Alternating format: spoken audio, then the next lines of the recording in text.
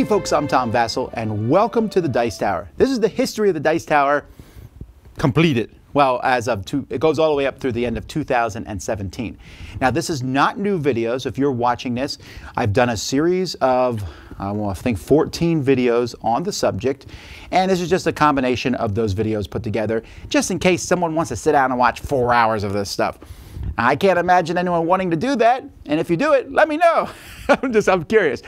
So realize that these clips were made and edited originally to be by themselves. But now we're just putting them all together. So there might be a little bit of odd editing between them because I'm just going through them one at a time. But this is from the very beginning of the Dice Tower, known as my birth, all the way up to the end of 2017. So I hope that you guys enjoy this. Well, it's time for me to gain a little bit of weight, since when I first started recording these, I was a little heavier than I am now. But hey, I think that's the good thing, right? I'll get thinner as the series goes by. Let's get started.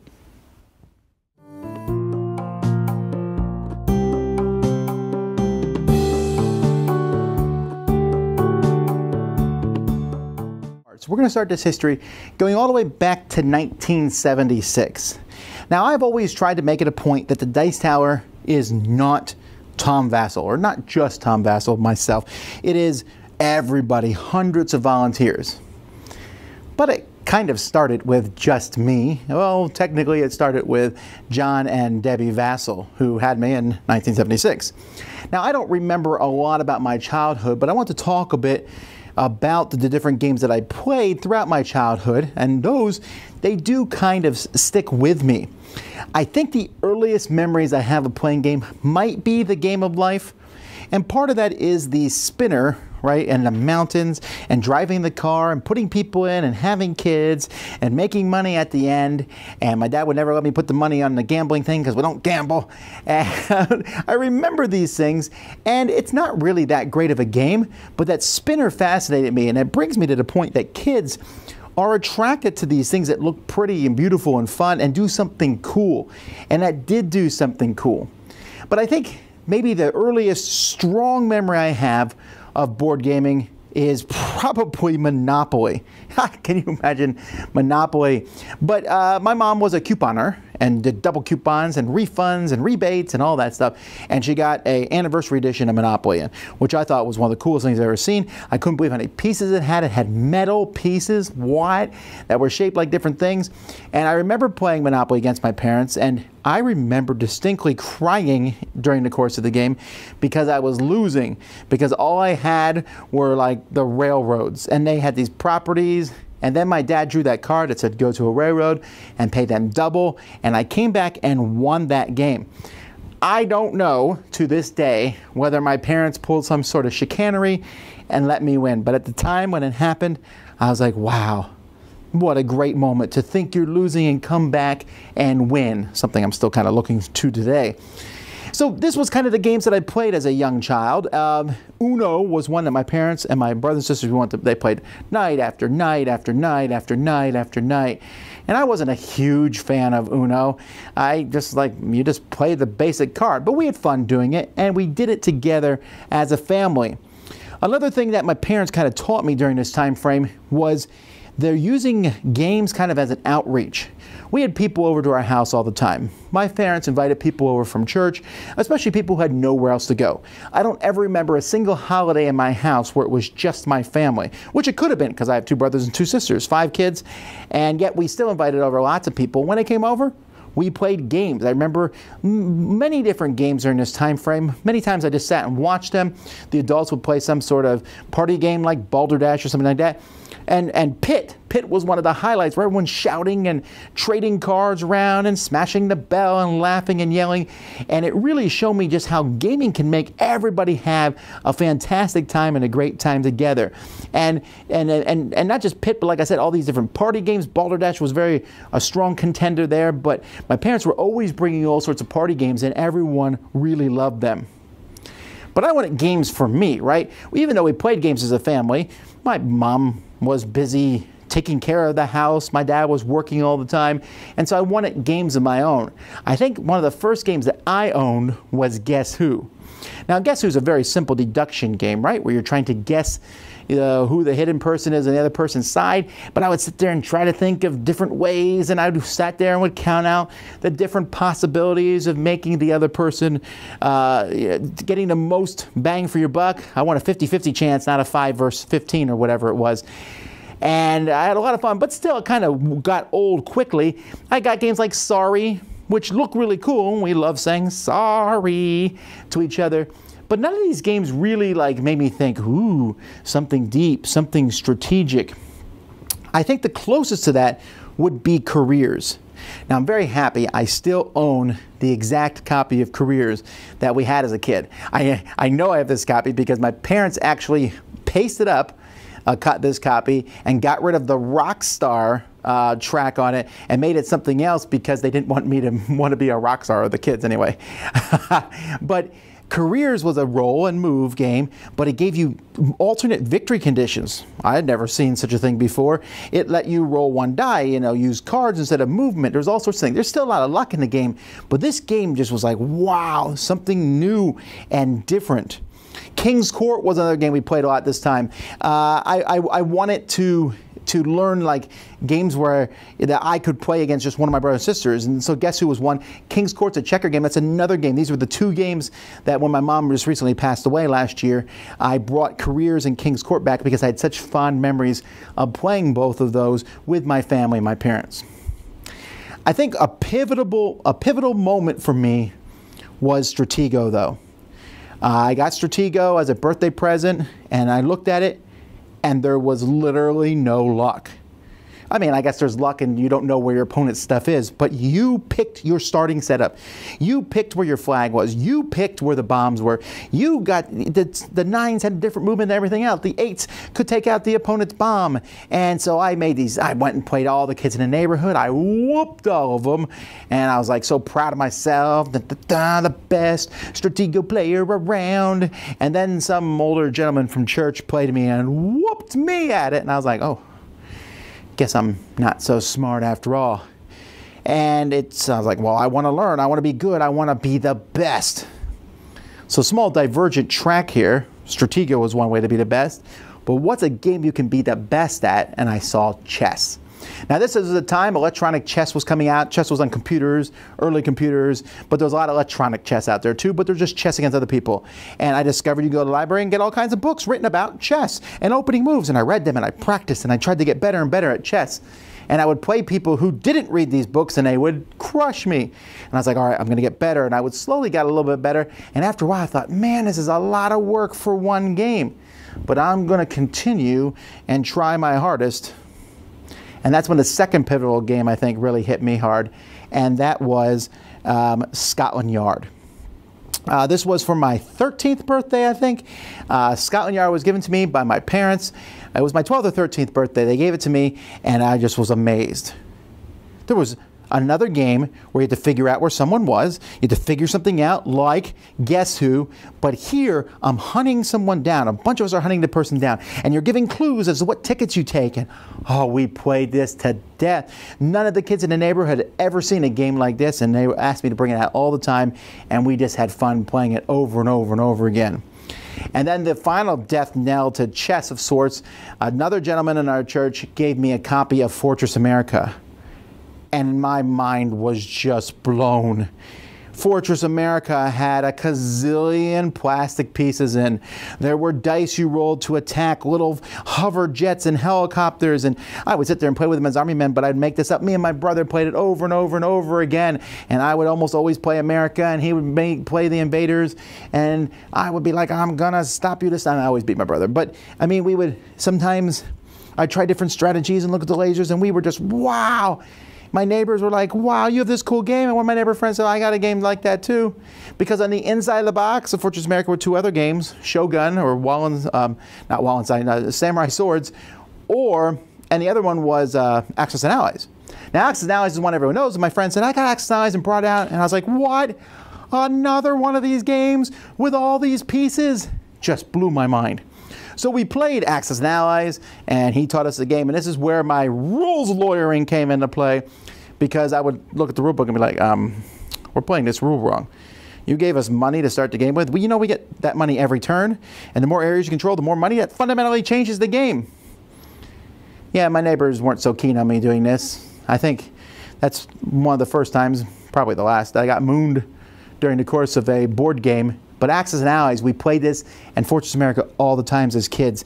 And then I found out that my other friends, they had games. One came out with a copy of the Eon Cosmic Encounter, which had I known today, I look back at myself and be like, do you realize what you have there? But I was like, what is this thing? And it was a fantastic game. I think it was 10, 20, I don't remember how many races it was. There wasn't many. I remember the Macrons were like, they're overpowered, but not really, because you could only send one at a time. And man, we had fun playing that. But more importantly than playing that, or he also had Kingmaker, was inside these games, there was a catalog. Kingmaker from Avalon Hill, and also for Cosmic Encounter, they were like, you can get expansions. The word expansion for a board game hadn't even entered my vocabulary at that point, but like, wow, you can get more aliens? But then in Kingmaker, that Avalon Hill catalog, I had that thing practically memorized. There were RPGs in there, which sounded interesting. There were sports games. There were war games. I looked into like, what? This war game here, this squad leader war game, has maps, and you can change the position of them to get different battlefields. And I was like, does that work? And I looked at the catalog and the roads, and I was like, and it comes with thousands of counters. Wow. And I wanted to know more about this. So at this point, we were pretty close to a thrift store, American Family thrift store. And my mom went there all the time because we had 5 kids. And so we got clothes and everything else from there. And they had a toy section and they had board games. And my mom said to me that I could go there. If I got permission, I could go. It was like 6 blocks away. I'd go there and look at the board games. And I went almost every day to see what new board games they have, and then hope I could scrounge up the money to buy them. And I looked for these Avalon Hill games in the catalog. I found a few, Panzer Blitz and Gettysburg and a few others, and I would bring them, buy them, get them, look at the rules, be like, I have no idea what any of this means, but it sounds so cool, and look at the charts and try to figure it out. My neighborhood friends were like, sorry, you kind of pass us here with wanting to play these. But I was so intrigued by all these games that you could get. And then my friend, who had Cosmic Encounter, said, hey, I got this other game, and he brought it out, and it was Hero Quest. Hero Quest. See, I grew up in the 80s. And in the 80s, if you were in that time frame, there was a lot of people who were very opposed to Dungeons & Dragons. Dungeons & Dragons was of the devil, no one could be playing it, and I was kind of in that group. And so I knew that I shouldn't play Dungeons & Dragons. But this game was not called Dungeons & Dragons. It was called Hero Quest. And I figured you should be a hero to be in Hero Quest. So Hero Quest was a game I loved playing. We set it up. We played through it. And then I realized I could be the Dungeon Master. I could sit there and I could draw out maps. I could make new things. I controlled the world. And I loved it. I would sit around and draw up new maps and make new scenarios for my friends. It was so much fun. We played other Avalon Hills during this course of time, but I was getting older and older. I was in my late teens at this point, and we were playing all these games. But then it came time for me to leave the neighborhood kids. Leave them to a point where I've never seen them again, really. I don't know what's happened to any of them, because at this point, I went off to college. And there, I had some major, more dynamic shifts in what I saw in gaming, and we'll talk about that in part 2. But in part 1, before we finish this, I do want to say a big thank you to my parents. You know, my parents, I don't think they're gamers at all, but there's 2 things that they taught me. One is games are fun, right? But the other was share gaming with other people. Like I said, they had people over, and there was always that gaming, and they started me down this path.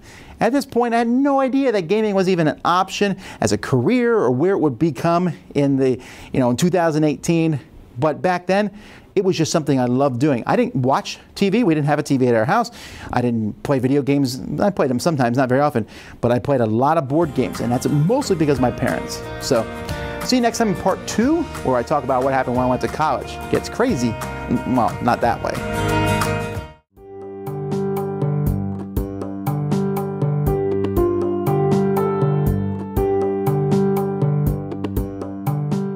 Last time in part 1, I talked about my childhood and the kind of the games that formed where I came to. And today I'm going to talk about going into college and the aftermath of that. I went to Pensacola Christian College in Pensacola, Florida. And when I arrived there, I wanted to do things with other people. I'm kind of a social person, didn't know much of things to do, and so board gaming was something I knew how to do. There wasn't a lot of board gaming happening at the college, but one of the first things I said is, I'm starting an Axis and Allies club. I picked Axis and Allies over Fortress America because I figured it had a more wide appeal, which is a correct thing to do. And I had a few guys show up and play it every once in a while, but it wasn't much of a thing because the big game on our campus there was Rook. Now, playing cards are still kind of frowned upon in many Christian communities, but Rook was different than playing cards somewhat. So everyone played Rook, and I even played it a little bit because, you know, why not? Everyone else is doing it. Never was a huge fan of it, but the people there took it incredibly serious. And this was my first actual encounter with a trick-taking game. I had never played Hearts or anything like that before now, and so the idea of that I kind of found fascinating. But what I did was I saved up my money and went and got my other holy grail. See, when I was a kid, I had that Fortress America box that had Axis and Allies in the inside cover, and on the other inside cover was Samurai Swords. And I was like, man, I got to get this game, or Shogun, whichever version you have. And so I went, Toys R Us had it, bought it, brought it, played it, and it was fantastic. We played it a lot of times. In fact, at this point in time, I also played Risk for the first time. I had never played Risk as a kid for whatever reason. And I was like, well, these are interesting games. But Samurai Swords, I didn't like it as much because I would play with people, and here's where I started to see negotiation come into play. When we were kids, we negotiated, but it wasn't like, here we were with other adults and negotiating and people saying, well, Tom's a better player, so we should take him out. And I was like, oh, I don't know if I really like this whole elimination aspect of the game, but it's what we had. Now, then came a major swing. I was playing games once in a while. I was playing a lot more video games and computer games and things like that at the time. But I collected baseball cards as a child. And back in the day, I haven't seen this happen in years now. Then when there was a mall, every once in a while there would be a baseball card show in the mall. So they didn't used to have all those kiosks in the middle. There's big open spaces there, and they would have shows and baseball card shows. And so I would say, hey, there's a baseball card show. So I went and looked at it. And I was at the baseball card show, and I saw this game called Overpower, Marvel Overpower. Now, I had heard about Magic the Gathering, I think I read it in Games Magazine. I said, that sounds like an interesting idea, and didn't think much more about it. I saw Overpower and I said, well, it's Marvel superheroes. It's kind of like Magic the Gathering, it looks like. Okay, I don't know what that's like. Let's try it out. So I think I bought 3 starter decks, took them back, played them with my roommate and the guy across the hall. We were like, oh, this is very interesting. Let's try it. We played it some more. I played it with one of my friends at the time. His name was Rod. And Rod played it, and Rod was like, nah, this game, I don't know about it. The next week, he showed up with his own deck, except he had added some cards because apparently you could buy booster packs for this thing. And suddenly my mind was blown. What? You can buy more cards? You could even, as we found out when we went to this smoke-filled little game shop in Pensacola, you could even buy singles. You could pick the cards you wanted. And there was another expansion just about to be added. So we started playing this, and this really was like, suddenly became the focus. I just wanted to play this game all the time and play it. And I organized tournaments amongst things. I remember distinctly my first or second summer there at Pensacola, and there was a Rook tournament going on because Rook was still very popular, but there was also an Overpower tournament because that's what I was running. And I just wanted to bring people together and play this game. And so Overpower was good and it was interesting, and I wanted to see what else there was, so then I moved into Battletech. Still didn't move into Magic for whatever reason. I just was like, nah, I don't really want to get into this Magic stuff. Battletech, I've been reading the Battletech books. This is great, and it was made by Wizards of the Coast. And that was really exciting. It didn't have as many expansions as Magic, and never would, as I come to find out, but the game played really well. And so there became like a core group of like 10, 20 of us, and we played these collectible card games all the time. Overpower and Battletech back and forth. And then I met a friend, Sam Healy, who is still in the Dice Tower today, and he introduced me to Star Wars, the collectible card game, because Sam was will be a huge Star Wars fan. And so I looked at this. This was a completely different game. This wasn't play cards and blow the other person up. Here there was movement. You moved around. There was a strong Star Wars thing, which at that point in my life I'd still never even seen Star Wars, which Sam fixed, went and showed me all the movies. And then I fell in love with Star Wars and said, this is really great. I read all the Star Wars books and really enjoyed the Star Wars collectible card game. And while I was doing that, I wanted to see kind of more about BattleTech. So I went and got into the BattleTech board game. Now, this was another thing to me. I never touched miniature games before. BattleTech was the first one. I think I bought City Tech. It was a box that came with a bunch of plastic miniatures, and you could buy other models. And then I went and read the rules. I built my own mech. I studied. I played it. Really didn't get a lot of people to play this game with me, but I just was so fascinated. One of the things I found at this point in time was that I had so much fun with Overpower and Star Wars and BattleTech and the board game card game, was just putting this stuff together on my own. Like I would, at work, I'd be working on an assembly line and I'd be sitting there and doing stuff, and when the downtime I'd sit there and be thinking about decks that I'd make for these, or how I could best build a mech for the board game. And so all this was just a lot of fun. And then, during this time, I also was like, I want to do more with superheroes. So I got into a game called Heroes Unlimited. That smoke-filled store, which had not a lot of games there. I don't remember much about that store except when you walked in, when I came home, I always had to change my clothes. But there was Heroes Unlimited on the shelf from Palladium. Now, Heroes Unlimited is not a good role-playing game. It really isn't. But it is an excellent building game where you can build characters, and you can build so many different characters. And so I built characters, and then I just ran a little role-playing group. I didn't know much about it. We got together every Sunday afternoon, and we went and played superheroes, and I got together with some of my good friends, and we had a really great time doing that. And that continued even as I went out of college.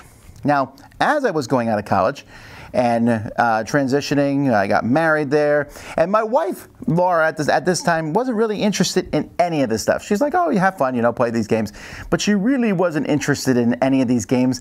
I never really found any kind of game that would fascinate her. We played a few board games here and there, but we didn't play anything that was like, I guess the only one I could really think of would be Balderdash. Balderdash, I guess I shouldn't say it. That's the only one I could think of. I distinctly remember that because it's one of the first games I played with Laura. But we mostly played party games, and then people wanted to play Uno and things like that. But for the most part, this was like my guy hobby that I did on the side. And we had people over, and we would play these games, and I would play the role-playing games, and Laura would do something else. And I always wanted to do something with her, but it didn't really, it just seemed like they were separate hobbies, right? And then one day, I don't remember why, I had a bunch of people over at my house, and they were all playing different games and doing different things. And two guys came and set up Warhammer 40K. I had known about Warhammer 40K for years, a miniatures game. I was like, no, expensive. I don't want to do all that nonsense. And I watched them play the game, and I was like, well, I could do that. I could get into this game. So I went, and at that point in time, they were selling big army boxes for $200. I remember the price. I remember the box, so I bought an Eldar box because I hadn't seen anyone play this army. And so I put this stuff together, started playing it, and wow, I was hooked. Wasn't really hooked on the miniature part and the painting stuff. Actually, Laura helped me paint the stuff and put the miniatures together.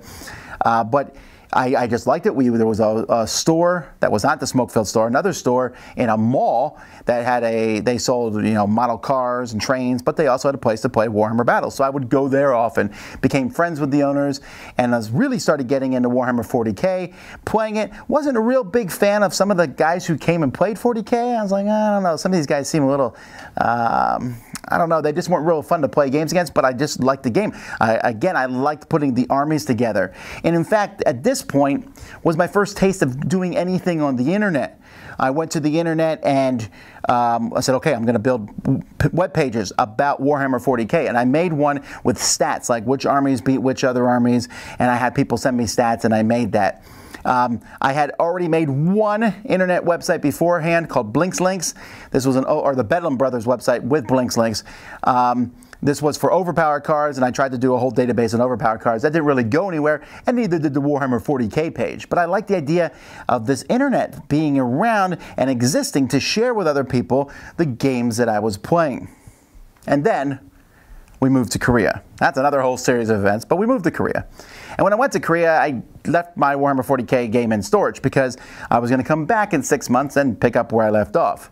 Except I didn't come back in 6 months. Well, I did come back, but we came back to grab more stuff to take back with us to Korea because we were going to stay indefinitely.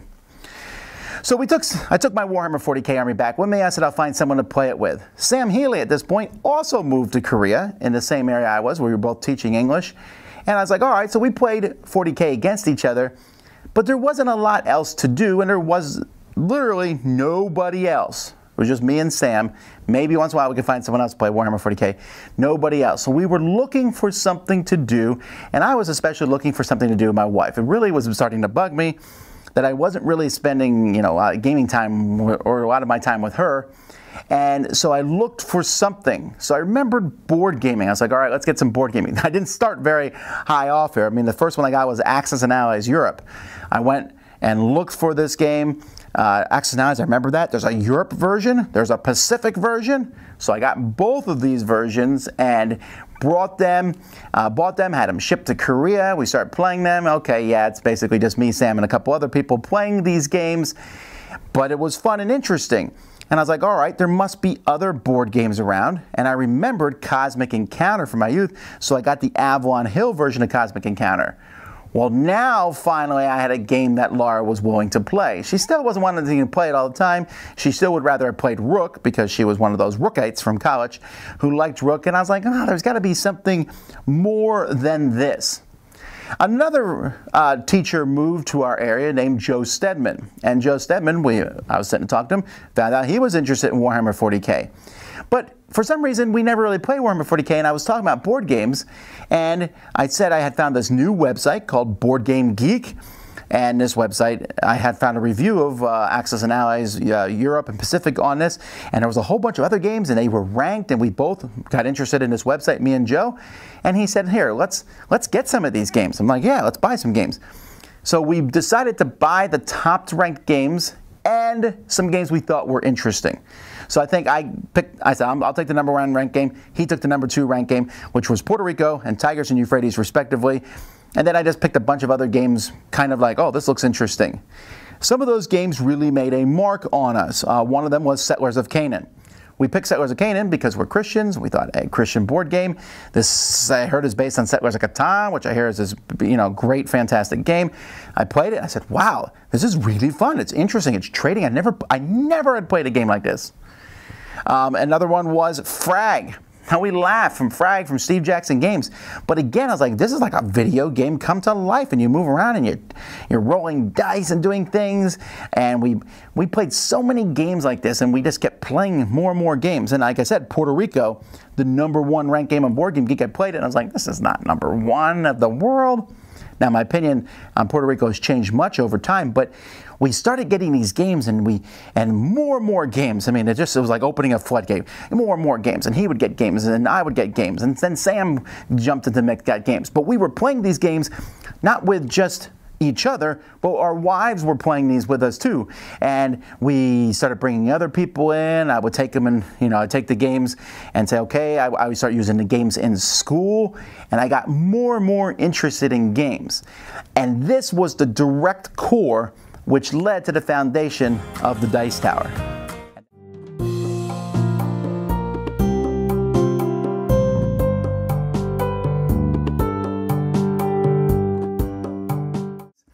But last time I talked about from college all the way till I went to Korea.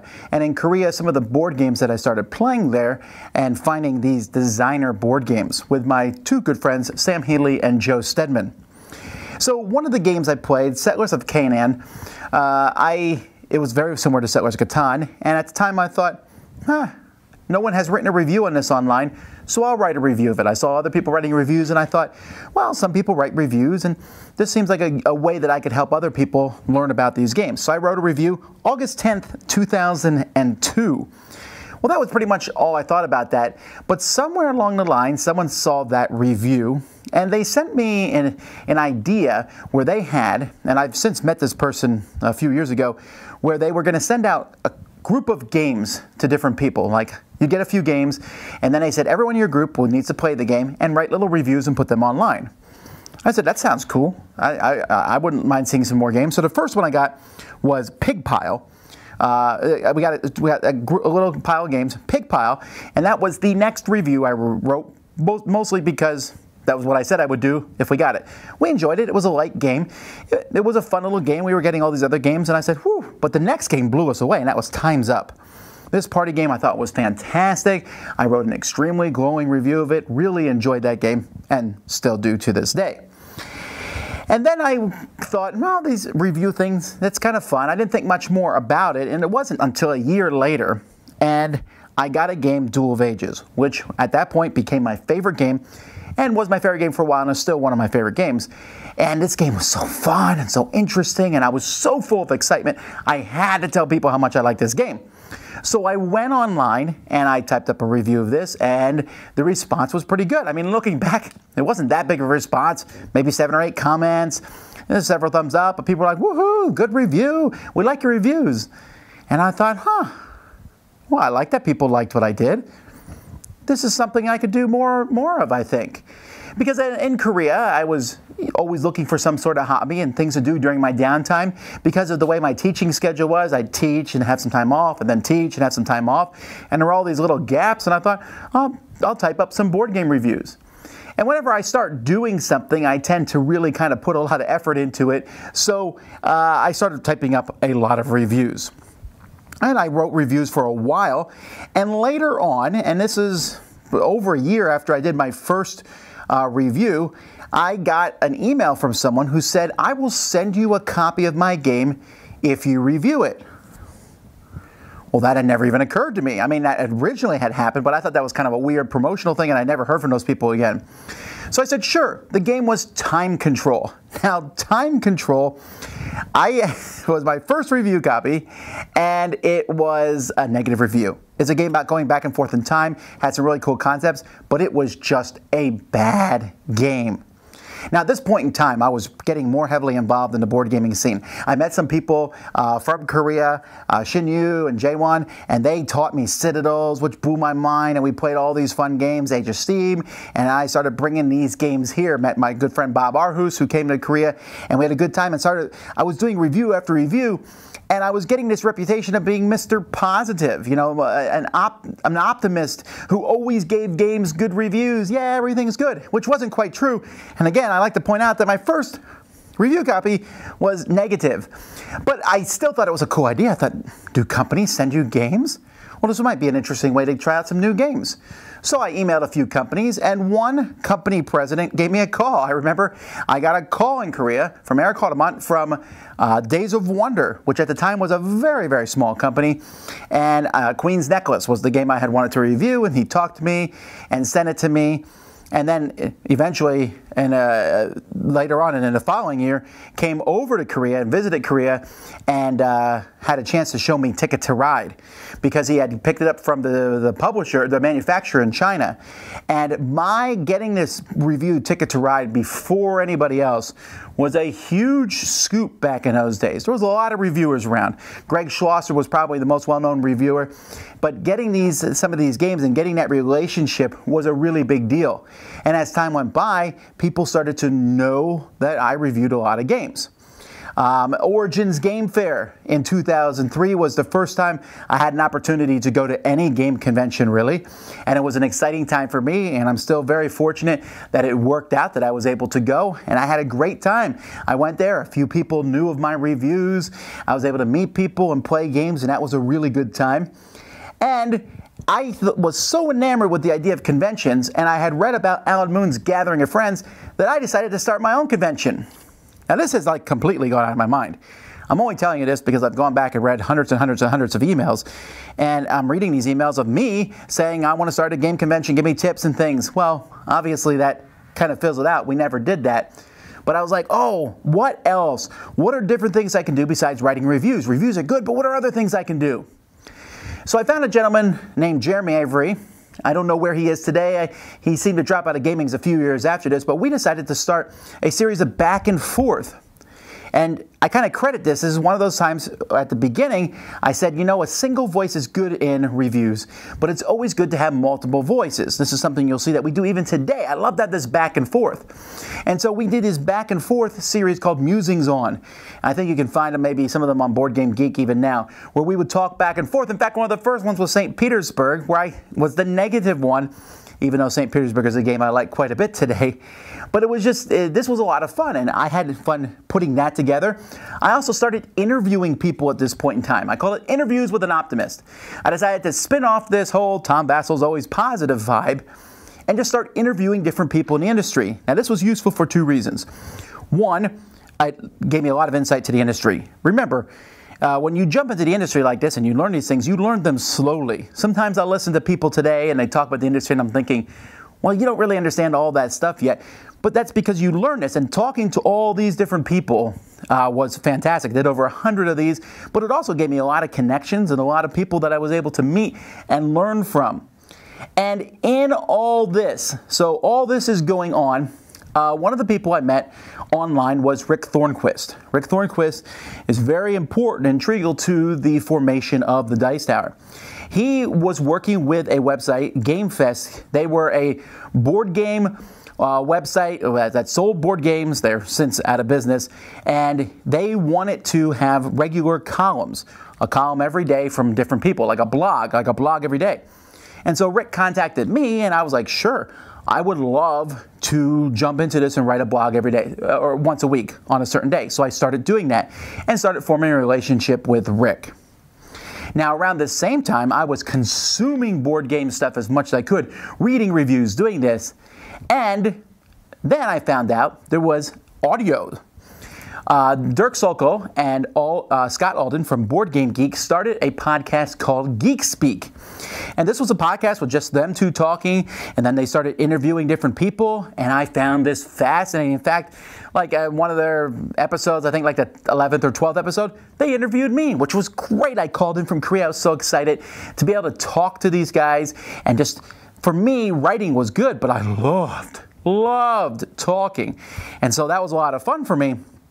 And then another gentleman, Mark Johnson, Board Games to Go, he started a podcast. And as he did this podcast, he said something to the effect of, anybody can do this. You know, why don't you try it? Give it a try. The world's wide open. And I thought, wow, this podcasting thing sounds interesting. I think we can do it.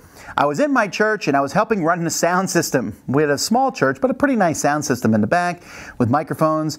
And me and Joe Stedman were like sitting there one day and we were thinking, we have all this audio equipment. Pastor says we can use it anytime we want. Podcasting sounds fun. I said, Joe, do you want to help me start a podcast? And he was like, sure. So we started our podcast at this point in time.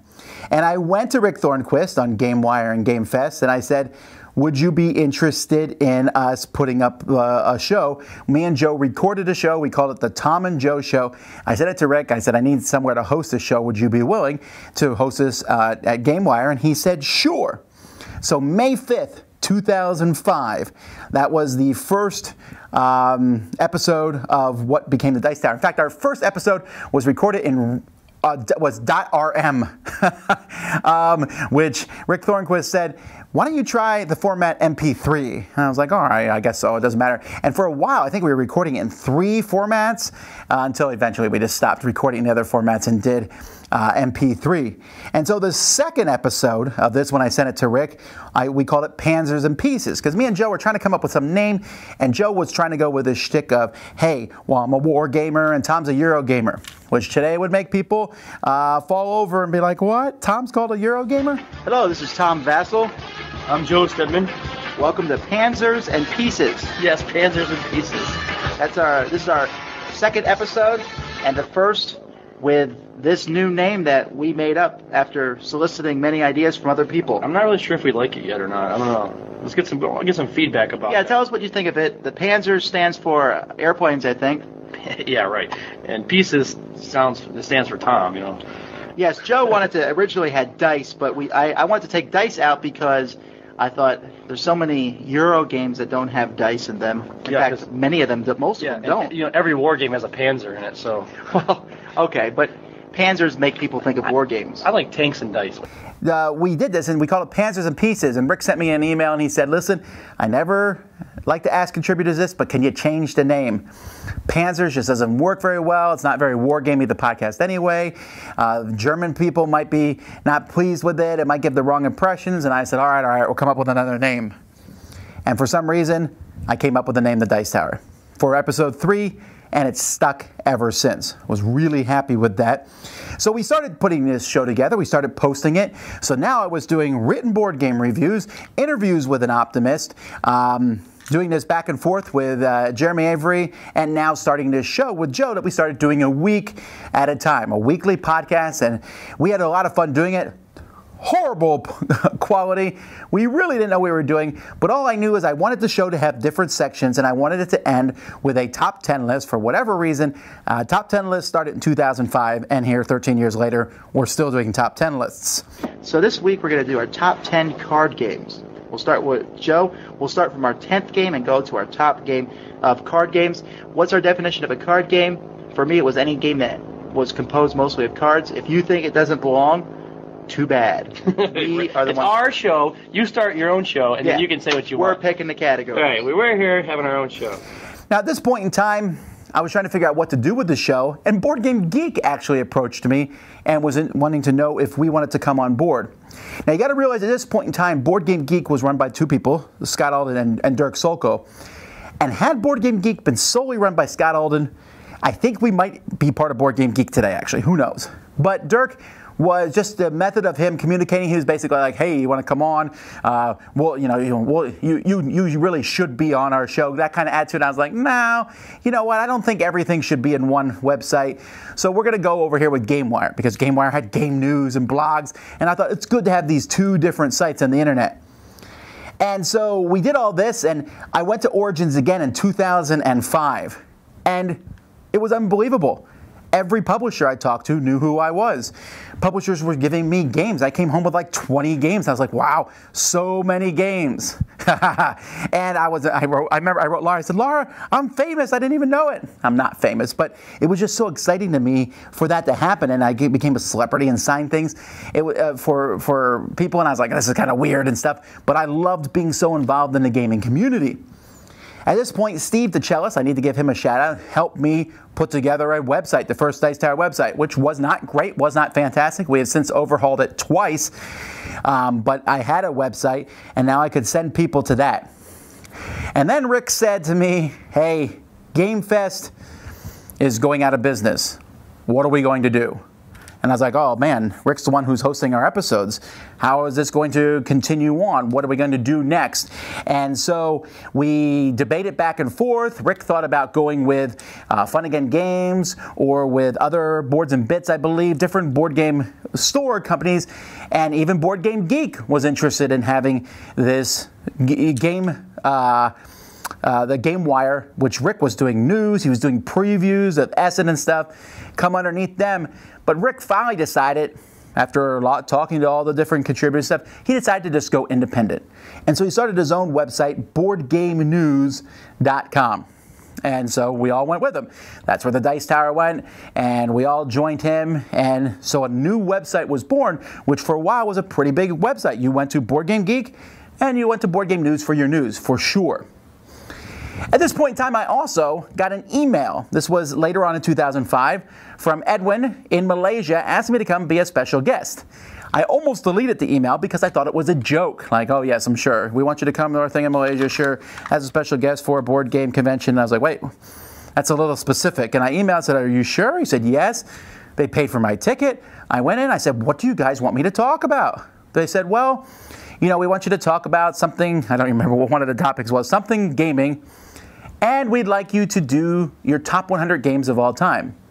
I said, 100 games? Can I even put together 100 games? I think I can. So on the airplane flight, the long airplane flight, I sat there and I wrote down all the different games I liked playing and put them around and moved them around in order. I got there And I said, all right, we're going to go through my top 100 games.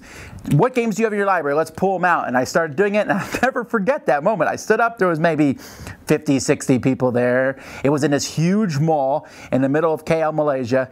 Fantastic mall. And I was there. People were walking by. There's a little crowd there. And I was like, number 100 this. And I think number 98 was Puerto Rico. And I said, number 98, Puerto Rico. And people cheered because they were happy that I didn't have it as number 1. And I was like, wow. This is fun talking to people like this. This is great. And it was so much fun. I remember playing Descent there for the first time and had a great time. I'd never been a special guest at a convention before. And I can have fun gaming no matter what. But that was a unique experience for me for the first time. And I said, wow, I have no idea where the Dice Tower is going to go next. I hadn't expected it to go anywhere. I just expected it to be me and Joe kind of doing it as a fun thing. But because of my reviews, and because I was doing all this other stuff, I kind of was, and also I was really the main host of the Dice Tower. Me and Joe did things, and Joe said, let's, either one of us can veto each other on a decision. Well, that doesn't really work for the Dice Tower. So as time went by, Joe helped me, but he was also preparing to leave Korea eventually, and I thought, well, what am I going to do when that happens? Well,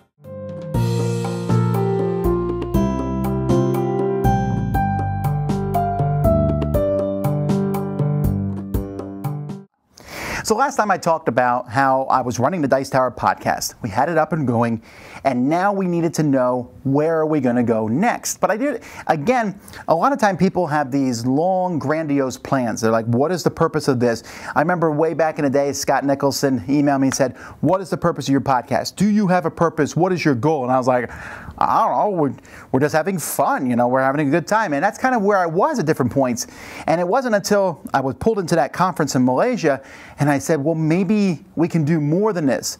I never got into reviewing to get free games. I never got into reviewing to get any money because at this point in time, I hadn't got any money from the podcast. But I was like, well, I'm just a very focused person and I like to do a lot of things and just keep going, like the Energizer Bunny. So this was 2005 was what I would call, 2006, I guess, because this was at the end of 2005, moving into 2006, was a big year of changes. And so in 2006, we said, okay, what are we going to do with the podcast? The podcast is going to change, so I was thinking about this for a long time. But as we were thinking, different things started to happen. First, we had a couple people send us in sound clips to put on the podcast. One of these was Moritz Eggert from Germany. It was a little segment that basically was like, you guys need to pronounce German words correctly. Here's a primer. I thought it was hilarious. The audience thought it was hilarious. And for a while, Moritz, and his first segment was January 23rd, 2006, was a regular contributor on our show. And in fact, on that same show that we posted there, our wives came on for the first and last time I think my wife was on the podcast, but we convinced them to come on and do their top 10. He just comes right through the door and says, hey, look what I got today. Or, oh yeah, that's right. I ordered another game over the internet. And so usually I find out about it before it actually gets there. And then I have some time to get used to it before it actually comes in. I don't sneak games in the house all the time. Well, what kind of themed games are you getting, Tom? So, no, I used to just make big orders and I'd forget to tell her and I'd say, oh yeah, by the way, I ordered a big load of games. And I was always looking for some new thing that we could do. In February 2006, Fair Play Games, I started looking to work with them, to have them host the show. I started looking around because I said, what can we do? We're working with Board Game News and this is great, but maybe we need some sponsors. Maybe we need to do something for this. And in March, our microphones weren't really doing well. And I said, all right, let's put out the call. Maybe we can get some new microphones for us to run it. And I was amazed that a few people sent money in. Again, this was before Patreon, this was before Kickstarter, and people just sent some money to us, and I was like, wow, I hadn't expected that, but we were trying to make our stuff better. Well, at this point in time, we were a little bit successful, not a lot, and so criticism starts appearing. All right, well, that is what it is. And Joe was about to leave. Joe left a few episodes before he actually left, if you know what I mean.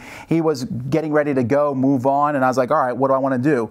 Well, Sam Healy, who had been there since the beginning, he wasn't really there when me and Joe decided to start the podcast. Me and Joe hung out all the time. We were like best friends. And Sam was there, but he just wasn't around us all the time. So he was like, oh man, I would help you guys out with the podcast. I would have done the podcast. And so we had him on a few times. And then I was like, all right, well, Joe's leaving. It seems obvious that Sam will come in and take his spot. So I talked to Sam about it. And I said, Sam, you can come on, but if you do this, Joe and I had this equal thing. It's not going to be that way anymore. I'm just going to run the podcast, and you'll be my co-host to come on. That just, to me, clearer. And I'm also going to be radically overhauling the podcast because I thought I want to hear more voices. And this has been something I have always believed on the Dice Tower. I've always thought the Dice Tower cannot be just Tom Vasel. Well, I haven't always thought that, I guess, when I was first writing reviews, but it's something that I started formulating even back then, and I still think it today. I wanted more people on, so I invited people to come on and do segments. I picked some people who highly criticized me on the internet to come on to the first couple episodes.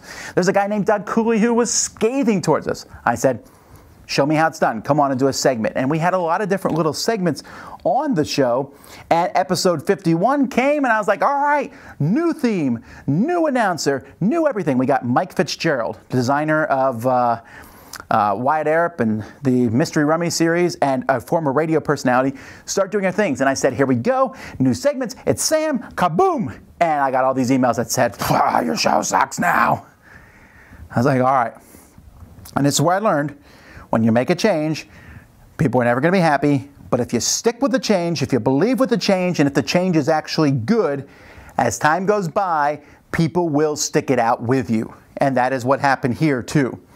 Although we were still kind of stuck with a 72-minute. Why was I doing 72-minute shows? Because a lot of people told me they were downloading them and burning them onto CDs, which incidentally, I've just read in a news story that the CD is being retired.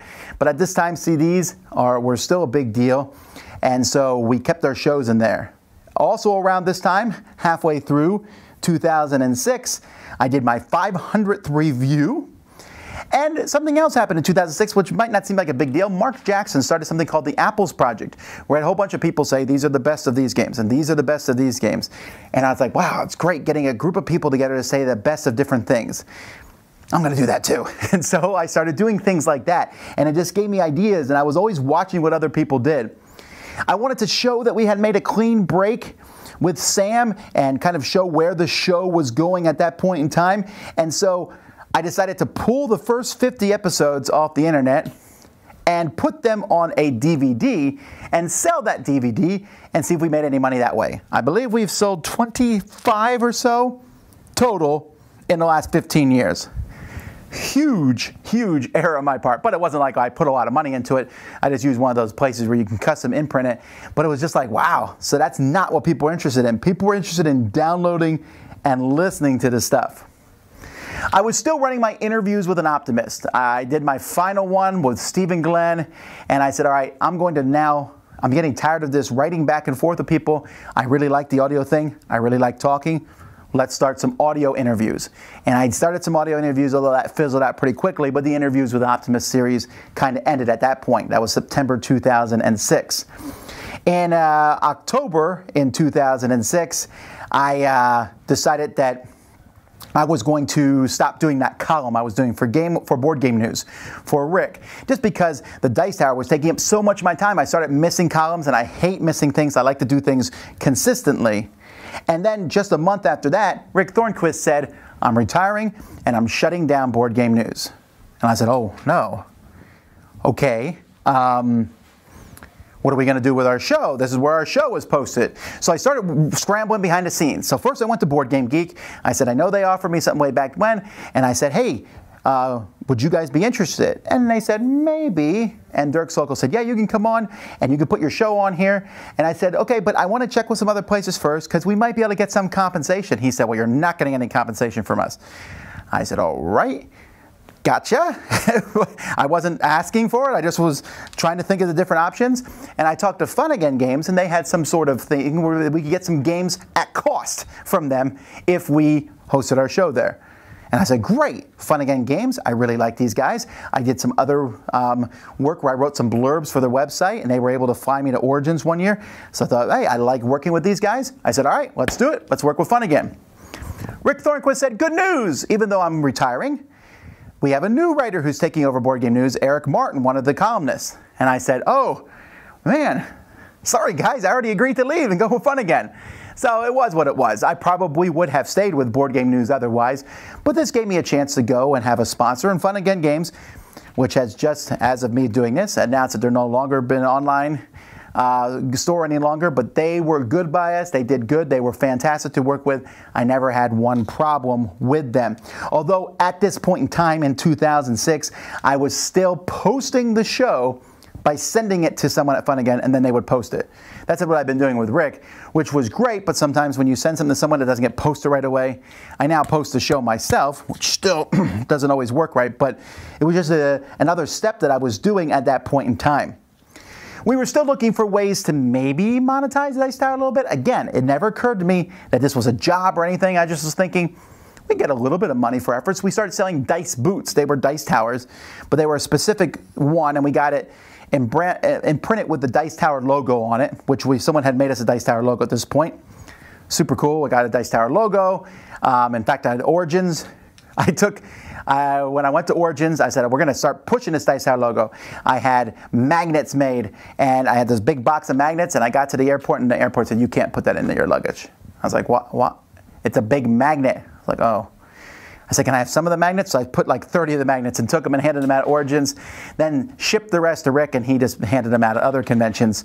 But I said, we got to get our name out there. We got to get our brand out there. I'm going to buy some stuff, but if I'm going to buy some stuff, I need to get some money to buy this stuff with. And that's what the Dice Boots helped us get it. So we were kind of slowly starting to brand. I would go and just print up flyers about the Dice Tower. I walked to one guy. I remember was meeting people and be like, hey, I'm Tom Vassell from the Dice Tower. Will you listen to my podcast? I did what I could to build the Dice Tower up. One of the ways we also did during this year in 2006 and 7 was also through contests, where I was like, all right, we want to have contests. We want more people to listen to the show. So as we moved into 2007, at the beginning of the year, it was kind of a quiet year. And I said, we're going to have contests. We're going to get people to listen to the show that year. And that's when I almost quit reviewing. So it was kind of a double-edged sword here. The pastor at our church in Korea decided to retire, to leave. He didn't retire very long. He went somewhere else like a couple months later. But at this point, he was retiring. And so the church asked me to become the next pastor. And I said, all right, being pastor, that's a pretty big responsibility. Am I going to have time to continue reviewing and doing the Dice Tower? So that was kind of going through my mind. And just a transitional period. Not every pastor is greeted with, we think you're just as good as the old pastor. Sometimes it doesn't work that way. So there was that going on. But then also, the internet exploded.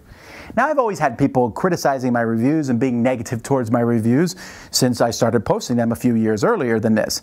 But it really boiled to a head. It's kind of weird to think that this is 10 years ago now, but it really boiled to a head. There were several people on Board Game Geek who they criticized and they called us shills, and we're constantly going after not just me, but other people. And Rick Thornquist actually pulled off the internet completely for a while because of how vicious it got. And this just really came to a boil, and it was really frustrating for a while. Honestly, nothing that we've done in the past 10 years has even come close to that. And if anything, that's kind of prepared us. People say, how can you handle the backlash on the internet? Like, well, 2007. But I really did seriously considering stop reviewing at this point and stopping the podcast. I said, you know what? I'm just going to concentrate on being a pastor. I don't think I can do both of these.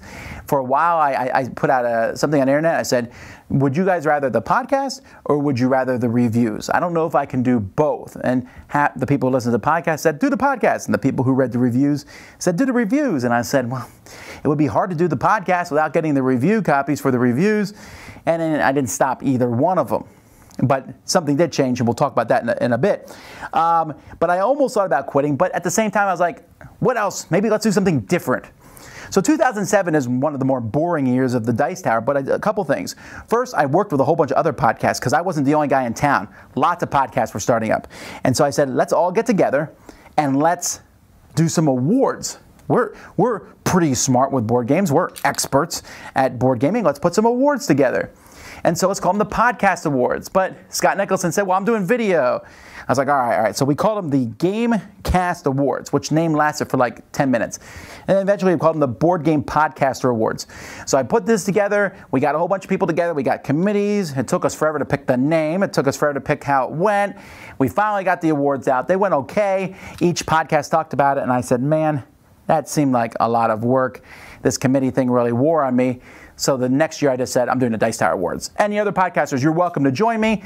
And you guys can vote on the games. I don't care what games win, but I'm going to put the rules in place so that it just goes smoothly.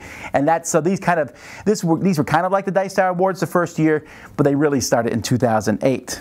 We also looked for some sponsorship during this time. And we had a few episodes sponsored by different people for very, very low prices.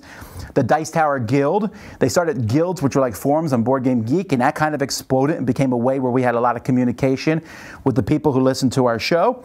And in Korea, one of the guys who came to my church, Ted Shin, got me involved with the military bases, and we were able to start military board game clubs at Camp Casey and Camp Red Cloud. And so we were doing the Camp Casey one once a month, and we were doing Camp Red Cloud every week, actually. And so I was playing games and doing things there. And so we were having this fantastic time. My crisis with the internet, I was like, all right, put your big pants on, Tom. Get your armor up. This is not a big deal. You're probably going to deal with this for the next year or two, or decade as it turns out to be. And I realized that there was a lot of people. I have so many emails from people that were so positive. It was good to see that Dice Tower was making a difference. And the audio podcast. But I was still getting a little tired of writing my podcast. And that's when, for some reason, the idea of video came in my head.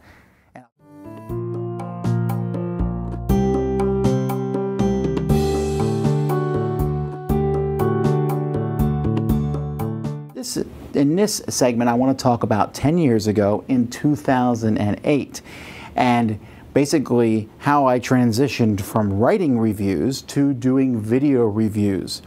So at the beginning of the year, I got a Mac laptop.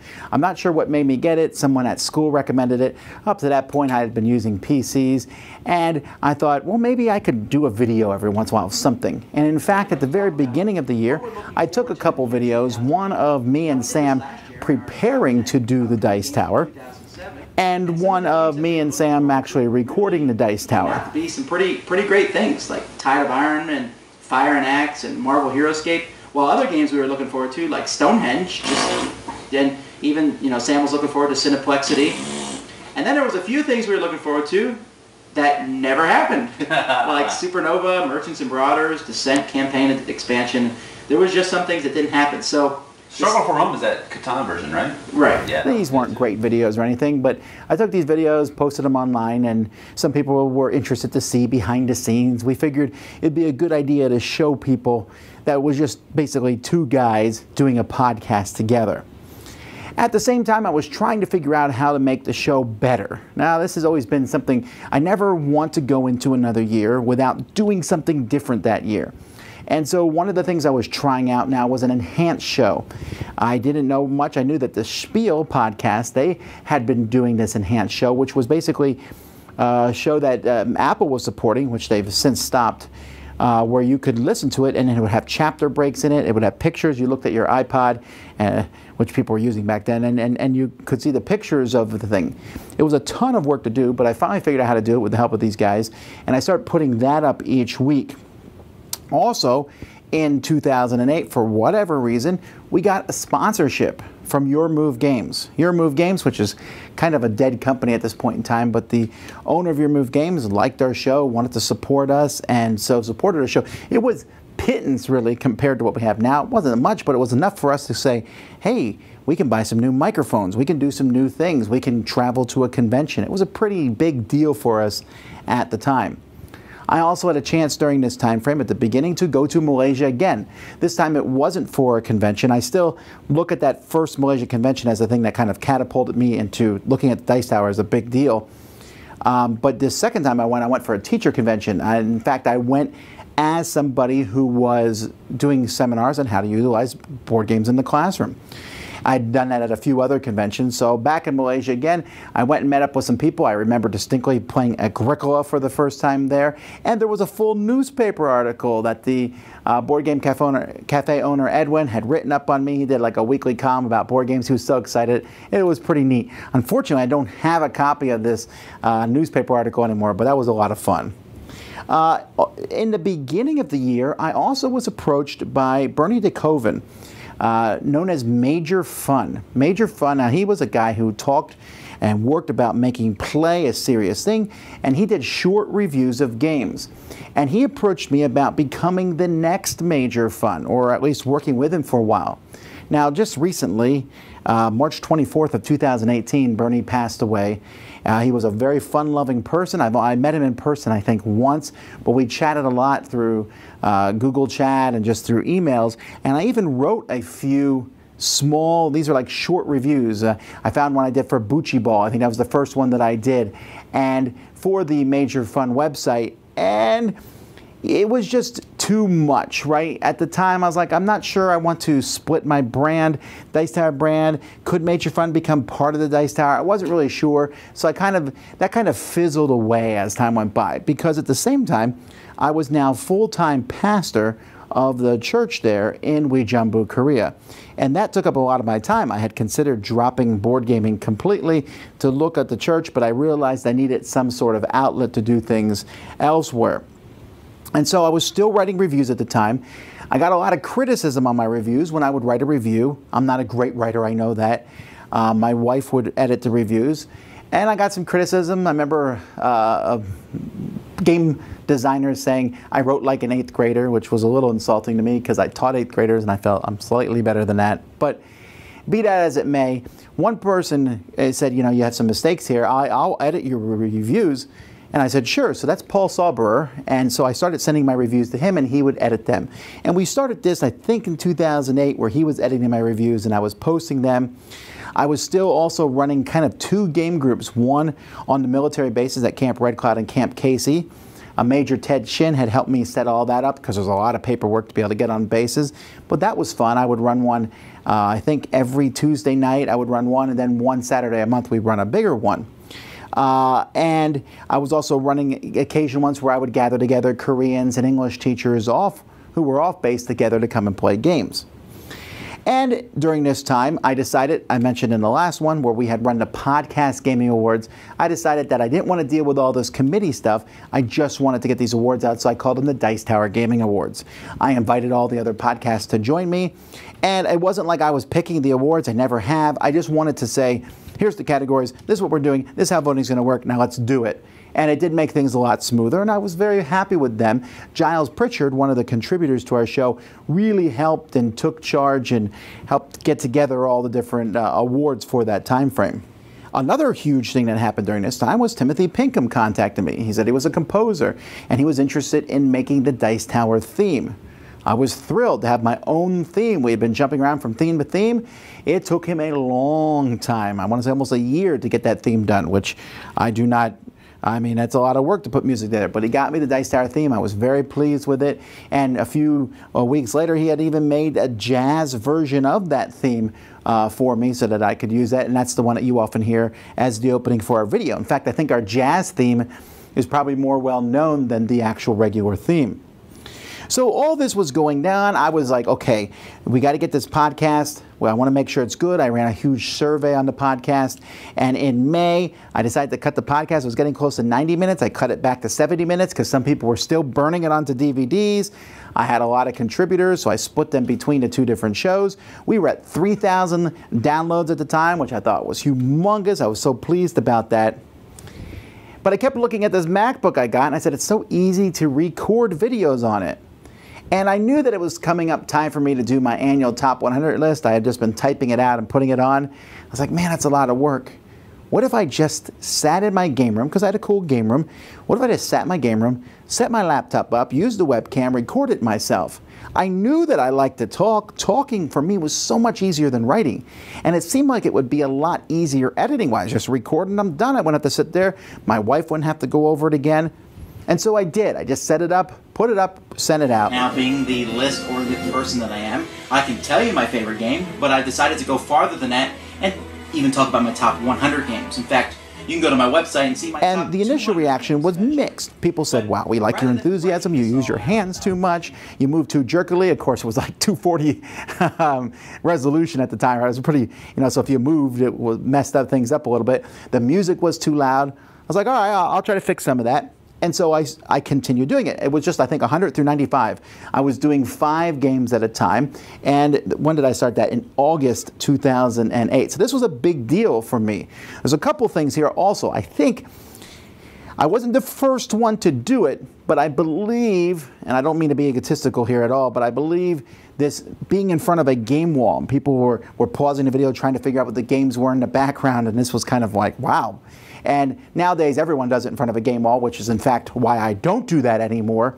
But people enjoyed that, and so I continued to do these. And I thought, I wonder if I could do a game review this way. I'm falling behind on game reviews. This was back in the day when I thought I could keep up. I'm falling behind. Why don't I do this some game reviews? So the very first game review I did was the Merlin's Company, which was an expansion for Shadows over Camelot. And I was showing the pieces of the camera, and it wasn't really that good of a visual review, but I liked it. Again, it was easier for me to do. And so Paul emailed me and said, are you done doing written reviews? And I said, no, I'm just going to do these video reviews until I catch up. And in fact, I quickly transitioned out of doing written reviews. I believe the last written review I did was for Twilight Struggle. I might be wrong, but I did, or maybe Commands and Colors Ancients. It was a review. I was like, okay, I'm going to write the review out for this one. But I started enjoying doing these video reviews. They were not that good, but a couple things came to the forefront pretty quickly.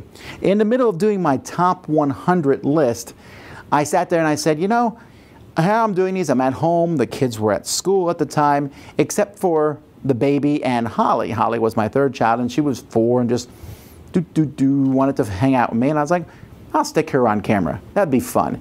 And I did, and she just sat there, and people loved it. You can just pile drive the players, and it's a fair game. And in the process of me doing these top 100s, I would take the game and I'd toss it to the side and talk about the next game. And I got some feedback from people saying, don't toss your games. And I said, you don't like when I toss my games. What can I do to work on that, to be funny? Because I like the idea of being funny. I like the idea of taking things and running a shtick with them. So I started, I remember I got scissors and I cut extra cards in half while I was talking to people. I pretended to drop pieces in a cup of water. And then one day, for some reason, and it was very close to when I started, I had the idea of putting a piece of candy in the box, and Holly ate it. And then people were like, wait, she just ate a game piece. And so for a long time, I don't know, 6 months or so, that was just a shtick on a thing. I had this big container of jelly beans. I put the jelly beans in games. The resolution of the videos were not that good. And so I would open them, and Holly would sit there, and she'd pretend to read the rules. And she just would sit there. She was really good on camera. And she would eat these jelly beans. And people would consistently say, what is wrong with you? Why are you letting your child eat game pieces? And I was delighted with this because I want to promote board gaming. I wanted to make it a family thing. I want to include my kids, and I was able to include Holly there. But I also wanted it to be fun, to be not over the top silly, not to be vulgar or anything, but just have a little hint of silliness going throughout it. And that jelly bean eating and the throwing the boxes to the side was part of that. I mean, Melody came on board in, let's see, September 25th, where that was my first one I did with her. And Melody, well, my first and oldest daughter, who is going to college this year, this was, so this was 10 years ago. She was 8 years old. And I had started playing games with her at 2 because I wanted someone to play games with. And she really picked up on games. And so I brought her on, and it's funny to watch. And you guys have seen her grow up, essentially. Welcome to the Dice Tower. Yeah, welcome to the Dice Tower. I'm Tom Vassell. And this is my co-host for today, Melody, because today we're talking about a game that can be played with children, and so I thought we'd get her input on it. This is first showing up on video at 10, all the way up to now where I don't even need to be here anymore with her being on camera. And so that was exciting. Melody here, I also, like I said, we were throwing games and I was getting my kids involved, and I remember that first humongous component drop that we did. I finished the top 100 on September 28th, and Heroescape was in my top ones, and I thought, well, these pieces are nigh indestructible. What if I just dump them all out? That would shock everybody. It'd be a fun thing to do. And we did. And people were like, that's crazy. It was fun. It was exciting. The kids liked it. And that was the beginning of the idea of just showing a huge pile of pieces. And that's something that people like to see. People, well, sure, some people groan about it, some people, but people want to see essentially that you are having fun with games. I didn't want to take them too seriously. I'm also, when I look back through my emails in 2008, I see all these different companies that I was corresponding with. Some companies were bigger than I found an email from Asmodee, this small little company, emailing me and sending me things, how much has changed in 10 years. Also, near the end of the year, I continued doing the Board Game Geek Secret Santa. I started this a few years ago. I thought, oh, why not do a Secret Santa for board gamers? The Board Games Geek Secret Santa now is humongous. But when I started it, and I'm not involved with it anymore because it was very draining on my resources. You'd be surprised how many people would complain about the game they got or the shipping they had to do or yada, yada, yada. But it was fun to get that ball started, and every once in a while I look at it and I'm a little proud, I guess, of just seeing how huge it has gone. Of course, now that Board Game Geek has automated stuff, but back then I was doing everything by hand. And so the Board Game Secret Santa. I also in October started a board game, Dice Tower, just video show, where I just talked about topics, how to pick the start player and things. And this was kind of a forerunner of where Board Game Breakfast is now, because I didn't want to just review games. I didn't want to, and you'll notice that on our channel. Reviewing has always been and will always be probably the backbone of the Dice Tower, where we review games, we review games, we review games. But it can never just be reviewing games. There has to be more. And that's where the Dice Tower audio podcast had headed into talking about top 10s and talking about things that were different. We always say the Dice Tower is about board games, but especially the people who play them. And so I started this talk show. It didn't go very long. I want to say it was like 15 episodes. In fact, I think episode 14 is one of my favorite episodes we've ever done. It doesn't even have a lot of views, about what to do with kids and how to deal with kids in gaming. And my kids keep coming after me and they want to remake that video, and we probably will at some point. Now, because I had gone to video reviews, at first people were like, oh, this is interesting. As time went by, there was some backlash, right? People liked my written reviews. They wanted me to do written reviews. Every once in a while, I'll still have someone email me and go, I miss your written reviews. I'm like, well, you're a decade late here. But I like doing them. See, that's the thing I've always found that comes in this board game thing. You want to have passion about what you do. And I had a passion to do these video reviews. But there was backlash. Even on Board Game Geek, when I would put the videos there, some people had a backlash because they were on YouTube and they didn't want anything that was on another site. Now it's kind of hard for us to even imagine that kind of thinking. If there's a video, it's on YouTube, right? But they wanted the videos to be hosted by Board Game Geek. Board Game Geek even considered doing that. I'm glad they didn't, because it's very helpful and you can just embed them very easily. But some people there was the moderation on Board Game Geek would reject them out of hand because they were videos instead of being written reviews. But that has gone away in time. And also there was, hey, these aren't very good quality. Yeah, they weren't really good quality, but I was striving to be better. I still was kind of just turning the camera on and posting. I was like, this is so much easier to edit these than it is to edit a written review. Oh, how naive I was back then. One of my most popular video reviews of all time happened in 2008, 10 years ago, and that's when the new Cosmic Encounter came out for Fantasy Flight, and that one's hit over 250,000 views. And also, at this time frame, Scott Alden went full-time with Board Game Geek. And I watched it, I looked at that, and I said, wow, he's so lucky to be full-time in board gaming.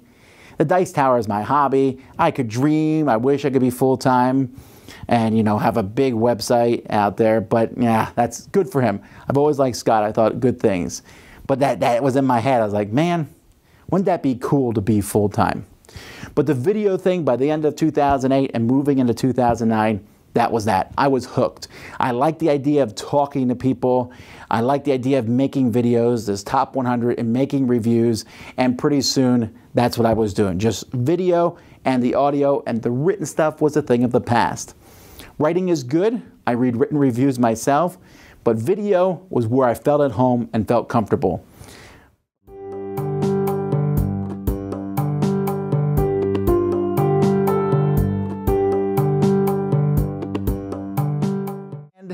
In this year, some major changes came to the Dice Tower.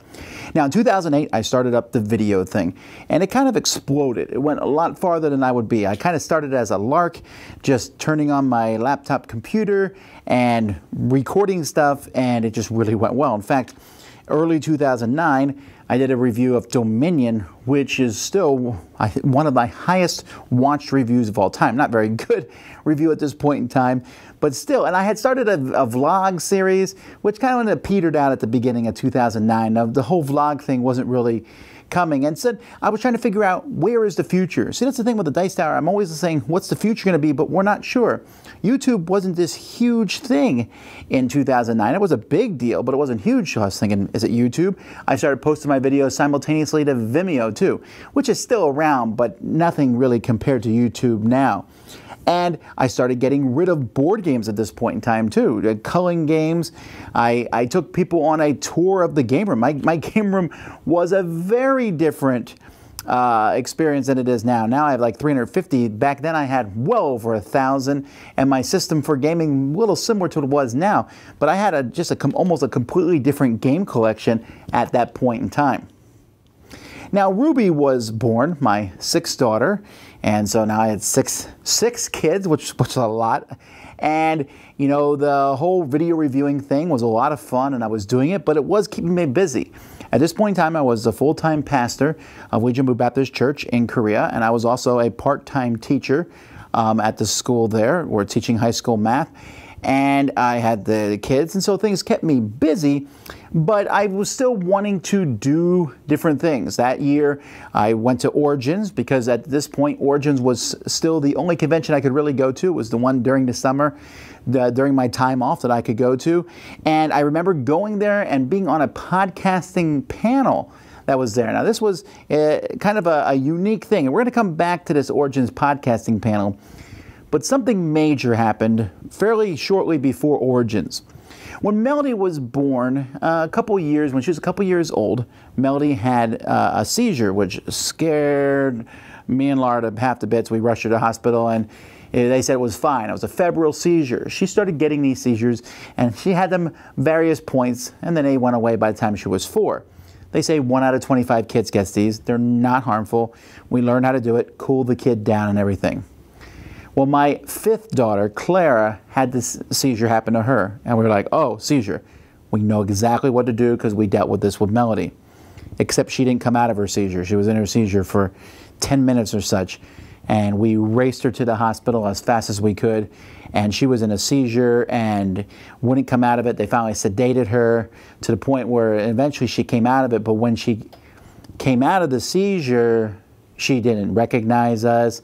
We had a hard thing, and eventually they sent her home, and she was responsive again, but there was something a little off now. She was a very, very bright little child, and that brightness seemed to be gone, and she started having seizures more often. And so this was something that started weighing on us. Like, we did not know what to do. South Korea has very, very good hospitals, but the doctors did not know what the problem was. So this happened in June 4th of 2009. At the same time, at the very beginning of 2009, Sam decided that his time in Korea was up, and he was going to take him and his family back. And he looked for different jobs and found a job working in a church in California. And so he was going to be heading out the same time that all this went down with Clara in June. So he and his family went, and I now am suddenly looking for a new co-host, because I knew that when Sam landed, he was going to be reconfiguring and doing things and would be very busy taking care of his family. And so I wanted to find a co-host, someone that I could work with on the Dice Tower. And you know, it's kind of funny, because if I was doing this now, I might say, oh, there's all these names. But at the time, I was like, I don't know anyone at all, really. And it came to my mind, Eric Summerer. Now, Eric Summerer had already been doing voice work for us on the Dice Tower. He was doing our intros and our outros. He had done 72-second reviews where he reviewed a game very quickly. And I really liked that idea of bringing Eric on board more. And I was like, well, I don't really know Eric that well, just our emails back and forth. But I thought it could be something that we could do. So I emailed him, asked him, and he was like, let me think about it. Yes. it was pretty much that quickly. And so we started talking about this and preparing for this. And when Sam left, I didn't do Eric right away. We didn't jump into that. I did a few episodes with Ben Forgard, who was a friend of mine who lived in Korea, and we did a couple episodes. And then I went to Origins, coming back around to Origins for the first time. Now I met Eric for the first time, and we went on that podcasting panel. Now, going on that podcasting panel, I distinctly remember that podcasting panel because me and Eric went there, and we were probably the most well-known podcasters on that panel. But there were many other podcasters there. There was the folks from The Spiel were there. There was Cody and John from Game On with Cody and John, and there were several other people. And some of them were part of a network, the Pulp Gaming Network. Now, this network no longer exists. But Eric and I, we went there, and we felt kind of odd because it felt like everyone on this panel was from this network, and here we were, and we felt there was a lot of people there, and it was kind of an interesting thing, and we just said, a network, is this something we want to be involved with? And I said, well, what good does a network do? Why would we want to be part of a network? And I kind of put it out of our mind, but not completely. It was still there. So I went back to Korea after Origins, a very fun, successful Origins. And Claire was still having problems. In fact, at one point, she just went to the hospital because she was in a seizure for a really long period of time. And her seizures seemed to get worse. The doctors would prescribe medicine, and that medicine slowed down the seizures, but she still was having them.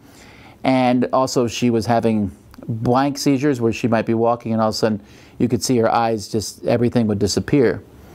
And this started to worry me some, and then think about it, and I, how can this be done? But life goes on, and we still worked with the Dice Tower, still trying new things out.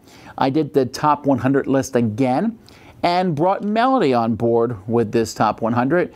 And Melody just seemed to fit on camera. She really liked doing it. This was, again, years ago. You can see her now. She does a much better job than at the beginning, but she was very enthusiastic about it. But I also started thinking, well, the channel could be more robust if it wasn't just me. So I brought on Melody. Well, Joe Stedman, my first co-host of Dice Tower, had been contacting me about being involved. So he started doing a few reviews for the Dice Tower of the bigger war games, the ones that I probably wouldn't touch, and doing those on the show. So now I have me and Melody and Joe, we're doing the Dice Tower video, and Eric coming on to the podcast. And Eric and I, there might have been a small fumbling at the beginning, but we really fit together hand in glove. And, it came together very quickly. I decided that we were going to, keep the podcast kind of the same as when Sam and I did it, just the exception of me and Eric. We would record via Skype, so I'd record at my place, he recorded his, and then Eric would help with the editing, which was a huge change for me because up to that point, when I recorded with Joe and Sam, we would record and I'd go and edit it for a while. Here, now they were helping with the editing, which really helped out a lot. Eric did. And so I added new segments and new people on. But at some point, I said, here we are, we've been in Korea for 9 years, and I want to do something different. I wanted to work with children. I was the full-time head pastor of our church, but I didn't necessarily want to be the full head-time pastor. I want to be someone who worked with kids at church, and you can't really go from being the full-time pastor to a lower pastor. That doesn't work very well. Not to mention the thing with Clara was really, really weighing on me. And I knew that even though South Korea has fantastic doctors, America might have something that could do it. And it had been a while since we had been back to America, and I was like, maybe it's time to go home for a bit. So after a lot of thinking and a lot of discussion, mostly with my wife, we decided to leave Korea. So we announced it near the end of the year, and also in the same time frame, we had another trip that we were taking. Me and my wife were going to go to Germany, and I said, why don't we hit Essen up? I've never been to the Essen Game Fair. This is a once-in-a-lifetime. I'll probably never go to Essen again. So we did. And it was a unique experience for us because we went, and some people knew who I was. It wasn't like I walked around, people like Tom Vassell, but a few publishers and designers talked to me. I had a great time. It was very tiring. I'd never been to a convention so crowded and full. I went with Laura, and she was less enthused about just walking around and looking at things the whole time. But it was a really good experience, and it showed me another side to the industry. I was super excited about going there. At the end of 2009, we did our end of the year show, and this is where I brought on other people onto the podcast. I went to other podcasts, and I want to do a big end of the year show. And this is something that I really enjoyed doing, and we have continued doing ever since our big end of the year shows. We kind of moved a lot of that to the video side of things. We're on the video now. We're doing a big end of the year show, but we found that people liked this year retrospective thing. And I even started doing a podcast of the videos where I would take my videos and put them out as a podcast. It was a very short-lived thing, but I started doing that. So in December, I decided to leave, and I remember talking to people. I announced this, and some people started helping us. A few people sent us some donations, because to leave Korea was a very expensive process. I had my whole house I had to move. I had to fly everyone back, start life anew. And I had saved some money, and we got some money when we left Korea and things, but people were very helpful. Game On with Cody and John, they were very, very nice, and they even did a Support Tom Come Back to America drive, and just a lot of people were very helpful. We were very appreciative of the help that we got of the different podcasts, and we had a chance to come back. So in episode 161 of the Dice Tower, I announced we're coming back home in June of 2010. So 2009 was really my last full year in Korea. It was also a time of year where I had at points considered dropping the Dice Tower completely. And then when I was coming back to America, I said, man, I don't know about this Dice Tower thing. Will I still be able to do the Dice Tower and look for another job in America? And by the way, where are we going to go? My parents had lived in Pennsylvania, but they had left Pennsylvania and now lived in Nebraska, and I didn't know that I wanted to go there. My brothers and sisters were scattered. I didn't have any strong connections, and I said, all right, we'll go anywhere, but will I even get a job?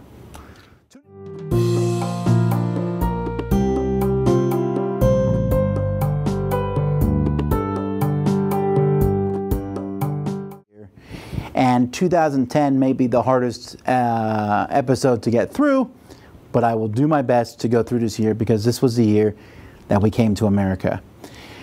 In 2010, in 2009, I decided that we were going to leave Korea and come back to America. I had no idea what we were going to do. I had no idea about the future of the Dice Tower. That was really kind of secondary to my thoughts. Really, my first thoughts were, where was I going to go in America? But I still wanted to make Dice Tower better. We had gotten so many complaints about the quality of our videos. I'm sure that will always happen. At some point, like now, we're in 1080 HD. Someone will be like, why aren't your videos in 4K? I'm like, all right, we'll move it up. But at this point in time, my videos were pretty low quality. So I got a brand new camera and started doing reviews in that. And that was a lot of fun. And because of this new camera, I started doing various new things. A couple major things happened at this point in time. First of all, because I got the camera, this camera had a slow motion feature on it where you could record something in slow motion. And I thought that would be fantastic. I would love to use this for board games. What in board games does slow motion? There's really nothing. And I thought, what if I poured out all the pieces on the table and then we record it in slow motion? That'd be pretty neat. Let's do that for a couple videos. So the first one I did it in was Zombie Dice. The very first component drop. And then I did it for the next video, and the next, then it just became a thing. Now, you would know, I already talked about in past episodes how whenever people were like, oh, you shouldn't do that, then I tend to do that thing more because I think it was fun and silly. And this silliness also came to a head because at the same time I was getting a little tired of this lack of theme in many of these games, and I really hammered it home in my Vasco da Gama review. And I got a lot of negative feedback from people who said, you were angry in that video, and you got to be careful what you do. And I thought, oh, okay, feedback on the internet. And I was out somewhere and I saw Tiger Woods apologizing for the misdeeds that he did. And I thought, what if I made a fake apology video? And so I did. I scripted it out, wrote it for a long time, got my family to help me. Spent a lot of time on that video, actually. I have recently become aware of the fact that a cameraman has caught me on film saying things about Vasco da Gama, of which I am not proud. I see now that those remarks have really caused great harm to Vasco da Gama itself and to the people who really enjoy the game. And the response was pretty good for the most part. Some people were still mad, and I'm still not sure I'm welcome back in Portugal. But for the most part, and it was just silly fun, and that was where we wanted to go with the show. And I thought, well, maybe I should do more of these silly fun humor things as time goes by. I did a series on Heroescapes where I did a 5-part series talking about Heroescape, one of my favorite games, which it was still in print at that point in time, and talking about my excitement for it and showing all sorts of things, showing how the pieces I could throw them against the wall. And I said, maybe the series and things like this, maybe the channel doesn't have to be just reviews and top 100s. Maybe we can do other things on the channels. So having this HD camera, and because we were moving, right? So we're getting ready to move. And I'm looking for a job, I'm trying to find a place to go, but also realize that movie, I'm gonna need to get rid of a ton of games. So I got rid of games left and right, got rid of them in my game group, took them to board game cafes, handed them out, just tons of games went in all different directions. They all stayed in Korea. And even then, I still packed up a ton of them and sent them back to America. And if you look, there is a geek list on Board Game Geek which describes all this in detail about the whole moving process. And there is something cathartic about taking your whole game collection, packing it up. I put games inside of games and pieces inside of games and dice inside of games, and then came back and unpacked everything and set up my whole game room. I threw out so many game inserts because I needed to fit games inside of games. And it was just an interesting experience, that whole moving thing. It wasn't perfect. In fact, when we landed in America, getting our stuff cost us extra money. It was a kind of a pain to move, but at the same time, I was culling my collection down to a very manageable number. Now, finding a place. So I started sending out feelers all over the place and using my connections at college, looking for places. And I looked at Pennsylvania and Ohio and Indianapolis and California. And I won't lie, the proximity to games and gaming in general is something that I thought of as I went and did this. But it wasn't the first and foremost. I was looking for a place that had a job. After a while, I thought, why am I not telling people that I can teach? Maybe I can do a hybrid job of working at a church and teaching. And lo and behold, I found a position in Homestead, Florida, which is the city I'm standing in now. I'm still here. So I found this position at a church, and incidentally, they needed 2 people. They needed a youth director, and they needed that youth director to teach Bible at the school, and they also needed a youth director for the middle school who also could teach math. Hey, that's me. And by not a ton of coincidence, but by some, Sam Healy, my co-host, was chosen for the other one. So now, even though he had gone to California, he was going to Florida, I was going to Florida, we were heading to the same place. I said, well, there you go. That keeps things interesting. And so we were going back to Florida. So we packed everything up and we moved back to Florida. There's a lot of things, a lot of involvement in that move. We landed in Florida. Gaming was the farthest thing from my mind at that point in time because I had to move into a new house and all sorts of interesting things happened. The house that we were renting, the landlord of that house was shot and killed because it was it's not because Miami's that dangerous, but because he was someone who went and helped people in time of need, and he went to help somebody and that person took advantage of him. And because of that, we couldn't move into the house right away. All kinds of things happened, so we were stuck living with other people. And it's like, oh, we want to move. I looked for the local game group. I found the local game group. There was a store, the Sunshine Adventure Gaming Store, which was not that great of a store, but the gaming group there was nice and friendly, and I got to meet a lot of them. In fact, I met Z Garcia around this time period. So because we moved in June, I couldn't make Origins, and this was one of the few Origins that I missed. I missed a couple, but this was one of the few. So Eric did it alone. Now, me and Eric had done Origins together the previous year. Eric came, did a podcast, did a great job, fantastic job. And this was good for me because this was the first time in Dice Tower history where the Dice Tower was essentially not being manned by myself. And I was handing the reins over completely to somebody else, and it worked. And I'm excited about that, still am excited about that because I like the Dice Tower. It should never be just about Tom Vasel, but about a ton of people involved in gaming. So we came down to Florida. We moved down to Florida. Now before we moved, my wife got pregnant again, which was a surprise to no one. But after we got to Florida, I made a video because we found out it was a boy. So we made some excitement and some silliness about that. I don't think boys are better than girls by any means. My own son proves that to me consistently, but we were very excited about it because after 6 daughters, it was nice for a change, right, to have a boy. So we came down here, the video channel started to grow, but there was one big change when we came. The number of games that showed up to my house grew by an exponential of 5 easily.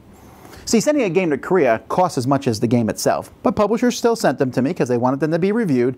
But I would do all sorts of tricks. I would come back from Origins with 2 full suitcases. I would have my friends in the Army get games sent to them because it was cheaper to go to the APO box. So I do what I could, but it was expensive.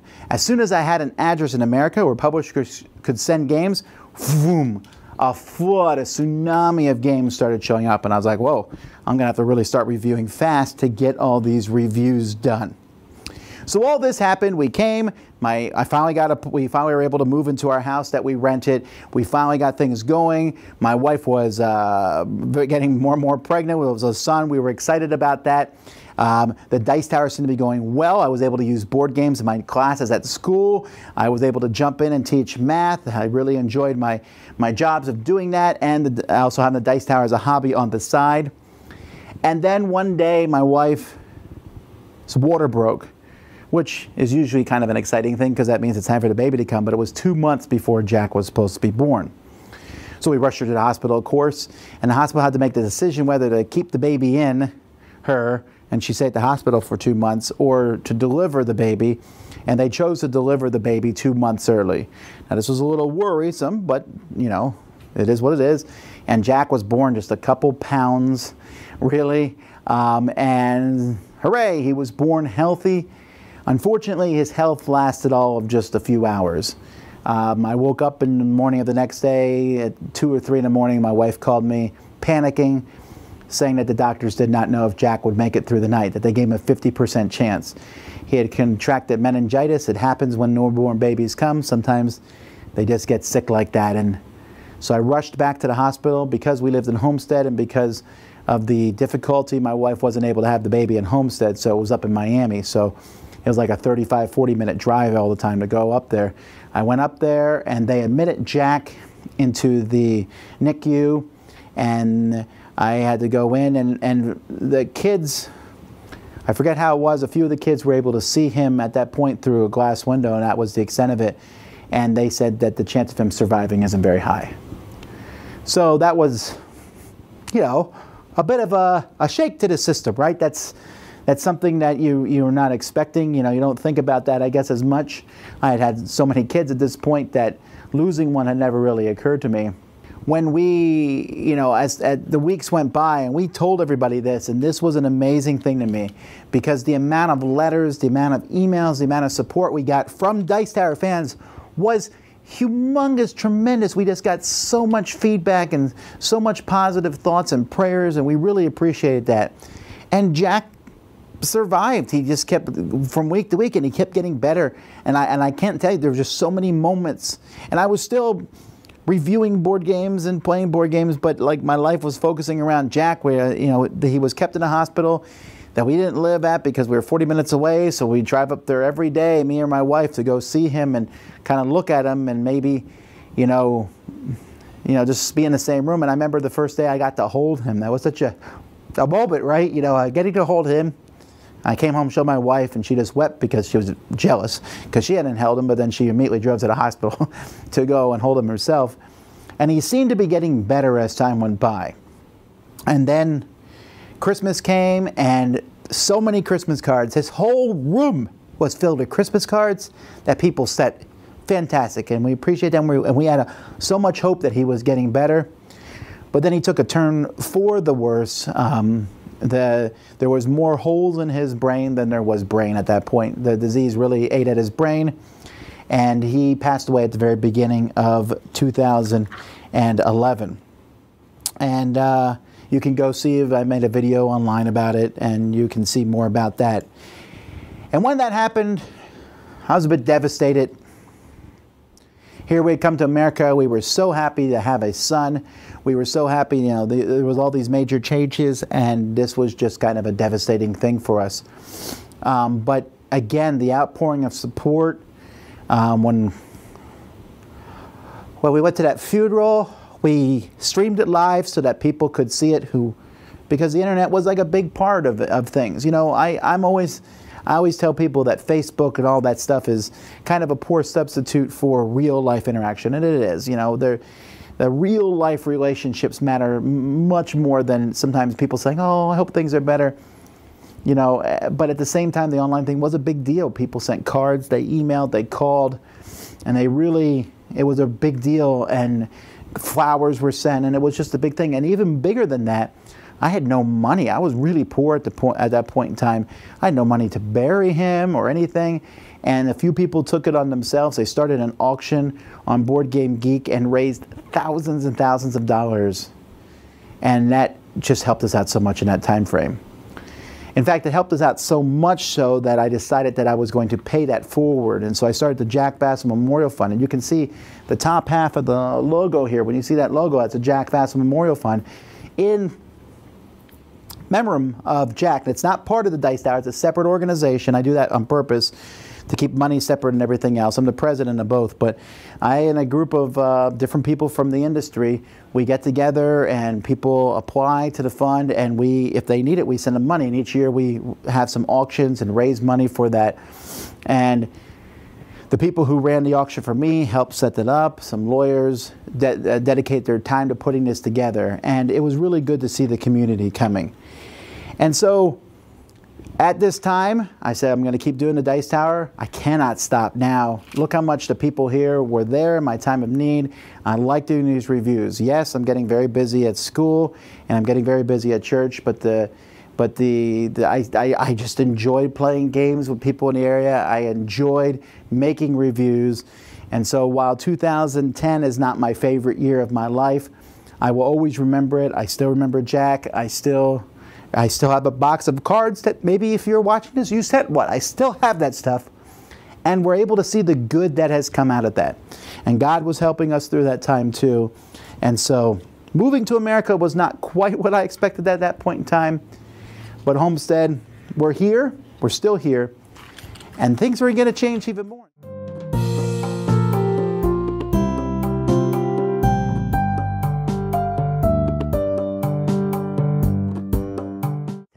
Now, I know that the last couple episodes might be a bit more somber than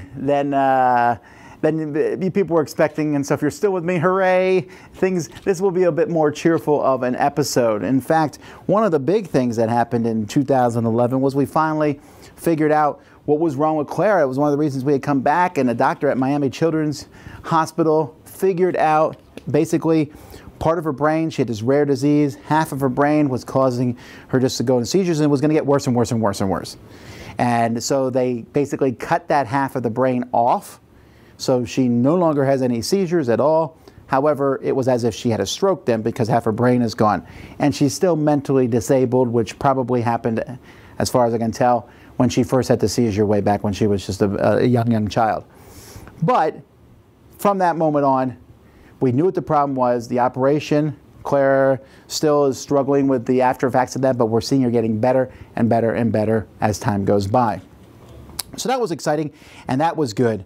And so 2011 brought a lot of changes to the Dice Tower, the biggest one being the Dice Tower Network.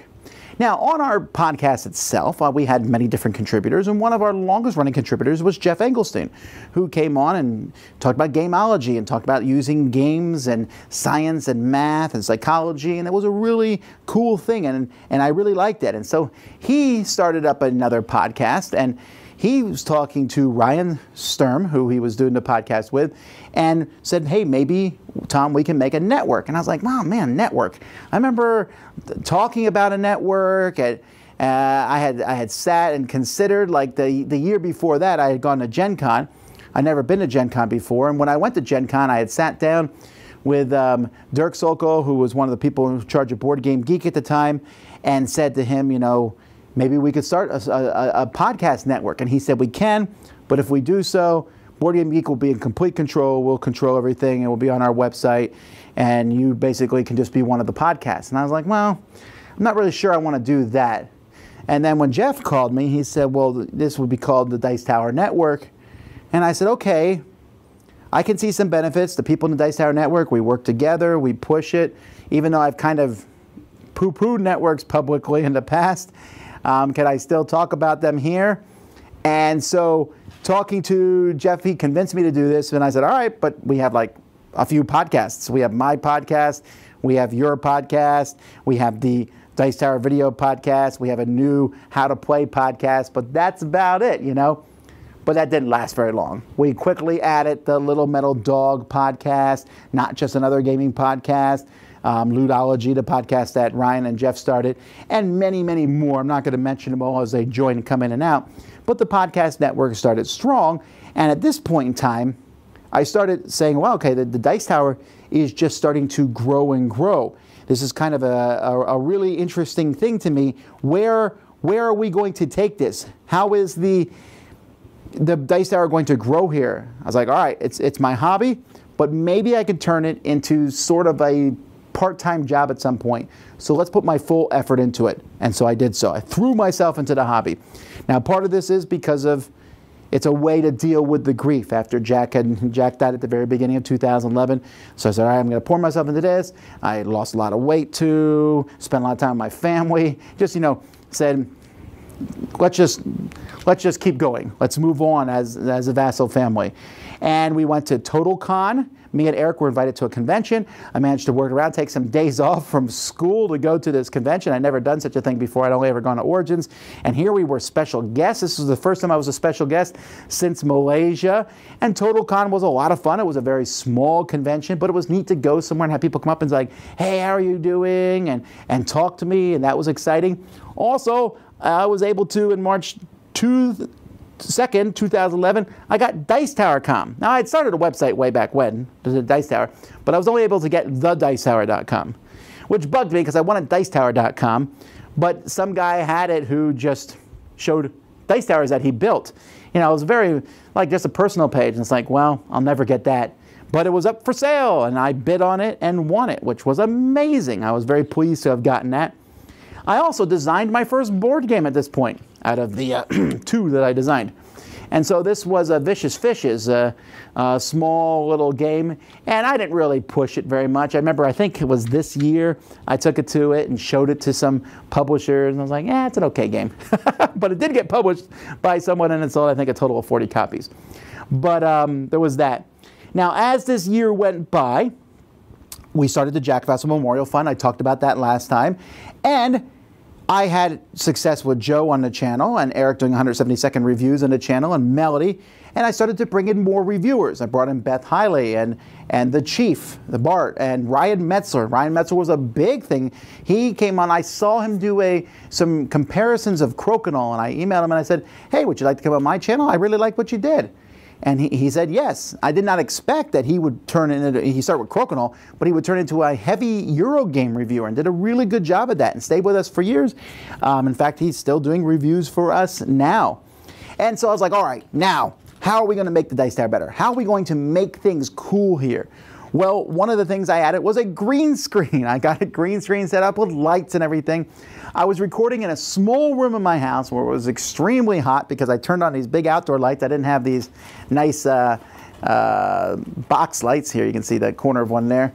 I didn't have those at the time. I just had these big lights, and I thought the green screen, we could do funny things on it. You'll notice that we don't use the green screen much more. In fact, I made a video at the time of an inside look at the Dice Tower. Here's my stand, and then I have another soft light that I use for when I'm recording. And we'll show you how we set up a drop and how we do one. First we put that down. Then I built a frame. You can see then that we can take something and drop the whole thing into that, and it should work pretty well.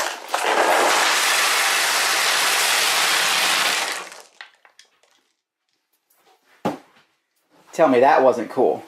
And as you can see, things really changed from that point. We're in a very different place, but I had it was basically a garage that had been turned into a room, and that was where I was doing everything for the Dice Tower in that place, spending time there with my kids. So we had the Dice Tower Network going strong. Dice Tower Podcast was doing well. When we went to Origins this year, I always remember that. It's probably my favorite Origins, maybe my favorite convention ever that year, the Origins of 2011, because a company called Mirthworks was starting up a computer game company, which computer games of board games.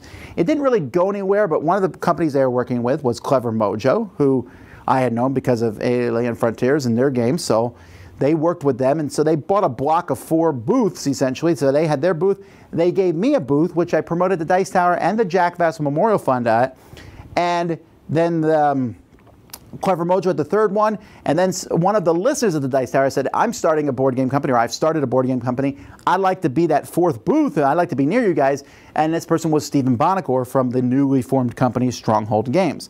And it was such a fun one. There was a lot of companies at that point who were not going to Origins. And I said to these companies, send me your games, and I'll show these games off there. So I remember we got Small World Underground, and we got some games from Fantasy Flight and other companies. We had raffles at the booth that were like spilling out all over the place. It was just an exciting con. We were there having a great time. We ran Wits and Wagers, and I'm like, yeah, we're back. This is how Origins is going to be. Maybe we'll get a booth in the future. This was a lot of fun having a booth. It was a lot of work, but we really did enjoy ourselves getting together and doing that. But I almost also got into trouble with that Origins, because what happened was at that Origins, they also announced the Origins for next year, which was not during the summer, but was during the end of May, which was during the school year. Not just during the school year, but like during graduations and stuff during the school year. Well, if you're a teacher, like I was at the time, you don't get out of the school to go to a convention, not during that time. And so a lot of people were upset about these date changes, and this was maybe the lowest attended Origins that following year that there was because of that. But I said, all right, we got to talk to these guys. So I went to the open board meeting of Gamma, and I met a lot of people there. I met John Ward, and when I said, does anyone here have anything to say about date changes? I was like, me. And so I gave my thing. They responded, turned into a bit of an argument. Not a big deal, but definitely John Ward knew who I was by the time we were done. And nothing happened. They didn't change the date or anything, but I had made up my mind. But because of this, a few weeks later, John Ward called me and said, hey, let's meet at Gen Con. I was like, oh, did he hear me talking about the Origins Awards? Because at the time, I was criticizing the Origins Awards pretty much all the time, as was everyone, because they were really awful. We met at Gen Con. He said, we'd like to get you guys involved next year at Origins and more to help promote the convention. And I wasn't able to go to the next Origins, actually, but I was able to go to 1 and 2 years, and we were able to do something there. We'll talk about that when I get to that part. So that actually turned out to be a good thing. Also at Origins, for the first time, I took Dice Tower custom dice. Again, I was saying, how can I promote the thing? When I first went to Origins, I had business cards. I was like, all right. The first time I went with Dice Tower, I remember saying, business cards, putting them out. I walked in the elevator and said to someone, hey, you ever listen to Dice Tower? No, here's my card. And that person actually later on said they did listen to the Dice Tower because of that. And I put up magnets for the Dice Tower and things, but dice was really cool. People liked the dice, and it was something that I was spending money on to get these dice, but at the same time, the feedback that people gave on them, and I was like, we want to promote this. Also, at this time, after Origins was over, I decided to do the People's Choice Top 100, where I would let people vote on their top 100 games of all time. I said, no, let's not just do Tom Vassal's top 100. Let's do what everyone else thinks is the top 100 games, because I love these lists, and I found out that people also really like doing these lists during this time. We were continually adding podcasts to the network. One of the podcasts we added around this time was the Plaid Hat podcast. Now, this is the reason I mentioned this podcast is because the Plaid Hat was a publishing podcast. And we were not sure how that would go over well with people. Like, how much do we want to show that we're associated with publishers? Will people think that this has gone too far? And the line between reviewers and publishers? But in reality, I shouldn't have even worried about it. Sure, some people would say that, but the fact was they did a great podcast talking about the ins and outs of running a board game business. But it also started a lot of relationships started forming between us. Remember the Origins convention? I said we were by a Stronghold booth. We made good friends with him at that convention. I met the Arcane Wonders people for the first time at that convention, and several other publishers who I knowed, and we started talking about how publishers in the Dice Tower could work together. I ran a Secret Santa that year for the Dice Tower. I decided to stop running the big one on Board Game Geek and run my own Secret Santa, so that was a kind of a specific thing for Dice Tower. Our Dice Tower Network got a little bit of a boost when we added a fledgling podcast, Shut Up and Sit Down, onto the show. Now, Shut Up and Sit Down has, a year later, they went and joined up with Penny Arcade briefly, which they had to leave our network to do that. And then when that Penny Arcade thing didn't work off, they went off on their own. But for a brief time, they were part of the Dice Tower Network. And I started designing another game. I went to Gen Con that year again, and I was enjoying Gen Con. And one of the people I met at Origins was Steve Avery. I know him from online things, and we had very similar tastes in games. And so when I decided to design another game, I emailed him and I said, I have this idea to take Kremlin and turn it into a game. And he said, I'll help you. And I said, great, but I don't really have a good plan. So I sent him my basis. I was sitting in a boring teaching meeting, and suddenly I was like, I got it. This is how the game's going to work. And I sent it to him, and he said, well, that's good and all, but this is better. And he sent me the framework for the beginning of what would turn out to be Nothing Personal. At this time, though, we were calling it Capo, or the Unnamed Mafia game. So we started working on that back and forth, and so I was doing that. We also ran our first Jack Vassal Memorial Fund auction on Board Game Geek, which was phenomenal. They always have been phenomenal, but this blew my mind. I was still, you know, remember, this is all in 2011, so still thinking about the beginning of the year where Jack had passed away, and this was a big deal to me. And seeing people get excited about that, seeing people give money to help others was a really big encouragement to me. I was still getting emails and things about the Dice Tower, and I was still sitting there saying, I've got to change the Dice Tower from just being Tom Vassal. And I remember where there was arguments and people said, it is Tom Vassal, nothing you can do about that. And even today in 2018, some people will consider Dice Tower to be Tom Vassal, but it's not at this point. There are hundreds of people involved. And one of my goals has always been to get other people involved. I don't want the Dice Tower to be my face. Like even with these Dice Guys, you'll notice I'm having Dice Guys made of all different people on the show because I want it to be that way. And in 2011, as I'm going back and look at these things, I could see that I was pushing for that more. You know what else was big at this point in time? Kickstarter had shown up. I already knew about Kickstarter because of Alien Frontiers and working with Clever Mojo. Remember, we had a booth with them at Origins, and Kickstarter was starting to take off. I remember that there was a project that had broken 100,000, and people were like, what? And Jeff Engelson and other people were talking about the Kickstarter bubble. Was it going to pop? I think we can safely say that it didn't pop in the next 7 years, but maybe it will now. We also discussed advertising on the Dice Tower. We were saying, okay, I want to make the Dice Tower profitable but not irritate people too much. So do I have ads on YouTube? Do I have ads on the Dice Tower? I remember turning the ads on YouTube thinking, oh my, people are going to be really upset about this, and no one said anything. And I thought, okay, well, it's like, ooh, I made a penny a day or something, but hey, that adds up. I can take my kids out to eat once in a while. And having a few sponsorships on the Dice Tower. So as we ended 2011, we ended it like we always do with the best of the year and all that stuff. It was an interesting change because because Eric was now solidly the co-host of the show.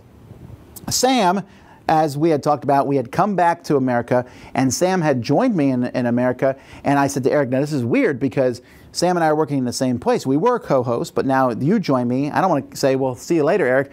What can I do? Well, so Sam started joining me for a series called Miami Dice. And we did our first one at the very beginning of 2011. I think March 21st was when we did the first review. And the Miami Dice review started turning out to be very popular, to see me and Sam go back together. And this was a way to get Sam involved into the YouTube side of things. So I had Eric as my co-host on the audio show.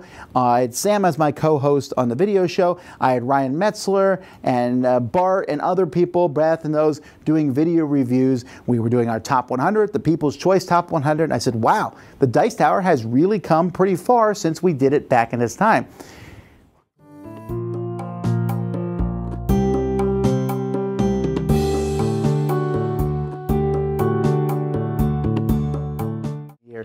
But in 2012, I remember starting the year off, and remember 2011, Jack had died, and a lot of things had changed, and I really jumped into the Dice Tower and worked as hard as I could, looking at making it perhaps a full-time job, kind of. That was like a dream, right?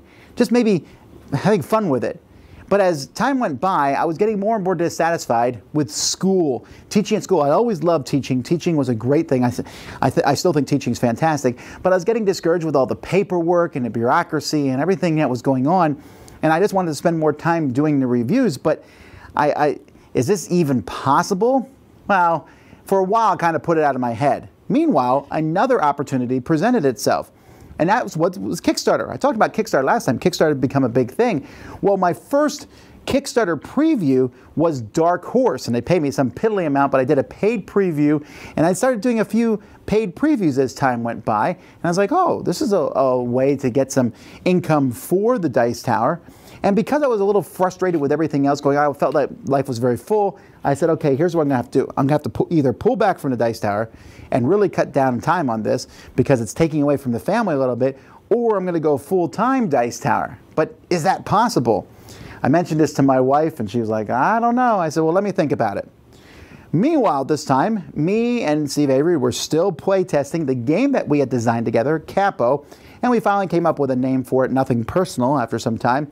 And when I was at TotalCon, we got invited back, yay! I showed it off to different publishers, and one of the publishers I showed it to was Dan Yarrington from Game Salute. He was interested in it. In fact, several publishers told me they were interested in the game, which made me feel pretty good, like, hey, these different publishers would like this game. I felt good about that. And for a moment, me and Steve had actually just thought about, should we kickstart it on our own? Now, if I could go back in time, I'd be like, whoosh, do not kickstart it on your own, Vassal. But at the time, I thought about it, and I was like, no, I don't really want to be a publisher. It was a wise choice to not kickstart it. So we went with Game Salute, and they started working on the game, and the game was not going to be published until the following year, 2013, but we started working on that. And at the same time, I was working with my game group. So when I showed up into Miami, the Miami area, there was a game group involved. This game group was around a store, Sunshine Adventure Gaming Store. This was not a good gaming store. And unless you think I'm casting shade on a current store, this store is out of business, it's gone. But at the time, it was really the only store that was around. And there were complaints about this store all the time. In fact, we started meeting at another place on different times. We started meeting at on the Miami College campus. And I remember one time I said, all right, let's all get together and let's talk about this. And we did, and it turned into a big complaint section about the store. And finally we said, listen, let's just start our own game group. Let's look for other places to game and things. So we picked a committee of people, which I was on, and that committee got together, and it took us like the first meeting just to come up with a name for the game group, which we never followed through on. I think it was Hurricane Gamers or whatever. You know, we never followed through on that, and that kind of fiddled away. But one of the reasons I was doing this, I was like, hey, let's start a little game convention here in Miami. And as time went by, the game convention, we were having a hard time figuring out what to do, and I said, you know what, I'm just going to do it on my own. I'm going to do the Dice Tower convention here in Miami. And someone said, well, there's this guy starting a game convention in Orlando. Maybe you should talk to him. So I emailed Patrick Havert, and he said, yeah, I'm starting this game convention up here. And I said, hey, you want to join forces? I don't really want to do all the logistical stuff, but I'd love to do some sort of convention. And he said, sure. And I said, okay, just so you know, I'm going to call it Dice Tower Con for fun. And the next thing I knew, it was actually called Dice Tower Convention. And that was exciting. Hey, a convention, it was a small convention. We put out the word. People said, oh, we're going to show up. Not a lot of people, but people showing up to come and play games with us. And this was also the first time that we ran into Cool Stuff. Cool Stuff was based in Orlando, Florida, and we met them there because they were selling games at the convention. You could go into, there was a hotel room that you went into, and that was the store for Cool Stuff. And so people went and did that, and I met Cool Stuff, and they said, would you like to work with us? And I said, well, I have a really good relationship with Fun Again, but Fun Again's not really paying me any money. We just get free games from them once in a while. And Cool Stuff said, well, we'll make a better deal with you. And they told me, I told Fun Again said, we'll do that. So I said, all right, sorry, Cool Stuff, but I really like Fun Again, and I don't like leaving people. You know, I like working with people, so we kept working with Fun Again at this time. So this was exciting. We had this convention coming up in July, and this was a new thing for the Dice Tower. And I was doing Kickstarter previews, so I said, all right, let me do these numbers here. I can do Kickstarter previews. I talked to Game Salute and said, is there something I can do for you? I emailed different people all over the place, said, is there ways that you can make money on your own? Maybe I can write articles for magazines. Maybe I can do this. The YouTube is bringing in like $50, $100 a month. You know, maybe that will work or whatever. And so I put all these numbers together. I said, Laura, I think we could do this. If we tighten the belt, it's going to be tough, but I think we can pull it off. I'm still working part-time for the church as a youth pastor there. So if that's okay, we can do this.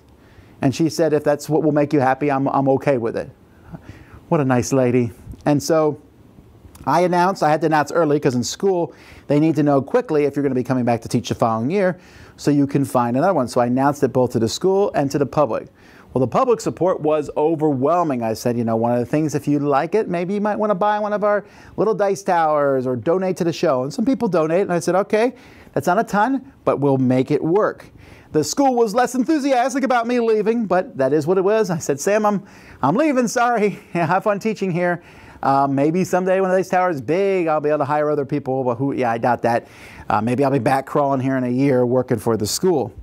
And so I announced this full-time, and then right around the same time that I announced I was going full-time, an event came that changed board gaming videos, and that was Tabletop Show. Will Wheaton.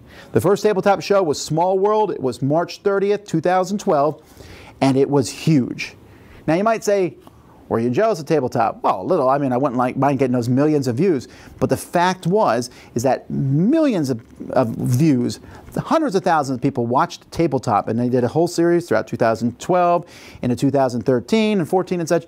And those people, they watched them, and there was only a few shows, right? So they said, oh, I need to find more about board games. And you can see a direct correlation between that and the Dice Tower channel going up in views.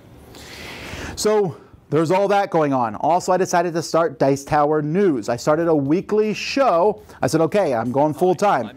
What am I going to do? I can get a lot more reviews done. I have so much free time. And now I'm going to get these reviews done. I'm going to get a lot more reviews. And I did get a lot more reviews done, but I needed to do other things. So I started a weekly show basically called Dice Tower News, where on Dice Tower News, I just talked about the news of the week and things that were going on this week. This show is the show that would eventually morph into Board Game Breakfast. And I also was working part-time for Game Salute, working for the Game Bugle, their news site. So I would hunt down news articles and find things and put them up on that site and working with them. And I also started another little podcast called Showdown that I think I recorded one episode of with somebody where they would argue with me about one of the games I liked or didn't like. And I thought that'd be interesting, but it didn't click. I started another podcast called Dice Steeple about Christians and board gaming. And that one did go well. That was with Sam Healy and Mark Jackson, but it was very intermittent and it kind of faded for a while. And just a few years ago, I handed the reins of that over to Dan King and Sam Healy, and now they're running it fine. But I was like running around, what else can I do? I need to do more video shows. So I started another show called Gaming Potpourri with V and Z. Welcome to the first episode of a new show that we're starting that we will do monthly. And this is a potpourri show where we're just going to talk about games and any games that we feel like talking. Except the only requirement that we have is that we both know them. You might know me, I'm Tom Vassell. Of course, if you watch the other 1,500 videos on this channel. And you probably don't know me because I haven't done any videos. My name is Z. How you folks doing? Z is from South Florida and is been here a long time. See, I had Z Garcia. He had shown up in an earlier video, and he was funny. I met Z. He was fun to game with. He was knowledgeable about games. When you talk to Z, he knows about games. He stays up to date with all the different things going on. Was fun, and he had such a good camera presence. I mean, was teaching drama at the time, and so I thought bringing him on, this would be an exciting thing. And it was. The name was dumb. All right, Gaming Potpourri with V and Z. Who thought that one up? But having him on the show brought yet another local person that I could interact with. I was already interacting with Sam on Miami Dice and Melody, and now having Z gave me another person. And I was also super excited because we passed 10 million views on the channel in 2012. We're at 138 as of me recording this. So, but at the time, I was like, this is phenomenal. 10 million views. We were only getting 400,000 views a month, which again, it was really iffy for me to step out full time with, but we did it. Well, also during this time, my wife got pregnant again, and this time it was a daughter. We named her Sunny. And that was exciting because, after Jack, everyone in the Vassell family was anxious to see a baby. Sunny passed away 2 months before she was supposed to be born.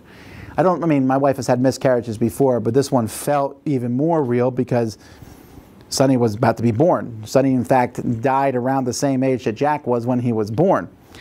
And so this was a little, another devastating thing to the family. Again, the gaming community was very supportive of this. And I said, all right, we're just going to keep going here. And what else can we do? What can we do to keep things moving with the Dice Tower? I got to stay solvent. I got to keep this going so I can take this as my dream job. I never expected this to become a full-time job, but what can I do? There was a show that started around this time called The Boardroomers, which was a bunch of smaller publishers and different people in the gaming industry, and they would argue about different policies. I came on for a show there. It was not actually a super fun experience. You can go hunt down the different things online about it. But it gave me this idea of people talking back and forth live.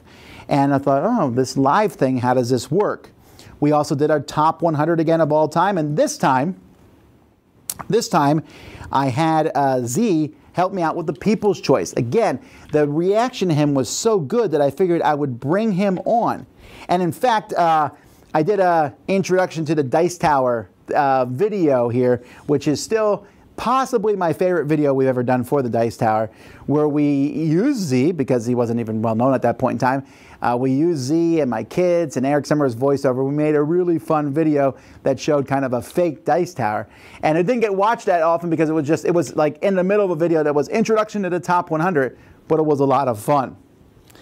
Nothing Personal went on to Kickstarter during this time frame and did very well. I might not be happy with the numbers in 2018, but in 2012, I thought it did phenomenally well, and I was very excited. It was going to be published sometime in 2013. Some people asked us, are we going to have a seal of approval? And I said, maybe that's a good idea. Maybe we should make a Dice Tower seal of approval. And so I asked my webmaster at the time, Rob Searing, to see, he said he could design stuff like that, if he could put one together. And finally, I had missed Origins because of that date change, but I didn't miss Gen Con. I was able to go to Gen Con. And I also had a chance to go to Board Game Geek Con for the first time. So I had my own little convention, Dice Tower Con, and Board Game Geek Con, and that was really exciting. And at Board Game Geek Con, I remember distinctly that year, I put on a show there. And it was a live show where we had 30 guests on. I said, you have 2 minutes each. Come on, talk for 2 minutes. Then the next person, 2 minutes. And it was an interesting idea. And what it did was I thought, I want to do something different. This started the idea of us going to conventions and taking each convention and making the show that we did at that convention different than other ones, tuning it toward that convention. And I've still tried to do that, where I'm going to have different things at conventions. We also started at DicetowerAudio.com, where I started putting some of the audio for the videos that we did. And the show was growing more. Now, I was pretty happy with where we were at. We were surviving. It was not easy. You know, my wife and I sometimes like, where is the money going to come from this month? But we made it work, but barely. But I was looking for something else to do where we could make it so that I didn't have to like sit around every month and worry and scrape for money.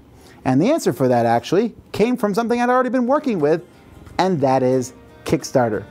We'll talk.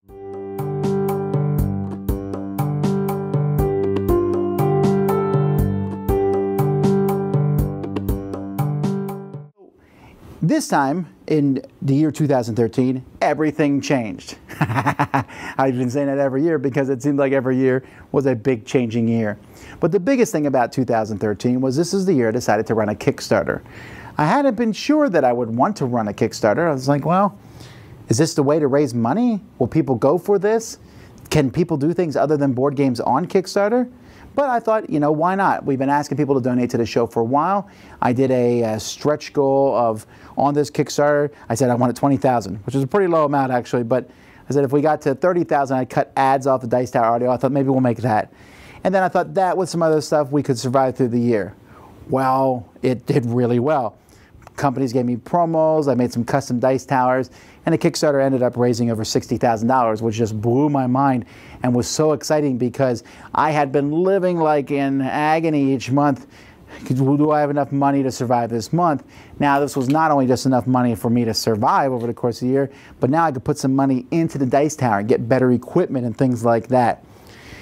So the Dice Tower itself was chugging along really well in 2013. We got close to episode 300, and in episode 300 I tried one of my ill-advised attempts at humor, where we started this whole thing about Eric taking over the Dice Tower, adding it to the end of every episode, and in episode 300 Eric took over the Dice Tower for the first 20 minutes until we came back on. This is a little distressing. You see, when when our previous host, Mr. Vassal, was, let's say, shifted to an emeritus position, it seems before he left, he changed all of the account numbers for the Dice Tower. So I'm not really sure where all the money from the last Kickstarter went, and I don't know what to do. I can't really do this on my own. A little. Mr. Summer? Tom? Tom, is that you? Hey, look, how's it going?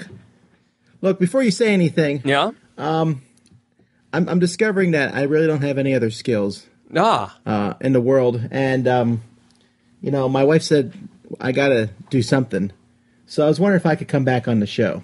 Well, I thought it was a lot of fun. Got a fairly amount of negative feedback about it, so I was like, all right, we probably won't do that again. But meanwhile, Rob Searing got me my seals of Dice Tower Seal of Approval, Dice Tower Seal of Excellence, and those things were going well. Then I was like, okay, this Kickstarter is going extremely well. How are we going to get all this stuff to everybody? I said, I know what we're going to do. I'm going to have everybody come in the house, we're going to line up, and we're just going to do envelopes for like 3 weeks straight. I'm not going to get any Dice Tower content out that way, but that's the way it is.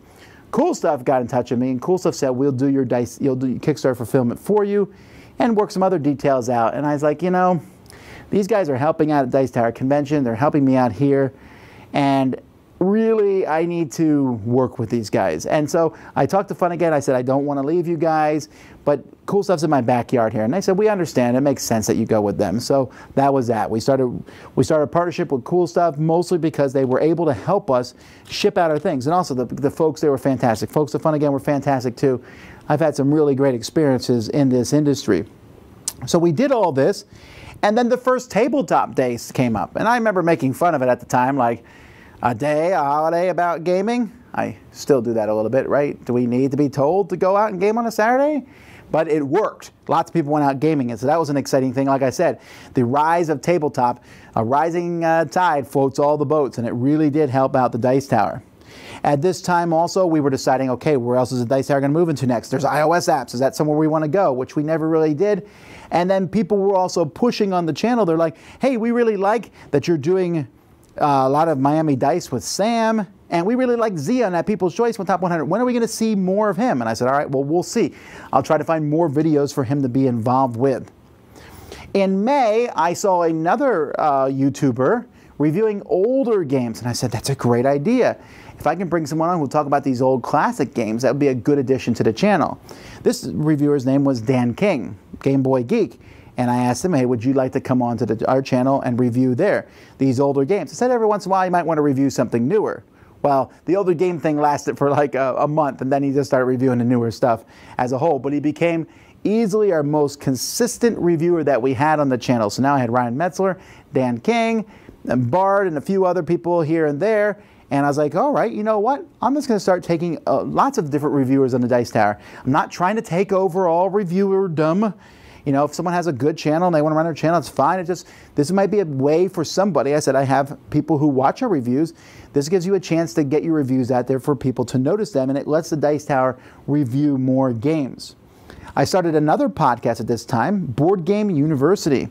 One of the things that's always driven me nuts about the board game industry is interviews. I've always thought that they were very shameless promotions for the most part. Hey, we're going to have you interview. They're like talk shows at night. We're going to talk to you, and it's basically going to be about this new movie that you're in or whatever. And that's how these felt. But I wanted to say, what have you done in the past that we can learn from? And so Board Game University was a series of podcasts that's faded away at this point in time, but I was really happy with it, where I would talk to different publishers and designers and different people, and they would give me their stories. And it's still out there. You go listen to them. It's some of the best stuff, I think, on the Dice Tower. And Board Game News, that video show I was doing weekly, was starting to have different segments on it, where I'd be like, what's on the shelf? And, other segments that I was doing on this show that I was starting to say, I really like this show. This weekly show is one of my favorite things to do.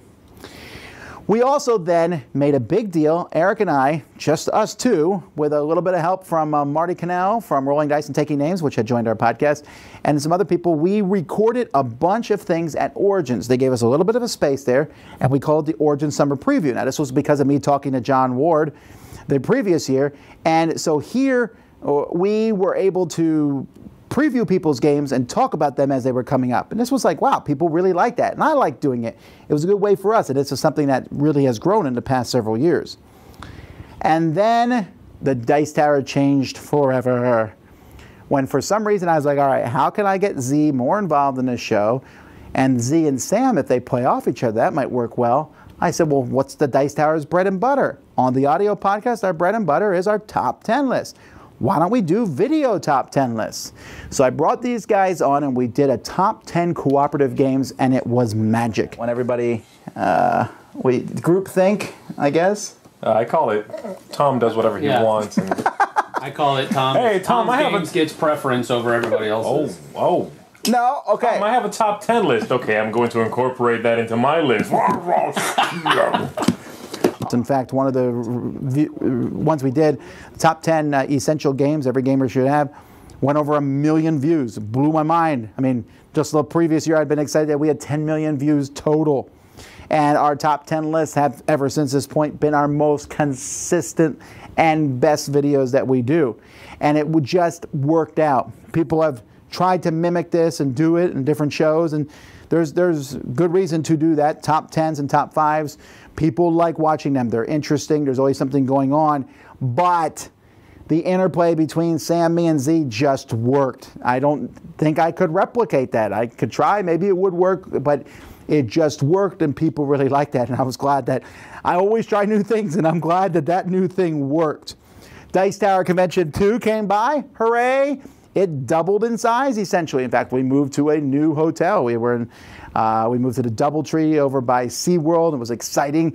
Most of the people came the first year, seemed to come back along with other people. And I was like, well, I wonder where this convention will be in a few years. I had hoped that we could easily get 1,000, maybe 2,000. And as time has come by, we saw that happened. We also had Gen Con. We started making Gen Con one of our mainstays that we went to. And this year, another podcast that came on board the Dice Tower Network, The Secret Cabal, we did a joint episode with them about Gen Con, which turned out to be one of the most popular things we've ever done. The crossover episode where we did part and they did part. And that lasted for a few years of us doing that. Gen Con was exciting for me because this was the year Nothing Personal was released. And so I got to go there and demo my game and have an actual produced game in hand. That was a huge thing. I don't need the Kickstarter anymore. I got my money from designing board games.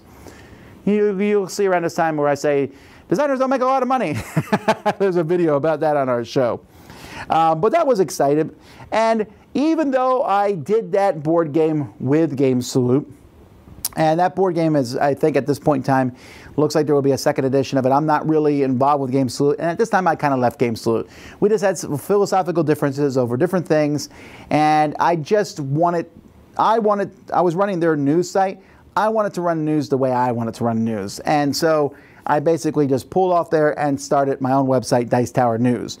That Rob Searing started running for me and is still running to this day, just different news releases and things. And I wanted kind of the Dice Tower to be autonomous because I was working for Game Salute. I didn't really like that. I wanted to be my own person. And so after Gen Con, that's what we decided to split ways. So that happened. I had Nothing Personal come out.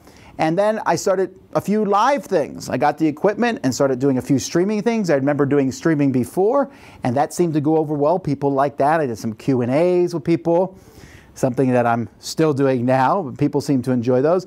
I also decided that 2013 would be the first year that I no longer did Secret Santas. The Secret Santa was a great thing, and I can still be involved with them. Board Game Geek runs them fine. I said Dice Tower's done with that. We're just getting a little too big for these to go on.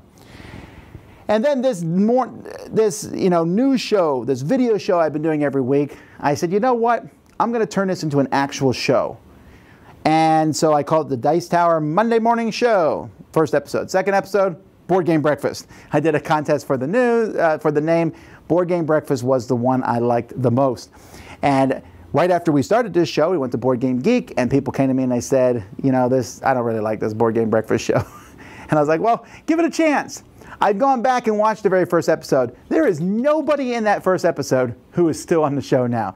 And it looks a little rough compared to the way Board Game Breakfast is now, where we just have a phenomenal slate. But those people gave their all. They tried hard. I was excited about it, and it morphed into my favorite show that I do on the network. And then we did something else really crazy at the very end of 2013, and that was our first 24-hour gaming marathon. I said, this sounds exciting, let's do it. So we started this 24-hour gaming marathon, and of course I knew it was going to be me and Sam and Z. I said, you guys are part of the Dice Tower, you're our top 10s, Miami Dice. We can do this the whole time, and then we'll just float in various people from our gaming group. Some of them will show up and they'll play for a while and leave, so we pick different people in our gaming group. One of these gamers who was new to the gaming group, Jason Levine, he showed up at the very beginning and he never left. In fact, he's still here. No, this would be a great moment for him to come on, but he's not. But he was just so excited to be there and so involved, and he certainly made that a very interesting 24-hour marathon, but he also became heavily entrenched. And we also realized just how popular this live gaming stuff was, because people really ate that up. And it was a great time and fun time, exhausting as all get out. And that was the way we ended 2013. 2013, big year, Kickstarter. The Kickstarter was so successful, I said, all right, let's try to do Kickstarter again in 2014. But now that we know that Kickstarter worked to make me be able to be full-time, can we make Kickstarter work and then allow me to put money into the Dice Tower to make the Dice Tower better for everyone? Well, the answer to that is yes, obviously.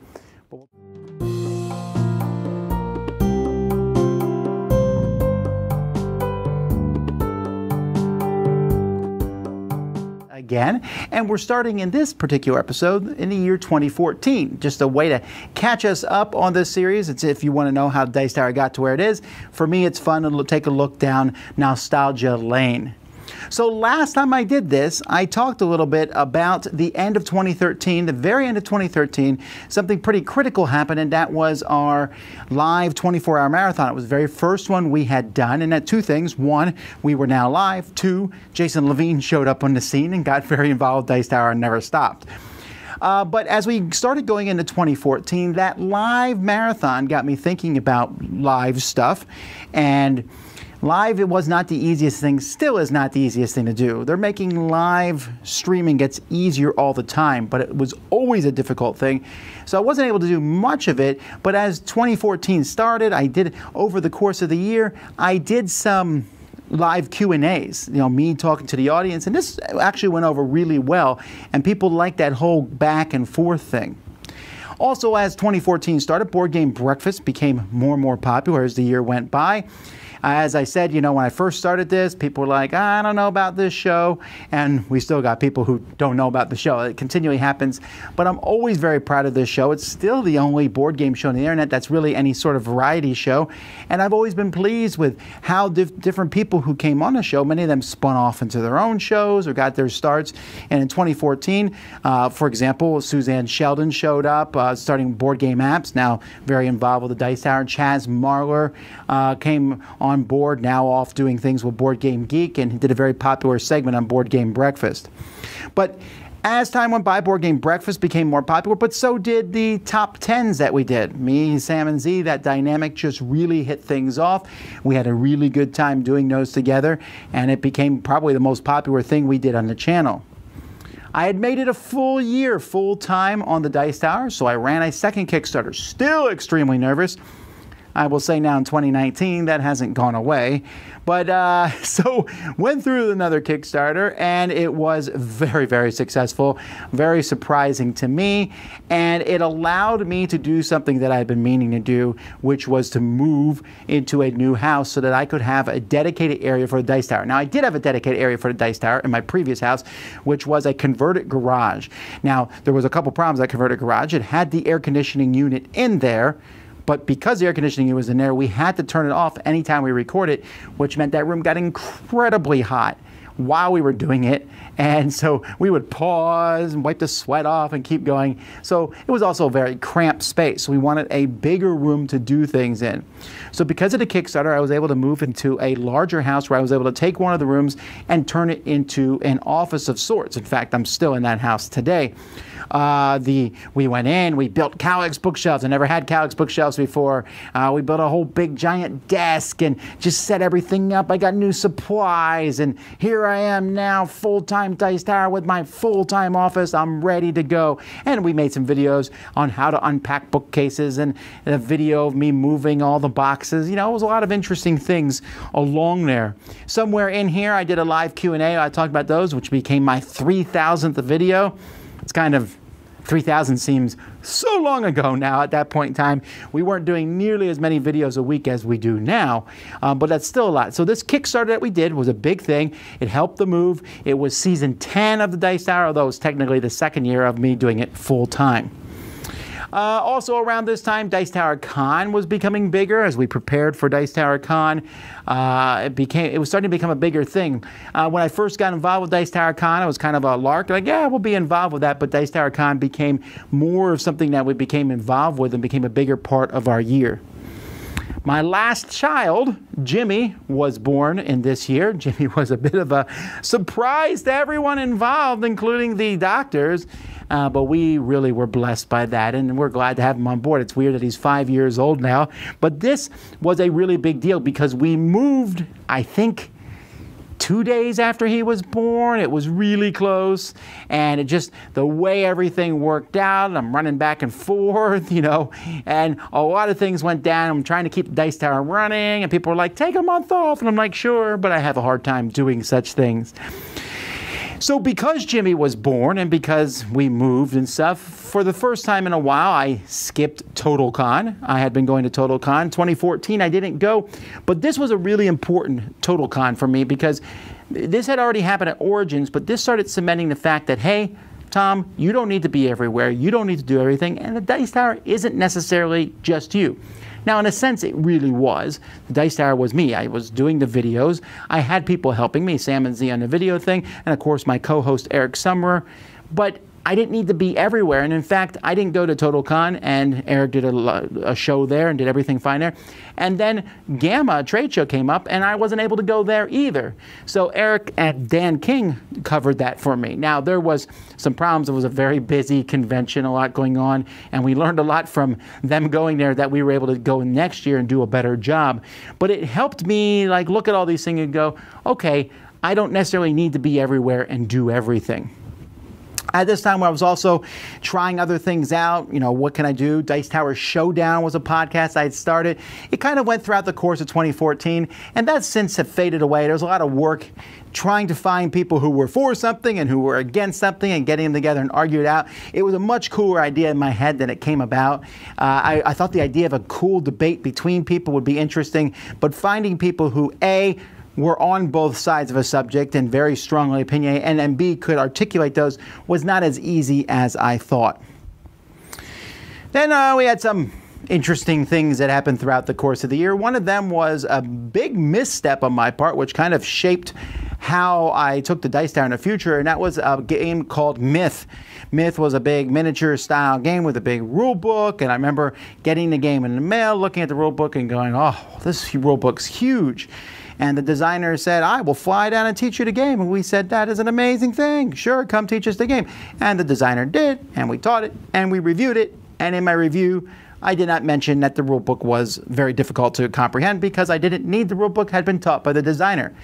Because I didn't say that, people rightfully were very upset about that, and it taught me very quickly that, hey, you need to focus on these things. You need to keep an eye on this sort of thing. You're working with designers, you're working with publishers, but you need to focus on these things. And so for the most part, I don't have designers teach me their games. If they do teach me their games, it's usually like a paid preview or something now. But in that sort of case, that was something that taught me, hey, you need to keep an eye on this. You know, the internet is, you are being paid by the internet. You need to pay attention to these guys also. I also did one-upmanship, which was easily one of my more popular reviews, even if it was me eviscerating a game in there. Other interesting things that happened, Forbidden Desert. This is kind of an intriguing thing. It finished its tin travel. This is one of the more unique stories of the Dice Tower, where Eric's Forbidden Desert tin got beat up, and someone decided to give Eric their tin for this game, Forbidden Desert, but pass it from listener to listener in pictures like spies, and it eventually made it to Eric in the year 2014. Another big thing that happened in the year 2014 was I started the Dice Tower Essentials line. Now, this was another time where I kind of undervalued myself in a sense where I said, Dice Tower Essentials, what if I had a few small card games and I said, I'd love to see these games come back into print. What if I could find a publisher and I say, hey, I'll find you games, you print them, and we call them Dice Tower Essentials. I was like, So I went to Arcane Wonders, and Arcane Wonders said, sure. I was like, oh. I didn't even talk to any other publishers because I had expected them all to say no. Arcane Wonders said yes.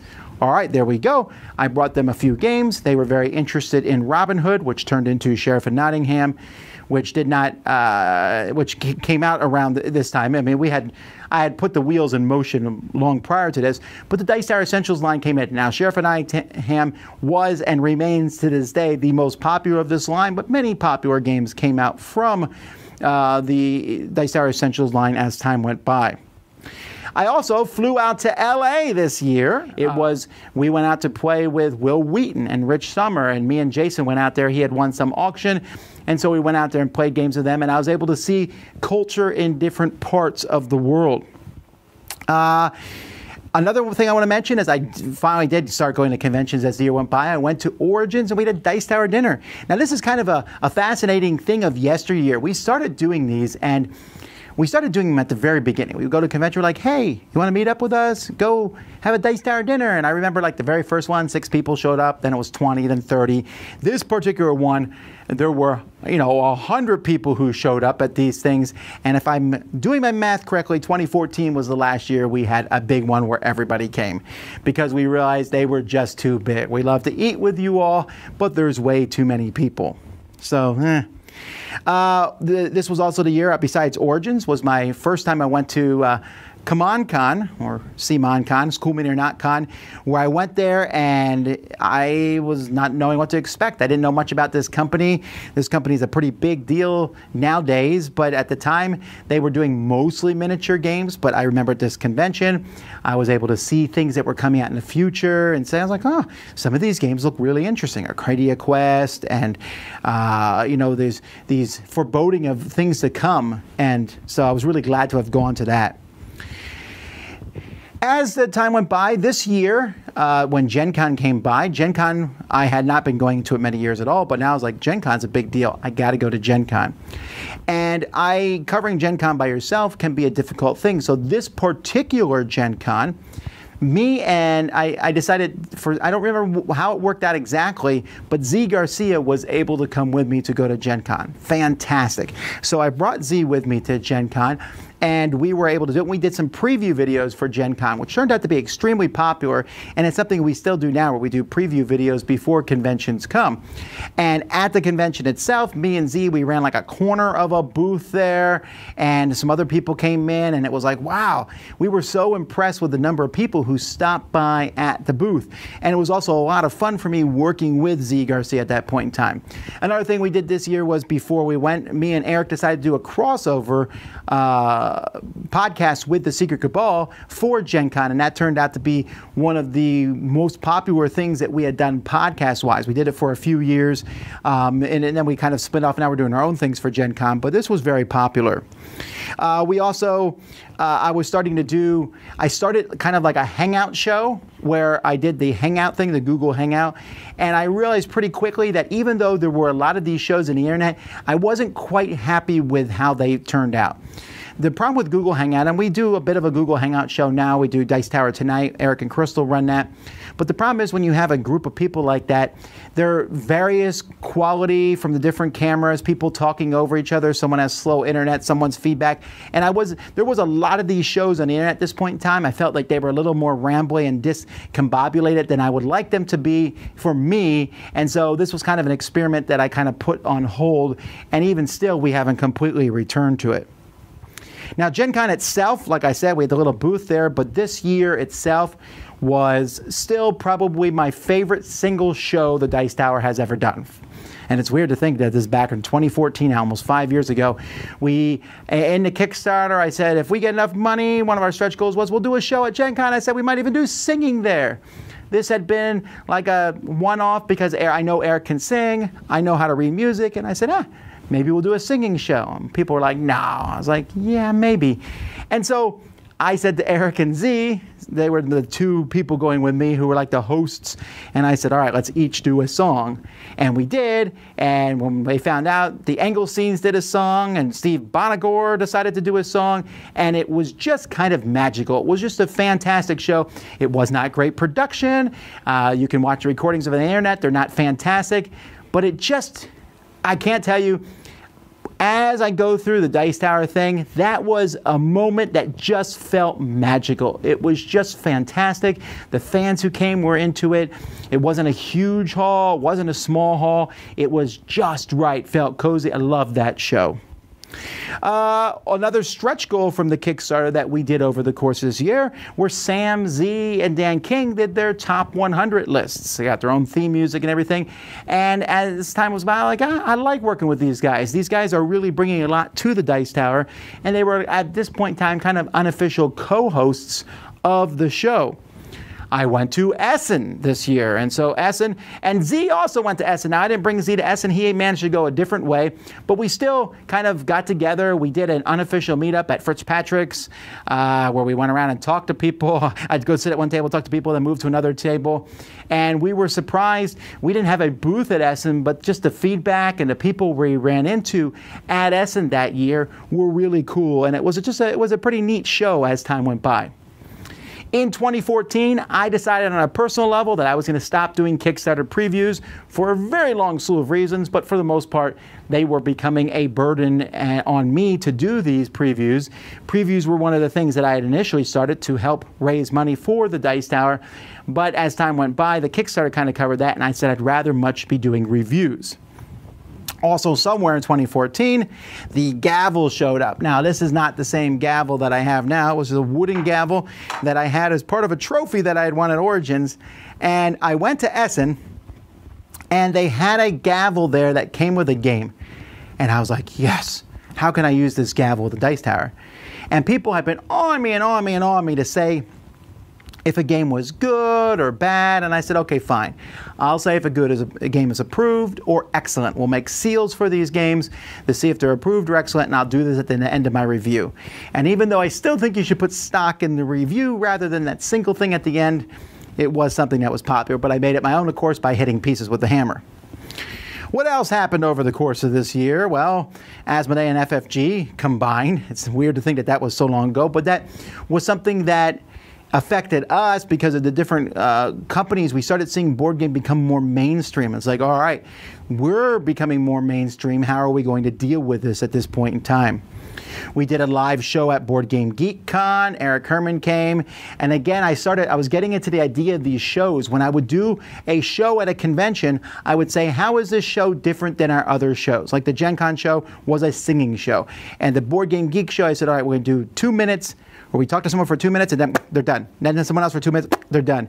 And we would go through. And it was an interesting idea. I've since not done that type of show before again, but I like the idea of taking these shows and doing things with them and making them their own beast. We also started in the year 2014 DicetowerNews.com, which is still going pretty strong. Robert Searing, who runs our website, as time went by, became the head of Dice Tower News, and this is a nice arm of the Dice Tower where we have the news. It's where I get my news that I do on the different segments. My news goes to them, so it's a nice synergy back and forth. And I don't know. I like knowing about the news stuff at Dice Tower, and I've always been very happy where this is. We toyed in 2014 with moving forums somewhere else. I was not completely content. Our forums were on Board Game Geek, and I was not completely content because sometimes people would come in and troll or things would happen, and I wanted more control.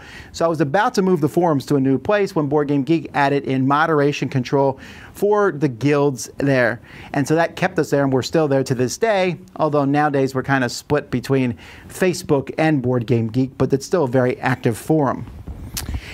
Another thing that happened in 2014 was we started a little podcast called Dice Tower Next Gen. You never heard of it? Well, it didn't last very long. It was Melody, and so we put out the call for co-hosts that were her age, and so she had other teenagers, and we called in, and I just getting everyone's schedules together and then putting the editing on me and the onus of all that, it just didn't happen more than a few episodes. But it was a neat thing, and we met some of those kids as the years went by.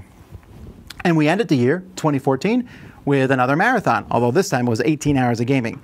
Now, this is the thing. The first marathon had been received so well. People said that they loved it. Of course, some people hated parts of it and people complained about it, but it was definitely one of the most watched things we had ever done. And people wanted it again, and I said, okay, we're going to do it again, but I don't know if we're going to make 24 hours. Well, we didn't. At 18 hours, I call it, because we were so tired.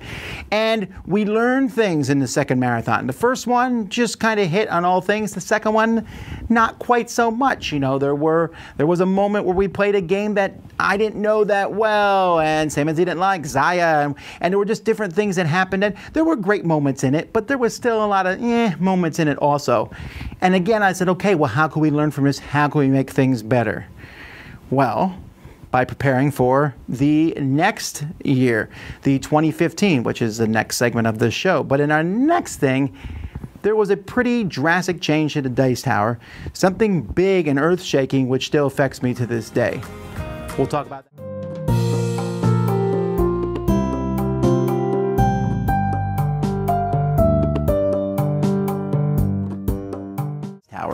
Today we're going back to the year 2015, oh so long ago. And 2015 was a really big year for the Dice Tower because everything changed dramatically, and it all started at the beginning of the year.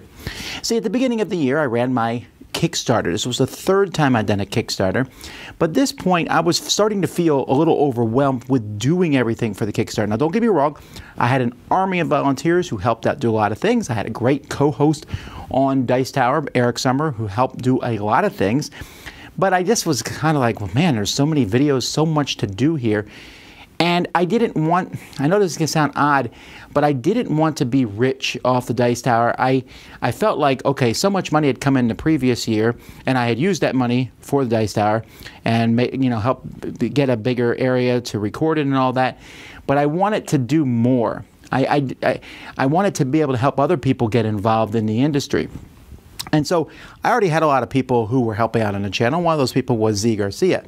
And Z had been teaching at the time. He was a drama teacher.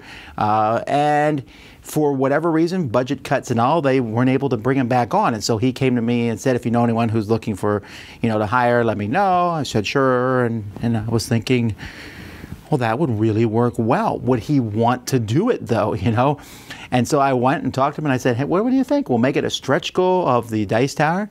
And he was very interested in that. And so we did. We had him as a stretch goal and said, the Dice Tower will no longer be a one-person thing. We're going to bring on someone else, Z Garcia. And the response to that was extremely positive. In fact, we made I thought, one of the funniest videos when Z first came on board, when we hit that stretch goal. And overall, it changed the dynamic of the Dice Tower so much. I used to roll out of bed, start working, go to sleep, just work throughout the day. I worked a lot, but now I started keeping more regular hours. Z would work from home a little bit. He'd come over to my house a few days a week, and we really had a good rapport back and forth. Him and I, we were on the same page. He helped me out in different things, and slowly but surely I started rolling him into the Dice Tower in various ways. As it seems every time I bring someone on Dice Tower, at first I was kind of like, well, you'll do some videos, and the job description was a little hazy, right? But as time went by, it became more and more clear. Another thing that happened in 2015, and it happened about midpoint of the year, but there was a lot. I was working on a new website. Well, not me. I hired someone with our 2014 Kickstarter funds to make a new website. That website right now is probably dated, and that's going to be a 2020 spoiler goal to redo the website again, a 5-year later thing. But we had volunteers come, and if you helped, I appreciate it. People come in and help to move over an immense amount of videos, but it was a nice upgrade from what we had before. So meanwhile, we continued going on. We did our top 10 gaming experiences video, which is just one of our top 10s, right? But the reception to that was so good that I decided to do top 10 gaming experiences of each year as time went by. In podcast news, we started adding tales of amazement and tales of horror. These were things that I remember reading one, thought it would be a good idea, and the reaction to that was very high and fun, and so we started adding those. Eric went and did TotalCon again without me since I had missed it the previous year because of Jimmy being born. I was, I just can't make everything, and I never actually went back to TotalCon. It wasn't for them lack of inviting me. It's just I realized I couldn't make everything, and usually after the Kickstarter, I was pretty drained running that thing. We also said, okay, what else can we do besides reviews? We did a couple videos of board game terms, and we started doing some live plays of games. Again, I kept having this vision of we can do live things. Live was hard. It still was hard in 2015. It's still a pain in the neck. Still problems with the internet, but we were able to pull this off better and better. Z started a show. One of the things I was trying to figure out something for him to do. I said, why don't you do a antithesis show, a board game breakfast, something where we can almost even have a war between our two different groups. And so he started something called Board Game Blender. On the audio podcast of things, we had been doing an enhanced podcast. So enhanced podcast is now in 2019, it's a thing of the past. But at the time, you could listen to a podcast, you could record an enhanced podcast where you look at it and you could see pictures about the thing you were talking about, and you could click next and jump around in the podcast. It was great. It was a ton of work to put those together. And over 2015, we phased those out because A, ton of work, B, not a lot of downloads, and C, Apple stopped supporting them. But they were fun while they lasted. Now, this year, 2015, was a year where we decided to have a major presence at the Gamma Trade Show. I had sent Dan and Eric in 2014, and it was kind of a mess. Not on their fault. They did a great job, but just running back and forth and doing interviews and things. In 2015, I worked with Gamma, got a room, we set up, and we tried to stream live from the show itself. This had been something that John Ward, the president of Gamma at the time, was saying, we need to do this. I said, it's going to be a pain to do. And it was a pain to do, but it went off really well. We got a really good feedback. We tried to make a big production of it. There was a lot going on, but it really went well. And at this point in time, we were also happy because we won the Board Game Geek Podcast of the Year. So that's it's a very weird award, really, because once you win it, you can't win it again. So, each year there's fewer and fewer podcasts, but it's always a neat thing to win in 2015. We also did the People's Choice Top 100. This was something I wanted to do. I've been doing for a long time, letting people vote on their top 10s. I always want to hear other people, The one thing about Dice Tower is I never want it to be just my voice, only the games I'm interested in and the games I'm not interested in. And I've always been a big believer that just because I don't like a game, someone else might, and then that person can talk about it and be enthusiastic. Certainly there's games we all love, and there's certainly games we all hate. But very few games fall in those categories. Most games are somewhere in between. And the People's Choice Top 100 we found to be an interesting way to deal with that. And I believe somewhere along the line, this is where Z got Voice of the People as his tagline. The Dice Tower Essentials, I had mentioned Sheriff of Nottingham, which had started in 2014. We started adding more games to the line. Royals, Onitama, City of Gears, which actually never came about. Royals did okay. There had been too many Royals had been sold in Europe for it to do as well. I still think it's a great game. You should try it out. But Onitama surprised us. I remember very specifically, me and Z sat down, played this two-player abstract game, Onitama from Japan, and we were both like, this is amazing. This is unbelievable. And I'm really glad that one was redone, and surprisingly enough has sold incredibly well. Abstract games don't do very well. Onitama has done very well as time went by. We recorded episode 400 that year, which is 202 episodes ago as of me doing this. So that's kind of an interesting, was an interesting thing. We're like, wow, episode 400. Will we ever get to 1,000? Well, I still wonder that. 2015 was also the first year I went to the Gathering of Friends, which coincidentally is where I'm at when you're watching this. The Gathering of Friends was a small convention that Alan Moon had started 30 years ago, actually, and he just invited his friends to come, and then invited other people to come, and so he had invited me probably a decade before this, actually, but when I lived in Korea, I just couldn't make it. When I was a teacher, I couldn't make it. Now that I was full-time, I had the opportunity to go. And so I said, yes, of course, I'd love to go to this. And it was a blast to go. Now, the Gathering of Friends is interesting because for many years, it was the only place where you could go and just game, or one of the very few places. Now, there's no reason to ever feel sad you can't go. There are hundreds of these conventions all across America. We run one ourselves, Dice Tower Retreat. You want a game. But still, going to this was neat because we were able to just go in there and game and talk to a lot of designers and make contacts for the future. I did notice when I was going back and looking at 2015 that at this point we were only uploading our videos in 720 quality. Now, there was a reason for that. One was our internet connection. To upload in 1080 takes double the time to upload. But somewhere along the line, I want to say near the end of 2015, AT&T showed up my door and like, hey, we got fiber. Do you want it? I was like, yes, please. And so we were able to go up to 1080, and some people noticed that. Although, incidentally, as the years go by, it seems like people are watching us on smaller and smaller screens, and we have very rarely had anyone like ask for 4K. I'm still not convinced it's necessary. Also, it's a huge amount of storage space. But we did, over the year 2015, at some point, I can't figure out exactly where it was, make the switch and start uploading our stuff in 1080. I also lost a tooth. You might notice that there's a tooth missing. I lost a tooth and couldn't afford to get one replaced in it.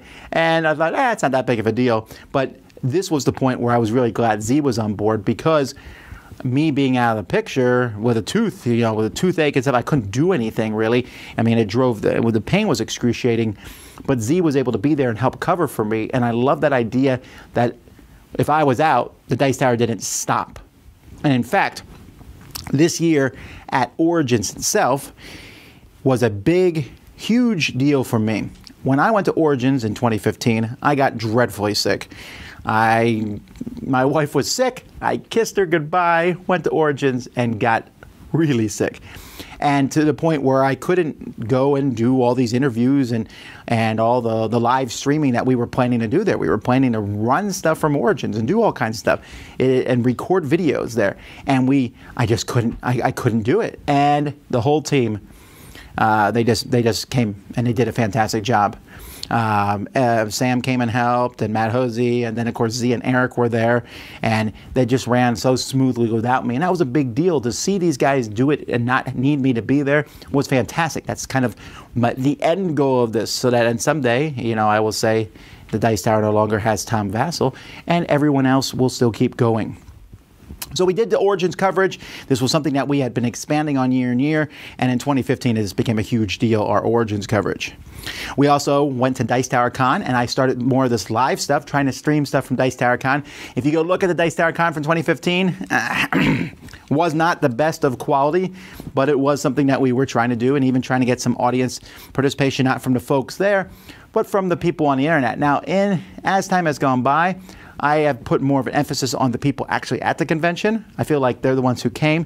They should have the first priority when it comes. Like, I'll take questions from them, not necessarily from the streaming, but the streaming was a nice addendum. We hit 100,000 subscribers in 2015. Got a little plaque from YouTube. Just showed up one day, and I was like, wow, that's really cool. I get my next plaque at 1 million subscribers, and I think I'm going to do that in 2030, maybe? It's a long time, but it was still a really neat thing. For Board Game Breakfast, it was zooming along, of course. At this point, no one was asking me to shut the show down, contributors coming in and out. One of the things that we did this year that was a lot of fun is that Holly would, whenever I do Dice Tower Productions, Holly would come behind me and dance with a mask. Someone had contacted me from a company that makes masks. They were going to do some board game masks, and they wanted to know if I wanted to be involved with that, and I said I would love that. And it was a shtick that we did for maybe a couple years. I don't think I could get Holly to do that now, but she did enjoy it while we did it. Steve Avery, my co-designer for Nothing Personal, kept bugging me to start a cruise, to the point where even putting on the internet, hey, you want to run a cruise? And some people seemed interested, and I was like, I don't think a board game cruise would really work. But the idea got put in my mind. But I didn't look at it seriously, at least not in 2015. 2015 is also the year I came up with Vassall's Law. This was just something on a podcast where someone said, what's your law? And I was like, So I made something up, but then I kind of refined it to the point where Vassall's Law, very briefly, where I said, if a game is truly great, it will be reprinted. Of course, that's an extremely modifiable thing, right? There's games that people say are great but haven't been reprinted. There's games that have intellectual properties that can't be reprinted. However, I feel that it is a very mostly true statement, and you can go back and look at the threads when I did this, and people said, well, we'll have all these games. And almost all the games people mentioned have since been reprinted. Samuel Healy came on board at this point. When Sam heard that Z came on, I didn't even ask Sam because Sam had a job and Sam was teaching at the time, so it didn't occur to me that he would want to come too. But he did want to be involved, and so we had to wait till this teaching year finished in the summer.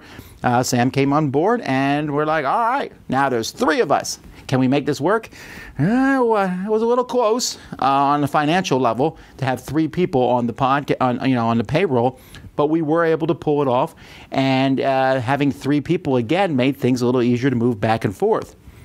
Some of the things that we did that were very notable in 2015, we did a live playthrough. Well, we recorded playthroughs and then posted them of Pandemic Legacy. This was a big deal for us. First of all, it was a big break that we got the game early. We're able to go through and play through it live. It was a lot of fun, and a lot of people really enjoyed us going through that. We also, I think 2015 was where I started wearing hats in my videos. I don't think that's a big deal, but the hats became associated with me. I always have worn hats all the time outside the house. I love wearing hats. I just didn't normally wear them on videos, but for some reason I started doing it and it became a thing. And it's not like I made it up for the videos, I just happened to wear them during the videos themselves. Now, we had some of our contributors who were very involved with Dice Tower leave the Dice Tower in 2015. Dan King and Bart, the chief, both went and started their own channels. These were very amicable. They both wanted to go and start their own things. And I don't want to hold people back. I couldn't afford to hire them, to bring them onto the Dice Tower full time. So they went and did their own things. Dan still, well, they both have their channels, both still doing all kinds of things. And I've always been a little proud of this sort of thing. Like someone comes on the Dice Tower, makes a name for themselves, go out and start their own channel. That's just a cool thing. And I'm glad that that was able to happen. Essen, this was the second year that we had gone to Essen and had a presence. We had a little booth at this Essen. Sam wasn't able to make this one, but me and Z were at Essen, and there was a lot of stuff going on, and it was a lot of fun, but it was a lot of work. We also did the first and only live board game breakfast at Board Game Geek. Again, it wasn't streamed live, but we did it live in front of people and had different contributors come up, and that was fun. We did a playthrough of Time Stories, just like we had done Pandemic Legacy. And in 2015, I started a new video series called Week in Review, where I would go back over the previous week and say, here's all the reviews I did, and here's what I think of those games. This is something that I still think a lot of people like because you can go through and see, real quick thoughts on the different games, and then go watch the full review. And I think 2015 was the first year I did a blooper reel at the end of the year. Some funny things happened, and so I saved those. We've done a lot of blooper reels since 2015. I think 2015 is my favorite blooper reel because you see Sam hit Z by accident in it, and that was just a funny thing. So that's 2015. It was a big year because Dice Tower went from 1.5 people, me and Eric part-time, to 3.5 people. And it didn't stop in 2015.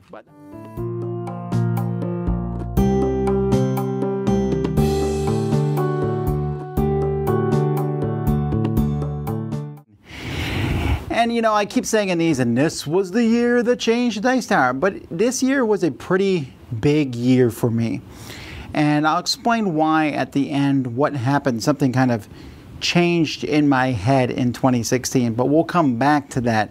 Let's go to the beginning of the year. And as with most years, our years began now with a big giant Kickstarter. So here I am, I have Sam and Z working full time for me, and I'm like, okay, where can we go from here? So one of the things that we did, it was kind of short-lived, but we brought Chaz Marler on as a part-time contributor.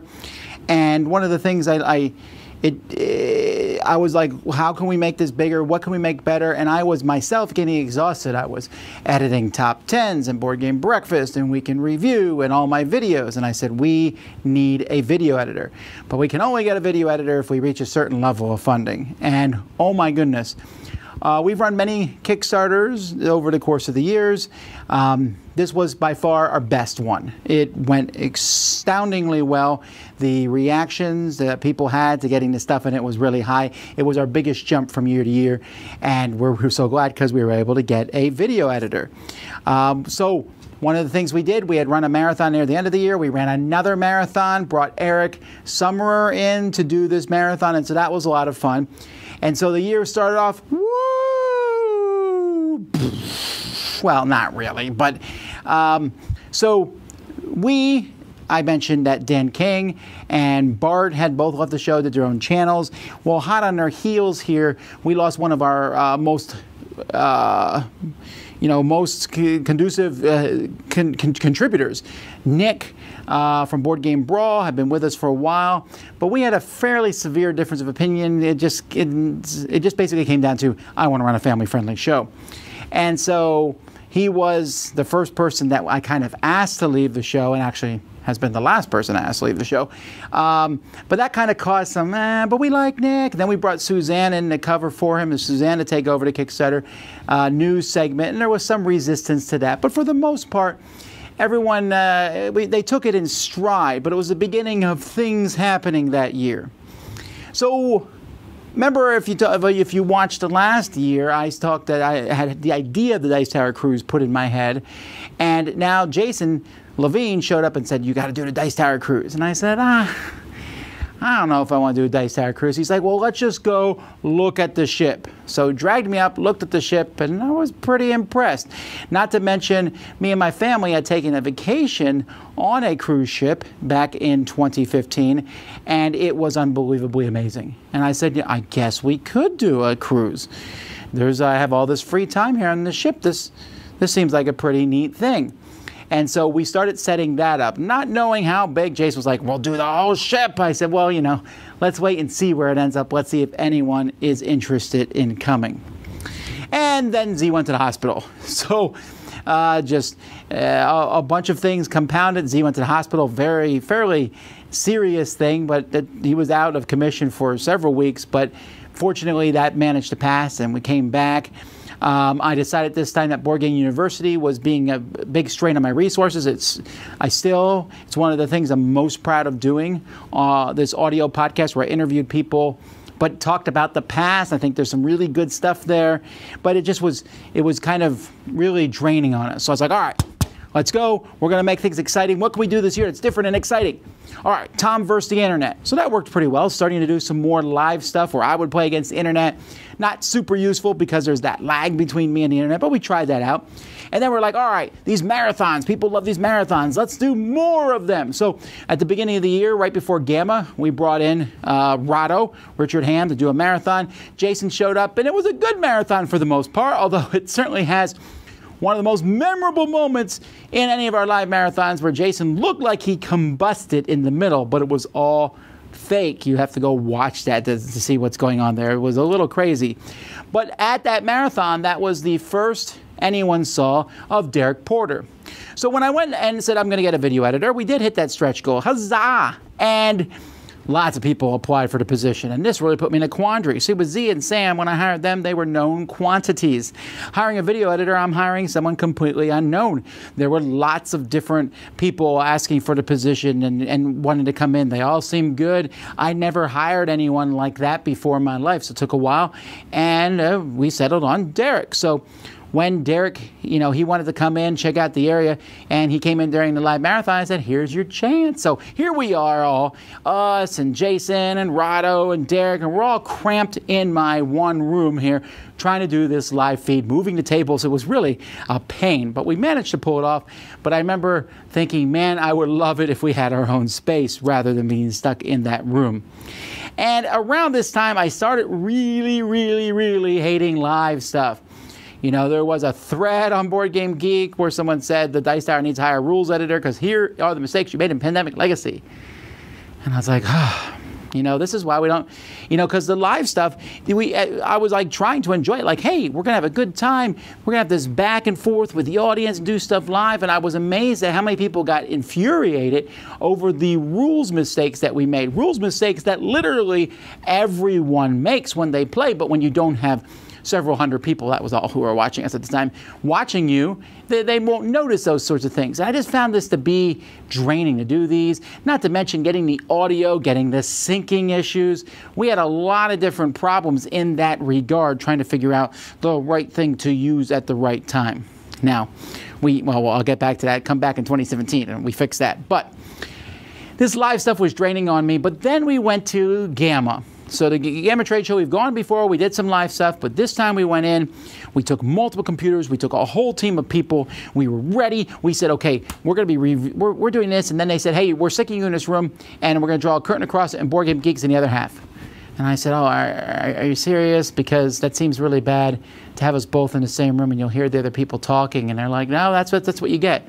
I was like, all right, here we are. We had been at Gamma for a while, and I wasn't really keen on like having, I mean, I like Board Game Geek a lot, but it just seemed like we were doing the same thing in the same place. I said, we got to do something different.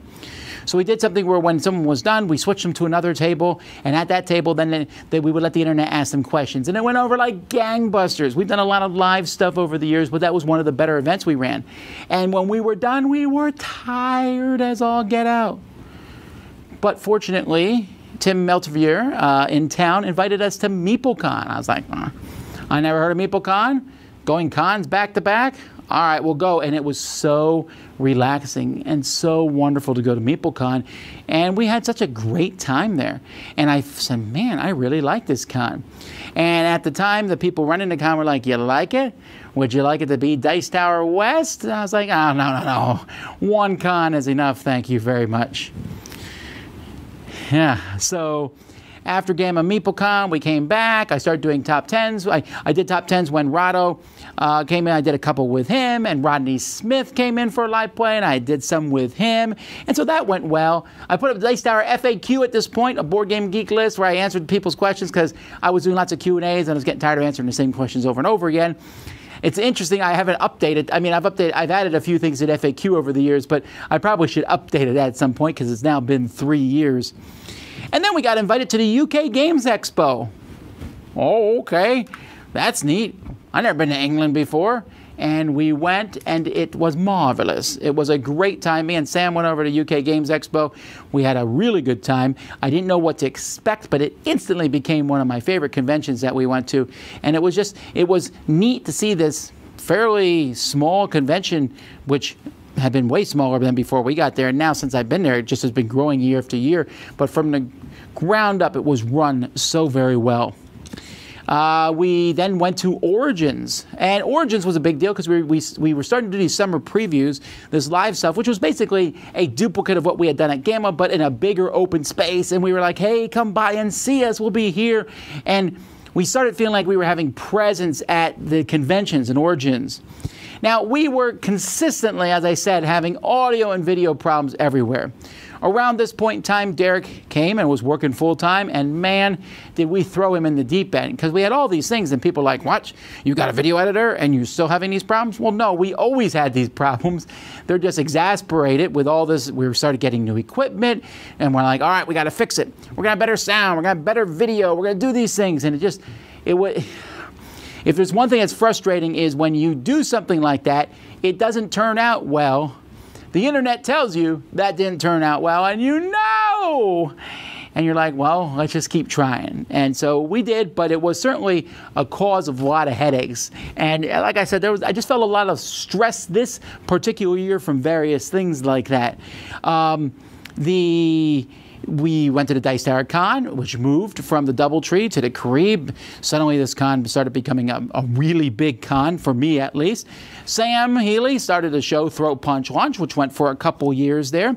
And as we went by, we found some things worked and some things did not. One of the things that I tried, I did it one time. I believe I did it with Quadropolis. One of the stretch goals was like, all right, we're going to make a series of short little videos, like quick, here's how to play. And then stores could play them and, so on and so forth. It took me forever to make one video. And we did it, and I thought it was okay, not a bad video. And then other people started doing the same thing, and I said, you know what, this isn't our style. I do believe shorter's better. That's one of my things, the Dice Tower. Brevity is good. But that style video just didn't work in our plans at that time. So then we went to the Gen Con and did our big show there and did our Gen Con show. Huge. We got the big room at Gen Con, which was amazing. And our 2015 show, we had a great Gen Con show, and then we had a Gen Con show that wasn't as amazing. And then this one, the step up with big stage, it just felt, I cannot tell you, folks, how much it was to walk into that room and see a huge crowd of people who were there to see us, and remember back to when Eric and I went into a room and there was 2 people there. And that was just a neat thing for us. Sam and Z did music, and we tried to fix some of our video problems at the studio. We made things 1080 finally. That's because the AT&T guy showed up one day and said, "Do you want broadband?" And I was like, "Yes," boom. And then we said, okay, now we got this faster speed. I bought big hard drives. What are we going to do with it? And it's make our videos better. Jason started recording videos with me. Everything is awesome. And around that very time, I turned 40 years old. So everything was awesome. We switched out our Geek Chic table with a Rathscour's table, a table we still have in one of our studios. We got invited to a small convention up in Connecticut called PortalCon. And we went to Essen and did a live show there too. So we were starting to get into a groove. These are the cons we're doing. We're doing Origins and Dice Tower Con and Gen Con and Essen, and then started fitting to the other cons. And I was like, wow, I remember going to just one con a year, but now we were going to quite a few of them. Also, my secret trip to California a year ago to visit the offices of Riot Games and give them advice on the board game. Mechs vs. Minions came out this year and was spectacular and pretty cool.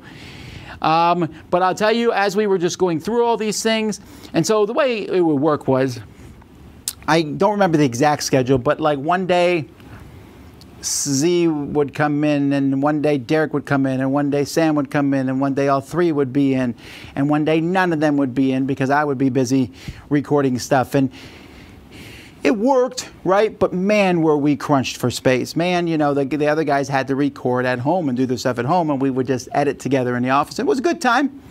You know, it was a very different time than it is now. We still walk around and talk to each other now, but we might pause and watch a video on the internet and then get back to work, and everything. But it started to feel cramped, and so I started making ideas and saying, hey, we need to find our own space. We need to go out and move into a place that's our own. And so we went to Board Game Geek Con, and I said, you know what, there's just too many cons. We have to call something. That was the last year we went to Board Game Geek Con, not because I don't like the con, because I do. We had a booth there, which was our first year of having a booth. Wasn't really the best idea. It was a very slow booth con.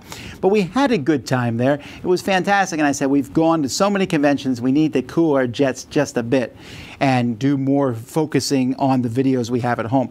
In fact, if you'll notice when 2016 you watch these videos, because we were squished in that room, you'll see a lot more mobile recording. You'll see me outside. I did a series of videos from the zoo. I did a series of videos down in the Keys. I did these outside videos, which I'm still pretty happy with how these videos turned out. But, we wanted our own studio because just traveling all around doing that was a bit of work. And then, but, with all the little problems this year, and I don't mean this video to come across as complaining at all, because with the stress from the video and the sound and the comments, I had a great team of guys that I was working with. I have the greatest job on earth. So this was all minor stuff, and the year capped out with the first Dice Tower cruise, which was phenomenal. It really was. I didn't know what to expect. I mean, I kind of had some idea of what to expect. I couldn't expect that it would just turn out to be my favorite thing ever, to go on this cruise, to have this small thing. Because I'm an extrovert. I like to be in huge, big, giant crowds.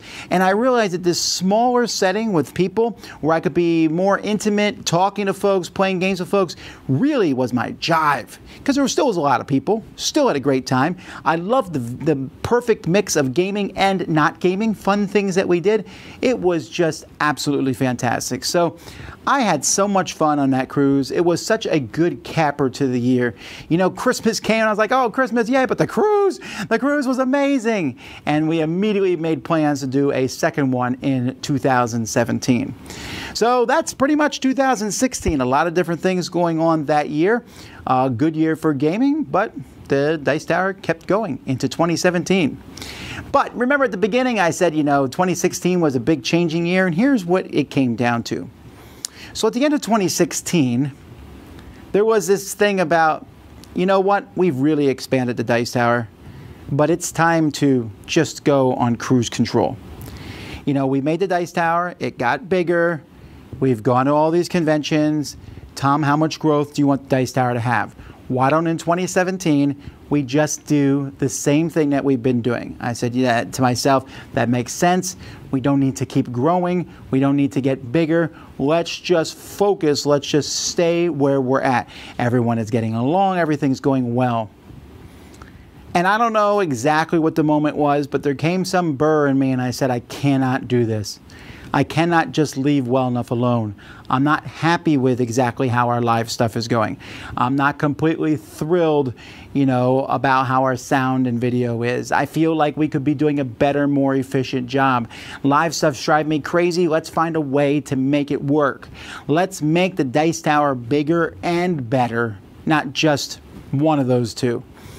And that was the mindset I went into 2017 with. I was like, all right, now we're going to see things change. And then I decided to say goodbye to Kickstarter. What? We'll talk about that next.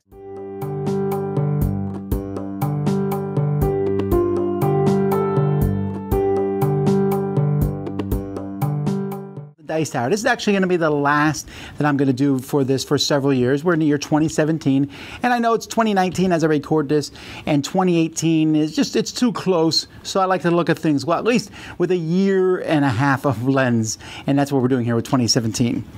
2017 is a pretty big change for the Dice Tower. A lot of different things happened in 2017.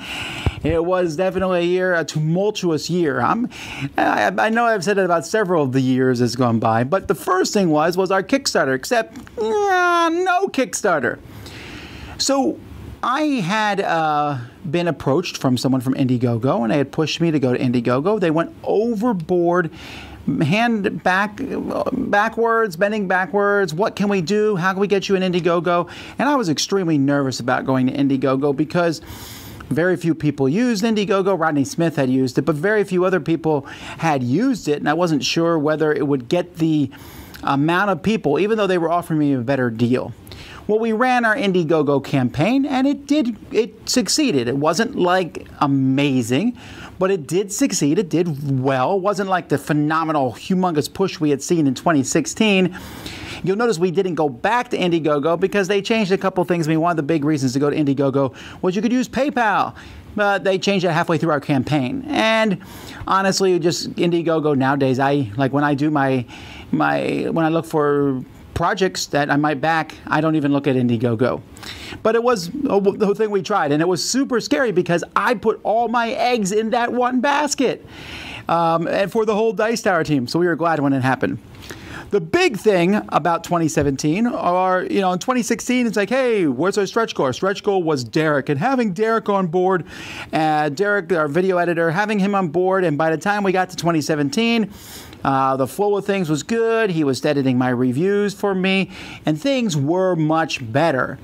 But as I said, we were cramped, and I wanted to move, so we made one of our stretch goals in that campaign to get our own studio space. I was very excited about that, and people seemed to be too. To move out of my house, my wife didn't seem to shed many tears about that, and find a studio space. Meanwhile, during this time, we did a live 24 or 30-hour thing. In fact, it went so well that we did another one later on. And what we did is, I knew the 24-hour things were exhausting, so what I did was we all went up to Cool Stuff. In their area there, we set up the cameras. We had a lot more space, and I brought in more people. We took breaks, and people slept, and so it was 30 hours of continuous stuff that you could watch, but not necessarily 30 hours of a drain on us. And it worked better. In fact, it was the best way to do the 24-hour marathon, or now 30-hour marathon. It was a much more expensive way because of hotel rooms and all that stuff. I also started a Slack channel at this point, so good and bad. First of all, internally, for us and all the Dice Tower contributors, Slack channel is amazing, still use it to this day. A Slack channel for all the people who watch our show, that still exists, but I'm just so busy, I don't have much chance to check it, and I know that some people still use it and have fun with it and everything, but I wasn't able to keep up with it as much as I thought I would. Tina was an artist I had met at Origins. Tina Bongino. She did a dice guy for me. I went and got a 1 minute sketch or $1 minute sketch or something, and she did a dice guy, and I really liked it. I thought, wow, what a cool little piece of artwork. And I kept thinking, man, I love to use this. And so as time went by, she started doing more and more of these for us. 2017 was the year I started getting them done for many of the contributors of the show. And it was just neat to have this artwork from her. And it gave Dice Tower a bit of a more cohesive graphical feel to it. Well, we're still having problems with the live stuff.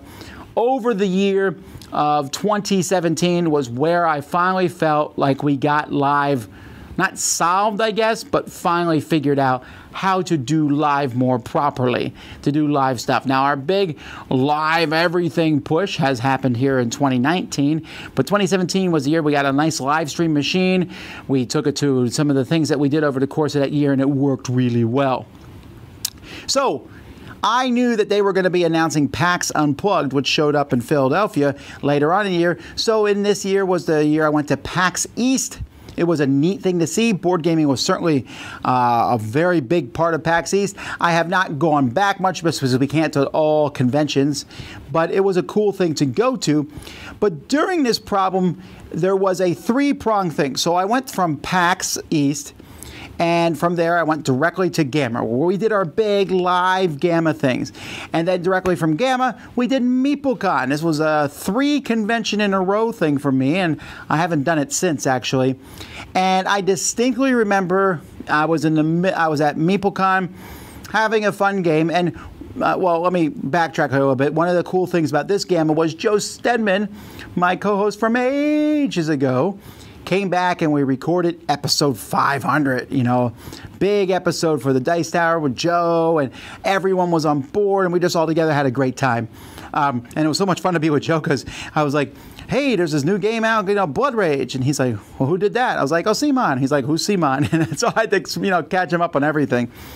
But so anyway, I went to MeepleCon, and in MeepleCon, in the very middle of the episode of me playing Kemet with some people, I got a phone call from my father and found out that my mother was dying.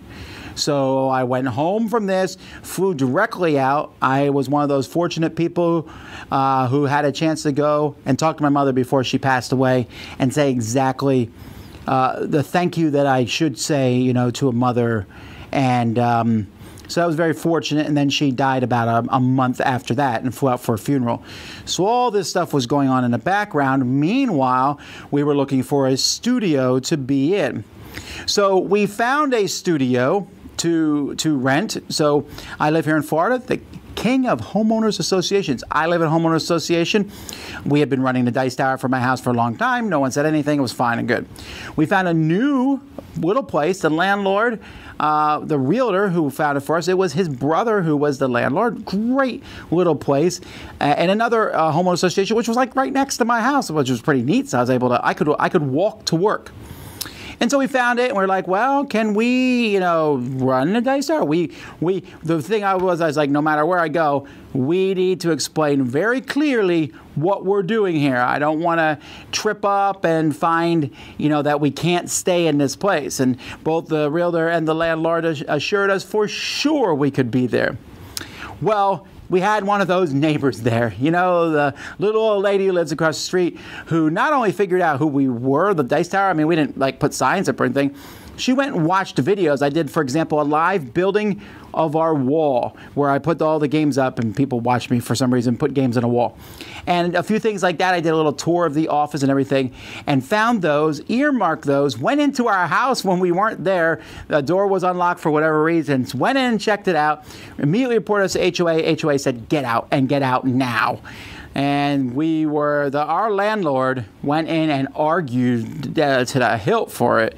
And I said to him, honestly, none of this matters. Even if we could figure out some sort of loophole to stay in there, we don't want to stay in a place that doesn't want us. But it was really discouraging because we had moved in, we had put down carpeting, we had made the place. We hadn't done everything, which was fortunate. There was still a lot more things that we were planning to add. But, there was a lot that we had done. So I said to the realtor, I said, we need a place now. We got to find a place to put all this stuff. And he fortunately found this place I'm in right now. And this is not in a homeowner association. And we got here, and the landlords were like, wow, what you're doing is fantastic. We love having you here. And it's amazing. We have a great relationship with them. And this place, a little smaller maybe than we're starting to feel a little cramped, with the space here. But still, it's a great place to be. And with our new live stream equipment, and we got new cameras and lights and all sorts of things, it felt like we were there. Now, all this happening, my mom passed away. So I'm off the scene for a little bit handling that. And, of course, the move of the studios. At the same time, Chaz Marler, we just came to agreement that the amount of work he was doing, and we really couldn't afford to keep paying him part-time for what he was doing. It was just a very mutual thing. And then there was threads where people were saying, hey, what's happening in Dice Tower? It looks like everything's falling apart. And I was like, oh, no, it's not falling apart. In fact, it's getting better, and we're excited. But it was a fairly low point for me personally on that level. But, hey, everything kind of rebounded there. And I want to give a really nice shout out to Richard Ham here, because I got a phone. We were at this point in time, we were occasionally having guests on the Dice Tower. In fact, that was a big thing we had announced in Dice Tower episode 500. We had lots of contributors to our show, and I said, you know what? I'm tired of always doing the same thing. If there's one thing you'll learn watching the Dice Tower is I might do things over and over and over and over and over and over again, but as time goes by, I'm going to change things. I'm always experimenting and trying new things. Sometimes it doesn't work. Slack group. Sometimes it doesn't happen very long, the little short videos. But sometimes it's something that takes off, and I'm always wanting to try new things, for good or for ill. So at episode 500, we had lots of contributors, and I said, Eric, I want to do something new. Let's cut all the contributors to our show, not because they're bad or anything, but because we're kind of duplicating this work on Board Game Breakfast. And some of these contributors, if they want to come over to Board Game Breakfast, they're certainly welcome to do that also. We'll keep Jeff, but we'll make his segment longer, and we'll just do a two-pronged episode where 1 week, you, me, and a guest host will do it, and then we'll do a shorter episode for the off week. And some people liked it a lot, and some people were not huge fans of it. But we invited Richard Ham to do that episode with us, and an hour before he was supposed to come on, I got a phone call from my dad that said my mom died, and I was in no place to record an episode at that point in time, and Eric and Rado were able to do it without me, and that was a pretty big deal, and so I appreciated that. So all this stuff goes on. Meanwhile, I'm starting up new things that did seem to go well. I started crowd surfing, which, hey, it's still running today. It's a little bit different now than it used to be, but this was a series that people did. I started the Why I Love series. I took several of my favorite games and said, why do I love this game? Here's why. I mean, part of it was Gloomhaven. I want to tell people why I love Gloomhaven so much, but I did it with many of the other older games. We went to UK Games Expo again, and Z came this time. We did a big thing at Origins again, and Joe showed up and he hung out with us. We did a Dice Tower Con, and at Dice Tower Con, I talked to Eric, and I said, Eric, so we're doing this whole guest episode, and one of the things is when I talked to Eric, I said, listen, we're going to have guests on our episode. Let's unofficially kind of feel out. Maybe we'll find a third co-host. We'll find somebody to be a permanent third co-host. That's what we were doing. I didn't announce that. I just was see the good reactions. And two of the people who got very good reactions for being our third co-host were both Mandy and Suzanne. And I said, this would be interesting if they did something together. The previous year at Board Game Geek Con, I had them do a video together, and they seemed to have some good rapport. And I said, why not bring them together and see if they're willing to do a podcast? So at Dice Tower Con, we talked to them, and I said, listen, I want to bring you on to the Dice Tower. I'd like to let you be a co-host of the show. You will do 1 week, and we will do the other week. And you'll be full co-host of the Dice Tower, the same as us. I won't mess with your show. It's your show. We'll do our show, but it will still be the Dice Tower. They thought about it for a while, talked, and they agreed to do it. And I said, all right, great. We'll announce this at Gen Con. And I said, everyone, big announcement at Gen Con. So I announced it at Gen Con in our live show. I also announced that the Rules Girl would be joining us. I was surprised by the backlash. Now, a lot of that is on me, because I made it out to be this big deal. Then the announcement was a little muddled, and people thought we were leaving the show and giving up the pie. It was just a very confusing thing. Bad Tom Vasel for not announcing this in the best way possible. It didn't help that they weren't at the show, Gen Con themselves, to make the announcement, and that would have just worked out better. Some people didn't want them on the show because there's people who don't like change. Some people, there was all different reasons, and it was a bumpy transition, to be sure, although it has lasted to this day, and things have gotten a lot better. But I really fumbled that announcement. I was so excited about it. But we went on there. Then we came back here. We started other series this year. We did a Back Talk series, me, Sam, and Z, which is still going on. And one of the things that Eric and I started was Dice Tower Tonight. And that was a lot of fun. We did this back and forth video show that we streamed live at night. Although as time went by, I said, I would like another host on this thing, and we brought on Crystal, and at this point in time, Crystal and Eric are doing it on their own. But like I said, I was constantly trying new things. Then, two big things happened back to back. First of all, finally, a hurricane hit. I say finally because hurricanes hit South Florida not as frequently as people think. In fact, it was, I think, 12 years since the last one had hit. Hurricane Irma came through. Now, Hurricane Irma got bigger and bigger and bigger and bigger as it came up towards South Florida. It was supposed to hit Homestead direct, and a huge category storm. So I talked to people who lived there before and said, if you were me, would you get out? And they said, we would. I said, we shall. And we fled. The whole Dice Tower team, we were like, me, Derek, Sam, Z. Everyone just went out. Jason was flown out of the country for his TV station, to the remote TV station. And we all ran up to Orlando, basically, and then the storm hit Homestead, but not very hard at all. It was like a Category 1, and it hit Puerto Rico and some other places much worse. So that was a big thing, and we were scared as all get out. I wasn't necessarily scared for my life, because if the government says get out, I get out, right? I was scared for our stuff, but we survived that one very well, and we appreciate it. And lots of people said nice things about us, but we came back and we were shook up from that. Then Hurricane Vassal hit.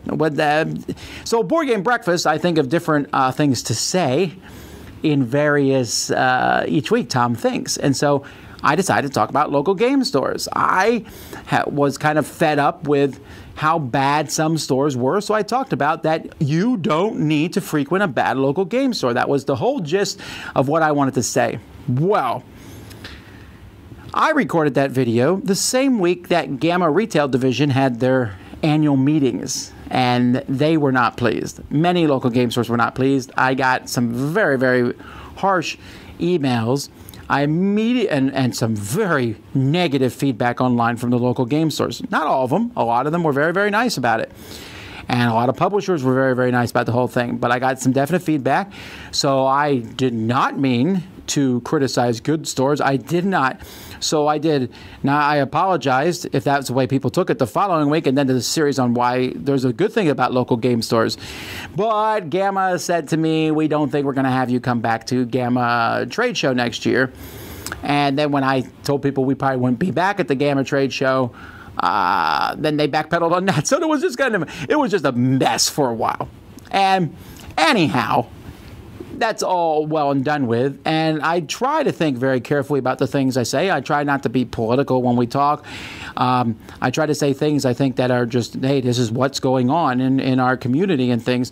And I still stand by. I think that if a local game store is bad, you shouldn't go there. You shouldn't patronize a store that's bad. Maybe help them become better, but for the most part, I wouldn't go to one. But at the same time, I also learned the value of words, and hey, sometimes things were going to be taken the wrong way, and it was kind of a big thing.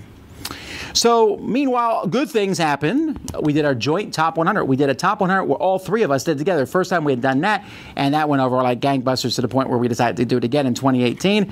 We went to PAX Unplugged. That was a fantastic convention. We had a great time there.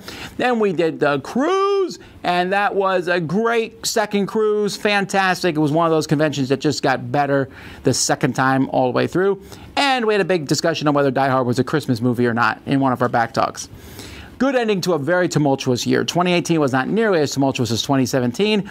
And overall, you know, I look back at the year and it seems so long ago. It's been 2 years now, as of this week, actually, that my mom passed away. And it just seems like it happened so far in the past. It seems 2 years ago that we were at MeepleCon, which has now turned into Dice Tower West and has been fantastic. It's been 2 years ago since that stuff happened with Gamma, and I'm getting along really well with Gamma and all the folks there now. Some people still, you know, aren't friends of Dice Tower, but that is what it is. It's been 2 years since that hurricane hit, and you wouldn't know it by the stuff that's happened here. What might happen in 2019? I don't know. We're going to come back and we're going to talk about the history of 2018 last year and 2019 and 2020 in a few years. I'll come back and continue the history of the Dice Tower. But at this point in time, I look back and I have some thoughts on everything. I am thankful for the viewers. I'm thankful for people who helped us both financially and by watching the show.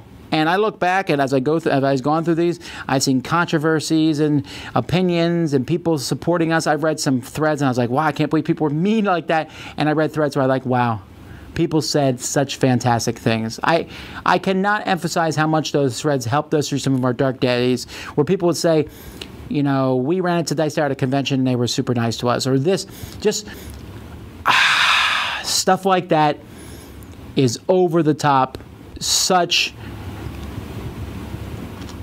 It's great, and I appreciate it.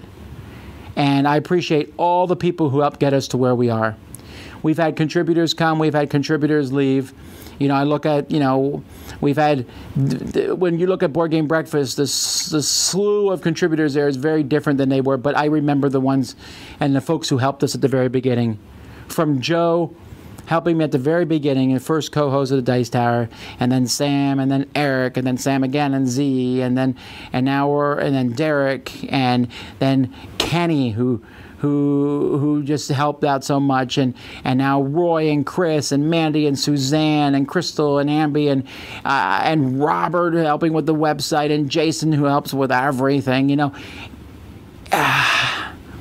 what is the future of the Dice Tower? I don't know. I always have plans.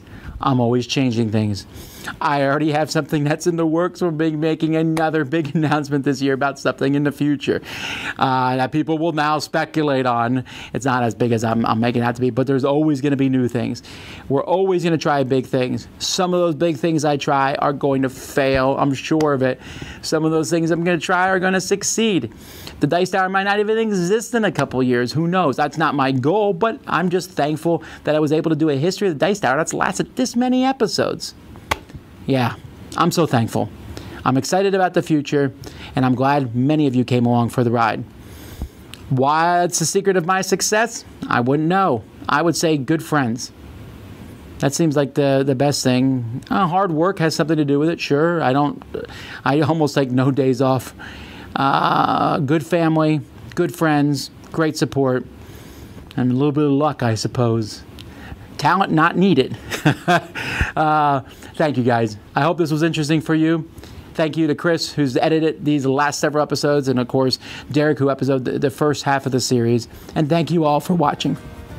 I'm Tom Vasel. We'll see you next time you're watching History of the Dice Tower.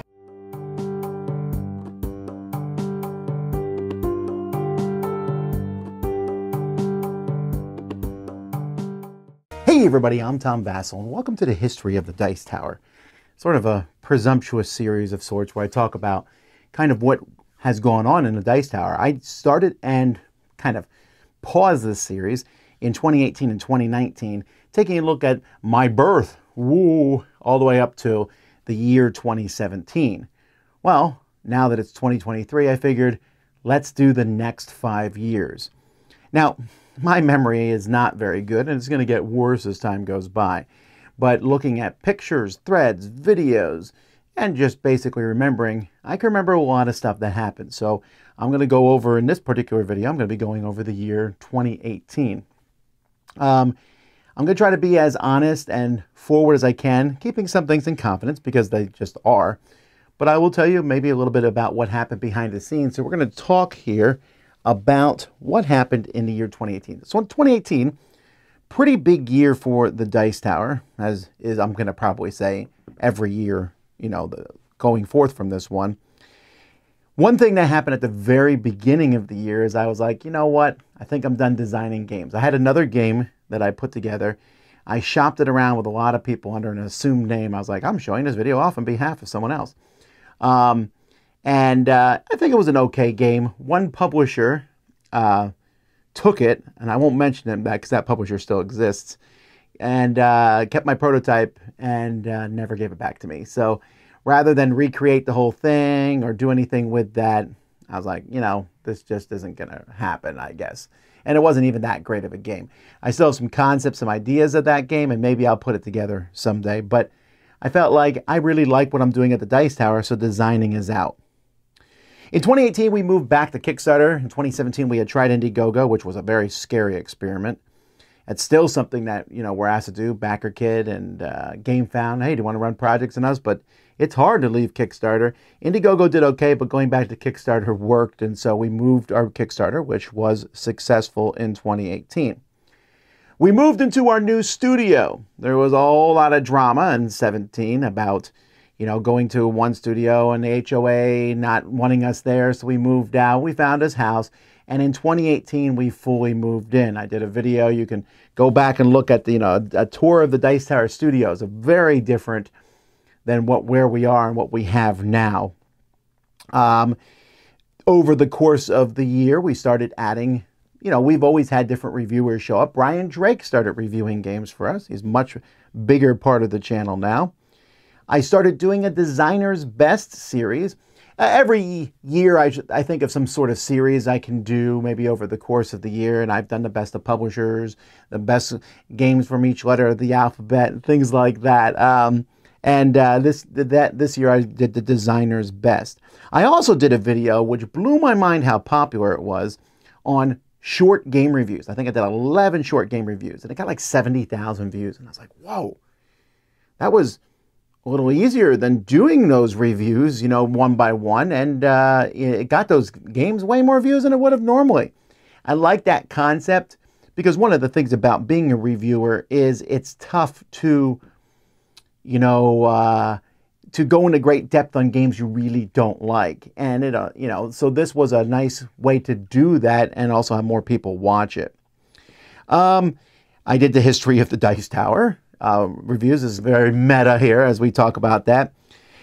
So a lot of things happened in 2018 and 2019. So there's kind of a series of events that changed how we did things and where our focus was from that point. And this is going to lead up into, obviously we all know what happened in the year 2020 with the pandemic. But before that, in 2018, I decided I'm going to grow the Dice Tower. I'm going to make the Dice Tower something bigger. You can take something, like when I did the Dice Tower, I just did videos. I reviewed things. When I brought Z on board and Sam on board, I was like, okay, good. We got Derek on board. I'm like, you know what? This is good. We don't need to grow. We don't need to get bigger. This is good. And someone convinced me, hey, if you're not growing, you're not growing. And I thought, I do want to grow. I do want to make things bigger. So there was a little bit of a series of events that happened here. So we did our 30-hour marathon, and we were doing that with Cool Stuff. At the time, we were working with Cool Stuff Games. They were very helpful. We went to their headquarters, and we ran it. They treated us well. It was really cool. The 30-hour marathon was a lot of fun. Where we did things, we were still having trouble streaming live. Streaming live was much, much harder in 2018 than it is today. You had to have special equipment to use good cameras, and it was really, really a thing going on there. But that was a fun one. Roy Canaday showed up for that one of our contributors, little knowing that he would be more involved as time went by. Also during this time, we started the Facebook group. Up to this point, we were using Board Game Geek forums as our forums, which were fine. At that time, I didn't have as much control over those forums. So I wanted something where I did have complete control. We started our Facebook group, and we actually have several Facebook groups now. But I have to say, every time I mention Facebook, there's people, I hate Facebook, people say, and that's fine. But I'm very happy and proud of our Facebook group. I really like it. It's a good group of people. We are super strict moderating it. And there's been dust-ups in there before, because there's always going to be dust-ups and things. But we try to crack down on those pretty hard. And it is a group, like, let's say you hate Facebook. I still think you might like the Dice Tower Facebook group. And I've really enjoyed that over the years. So in 2017, we had added Mandy and Suzanne to the podcast. That was not a smooth transition. I'll take the blame for that in many ways, because I kind of rolled it out. I don't know what I was thinking. Hey, we need some female voices on the Dice Tower. Here we have two contributors, Mandy and Suzanne. I actually introduced them to each other, basically. They were both doing different things. I brought up the idea. I said, let's make them a full podcast host, but let's give them complete freedom. That way no one will say, Tom is telling them what to do. Do what you want, and they're going to take over every other one. We announced this in 2017, and it went over. So there was a lot of reasons, like I said. One was just the way I announced and everything. People were like, oh, we're getting less of you. Why don't you add more of them? But I also needed to kind of, doing it, the podcast every week was really wearing on me. So now we were doing it every other week. So, and then the other part was that Mandy and Suzanne were so different than we were. This is something I've learned over the past 5 years, that when you bring in new voices, and we bring in new voices here at the Dice Tower all the time, but when you bring in new voices, this is, people don't necessarily want to transition that. Sometimes they can learn to like new voices, but there's different audiences. And so when you add something new that's different, don't be surprised when it doesn't appeal to people. Now, people are opposed to change, and I get that. But Mandy and Suzanne just have a very different style than me and Eric did. And so it was as if the podcast was two different podcasts going on each week. But I was like, all right, well, we made the change. We're sticking with it. But I also wanted to do something else with Eric. So we started Dice Tower Tonight, which was like a game show we did on Wednesday nights. Now, I found that doing stuff at night for me, as the years went by, I found that doing stuff at night is a little tiring, can be exhausting. And so as the somewhere in 2018, 2019, I transitioned out and Crystal came in. We were together at first, but then Crystal and Eric took over Dice Tower Tonight. I still like the concept of the game show, and we are going to be bringing that back to some degree this year. But it was another way for me to spend some time with Eric. Then we went to Gamma. And oh my word, folks, I forgot in 2018 how many conventions we went to. So many conventions. This one was a good one, though. This was the first year we went to Gamma in Reno. And we didn't know how that was going to work out, because in prior years, Gamma had given us different, a special room. Here we just had a suite in the hotel, and it worked amazing. It really did work well. Oddly enough, this is the last time, or we'll come back to that, but this is the last time we did that streaming and showing things off from Gamma. But me and some of the guys went there, and we streamed, and I did interviews and things like that. This is one of the first times we got to hang out with Corey, who's now running our Dice Tower News part of the website. And we had a good time there at Gamma, although there was still a little bit of awkwardness for some of the retailers because of the different videos I had made in 2017 about retailers. But I was repairing my relationship with Gamma and seeing where that would go. But that was a good time we had at Gamma. And like I said, I went to lots of different conventions. I went to a homeschool convention. I was like, hey, why don't I try to reach this market? So me and Melody went, and we ran a booth by ourselves, something we won't do again, but working with cool stuff, showing off different games like Onitama and the different games from Genius Games and so on like that. We went to a convention in Ohio, a Miami University convention, which when I first got the invite from them, I was like, well, I just drive up the street here. And they're like, no, we're in Ohio. But we started going to these different things. But the one convention that really made the biggest difference was MeepleCon. Now, I've talked about MeepleCon. We went there. Tim Metvier invited me out. And he asked me, I think in 2017, he said, do you want to do Dice Tower West? And I was like, ooh, that's interesting. I went and said, hey, Cool Stuff, I'm kind of thinking about this. Cool Stuff said, you really should focus on one convention. I was like, all right, I will. And then I thought about it some more. Remember I said I had that idea if I wanted to grow. So I was like, Tim, I think I do want to do this. Let me think about it. So I went to Cool Stuff and I said, guys, I think we can do this and you'll be able to come. And Cool Stuff was very, very opposed to me starting Dice Tower West. I was really surprised. I had a big conference call with all the different people involved and everything, and it was very much, I said, hey, I'm looking at PAX, and PAX has PAX, and they have PAX East. They didn't have PAX Unplugged at the time. Well, they did. They started PAX Unplugged that year, actually. And I said, look at all the things that PAX is doing. I would like to do that. I want to start other Dice Tower conventions.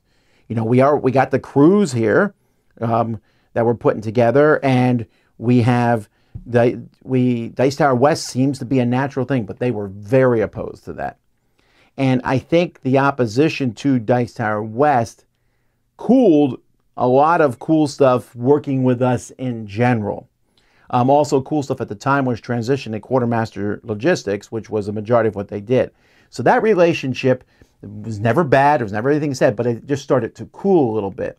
And I was like, you know what? We're going to do Dice Tower West. So we started making plans to do Dice Tower West.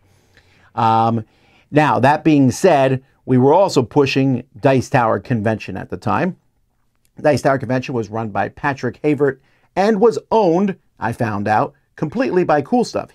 Patrick had sold the convention to Cool Stuff at some point over the years, and I didn't know that because I didn't actually own any part of that convention. In fact, it wasn't even technically called Dice Tower Convention. I think it was called Orlando Gaming Convention. We were just calling it Dice Tower Convention as like a side thing.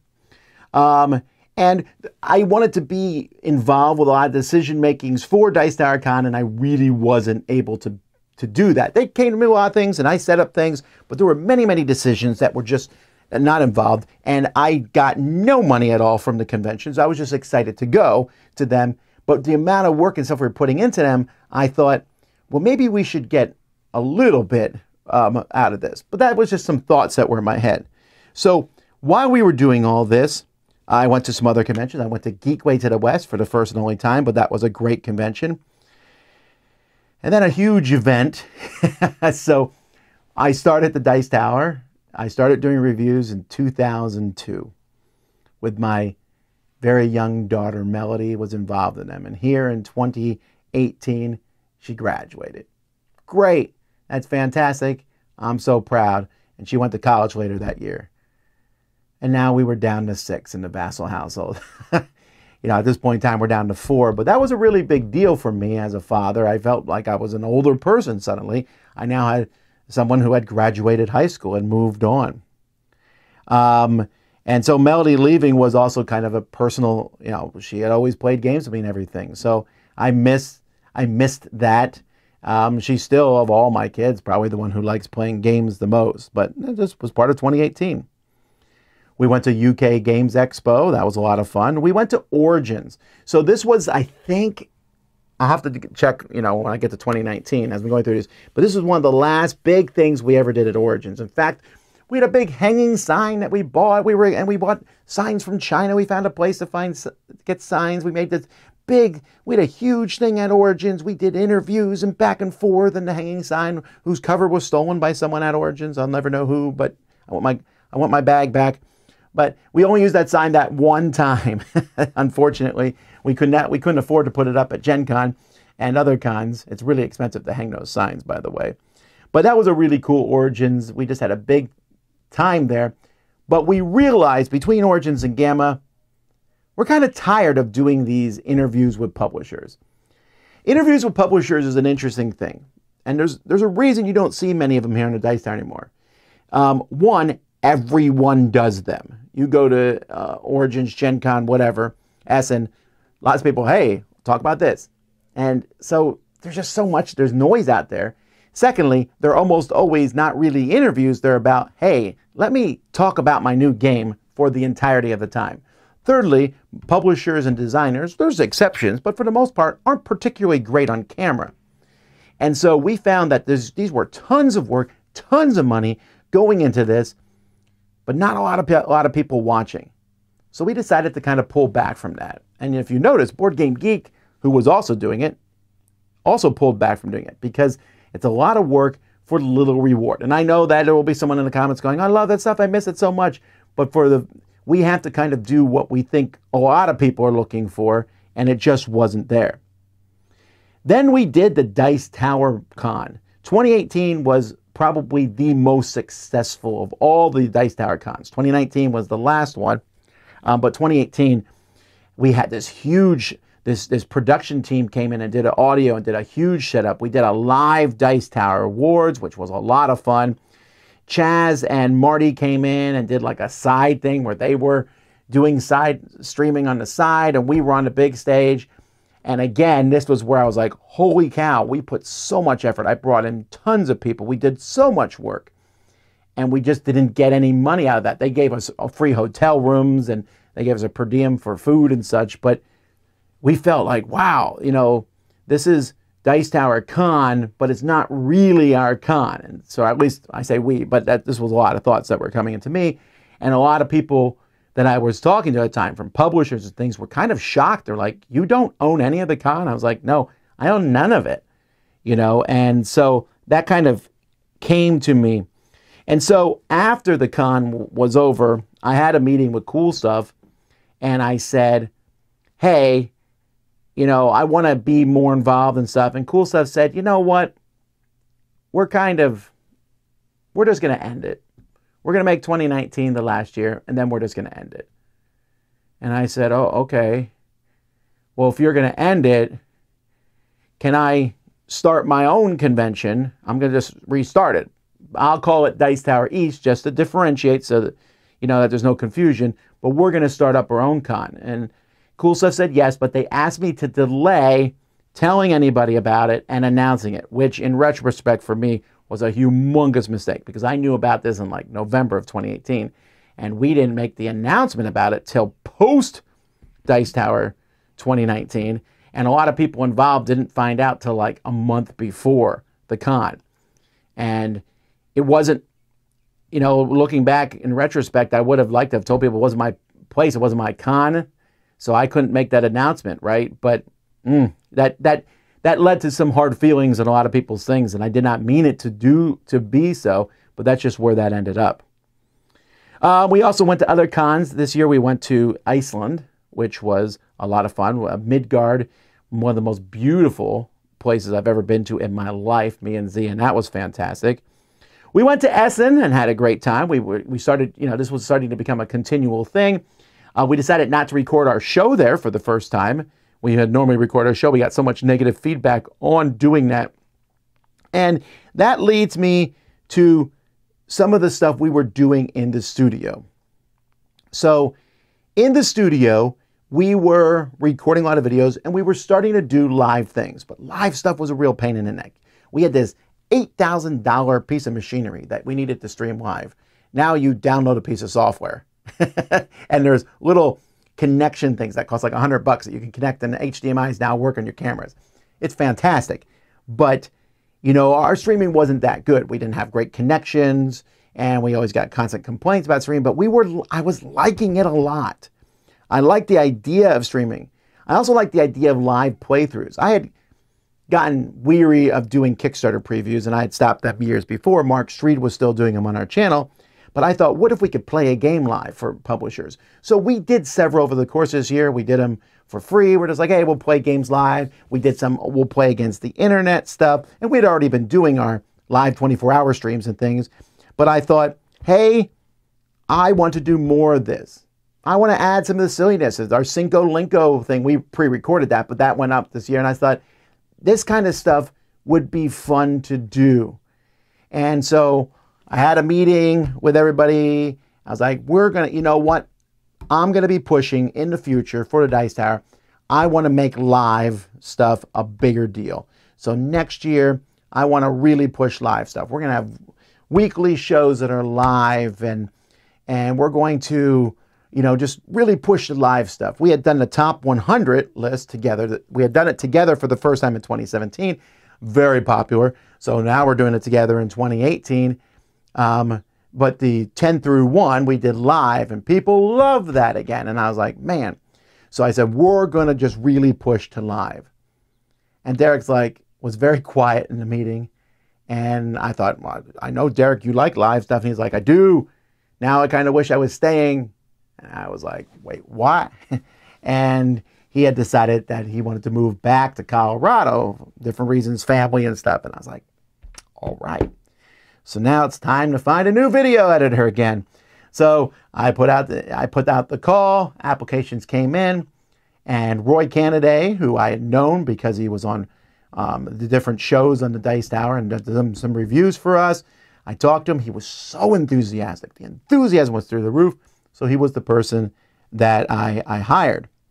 So in all this time, I'd be like, all right, so we're moving onward. Another thing I had decided earlier in the year was I was like, I want to try the idea of doing my own little mini convention. The Dice Tower Retreat was my idea. I said, who's interested? I went to a hotel.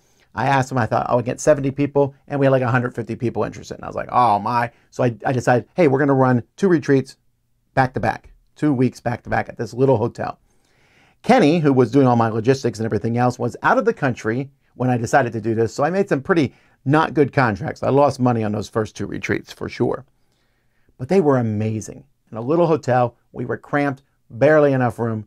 We brought in a library, which I had just started putting the library of games together to utilize for this retreat. I had my own personal collection, but I had decided at this point that I was going to be taking Dice Tower East on.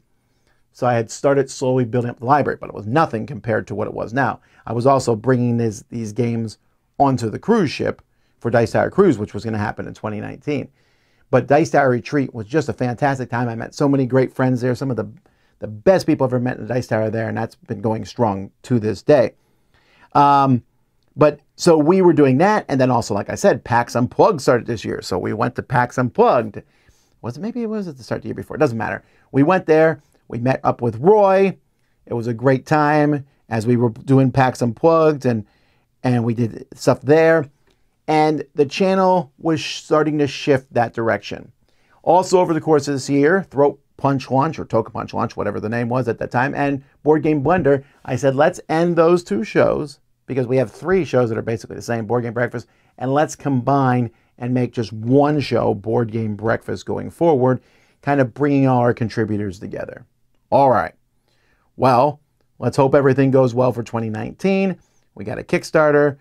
Dice Tower Con will be the last one of that. We knew that at the time. Dice Tower Cruise is coming into swing here. I think it was the second Dice Tower Cruise in 2019. Maybe, I don't know. And we're going to try to do more live stuff. Well, how's that all going to work out? I'll tell you in our next video. So that's it for 2018. A lot of different things going on. And this has been History of the Dice Tower. I'm Tom Vassell. We'll see you next time.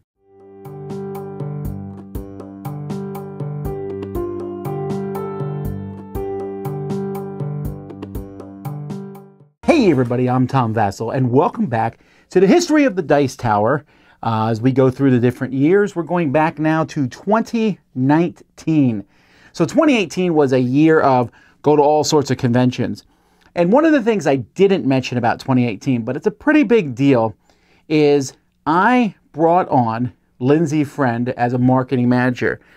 She was recommended to me, and I thought, okay, I want to make the Dice Tower. I want to grow the Dice Tower. I'm going to need someone to help out.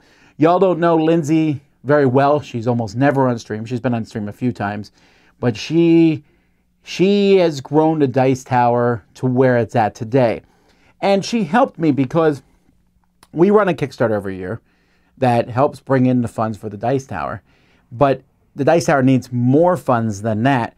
And we really do. If you notice, we have 8 employees and all kinds of stuff. Doing the math, there's not a lot of money going around. And we want to do advertising and live plays and things like that. But to set all that stuff up, we need somebody to coordinate that. We need someone to run all that. And Lindsay does that and in spades, gets these things together. I did not realize going into 2019 that it would be the last year for conventions for a while at all. And so we went to UK Games Expo, had a fantastic time, but that's the last time we've been there. We went to Midgard in Iceland again. That's the last time we were there. We went to Gen Con, but we did go back to Gen Con in 21 and 22. But, you know, we didn't know what 2020 was going to be. And 2019 was my launch pad, sort of, and I was trying to change things. There was some big things that happened. For me, on a personal level, it was my 20th anniversary, and I got invited to ConCon, a convention in China, and so I brought my wife with me, and we made it into our 20th anniversary trip. We don't take many trips, but hey, we now had 19-year-old child and other teenagers at home, and they were able to say goodbye to us for a week, and that was a blast. But also I got to go over to China and see all kinds of things there and see what the board game scene is like in China. The Dice Tower cruise was a big deal, went well. And our live playthroughs began. Now, this was definitely a transition year. 2020 helped us make live stuff better. 2019, we were still working with it, trying to, again, I told you we had this big rig, very expensive machine that ran live stream. In fact, it was made by the live stream company. And just getting that to work right and have things go, and there's so many different wires and buttons. And I'll tell you what, live streaming, we had a lot of problems and things, but we tried to get those worked out. Always constantly things going on. And then, so in 2019 and 2018, Derek had left. And Derek, his strength was certainly audio. And so we missed that a bit. But we had 2 video editors come in. We had Roy, who's still with us now with his enthusiasm. And then just for part of 2019, we had Chris Barr, who, really great guy behind the scenes, sarcastic and funny, but you never saw him up front. You might have seen him do the show. He ran a game show one time for us where we had to guess if Joseph Stalin, Ted Bundy, or Stephen Bonneker had said a statement, and that was a kind of a funny game show. He just had a very sarcastic sense of humor, but for various reasons and things that just were out of control, he wasn't able to stay with us beyond 2019, which is, and I'll come back to that, but at the end of 2019, I was like, okay, well, we're going to have to bring on another video editor probably. So all that stuff was going on. And we had a fantastic Kickstarter at the beginning of the year that went really well. And we were getting these live playthroughs up and going. We were just getting live stuff. When I went back and looked, there was lots of live things going on. We had our shows going on.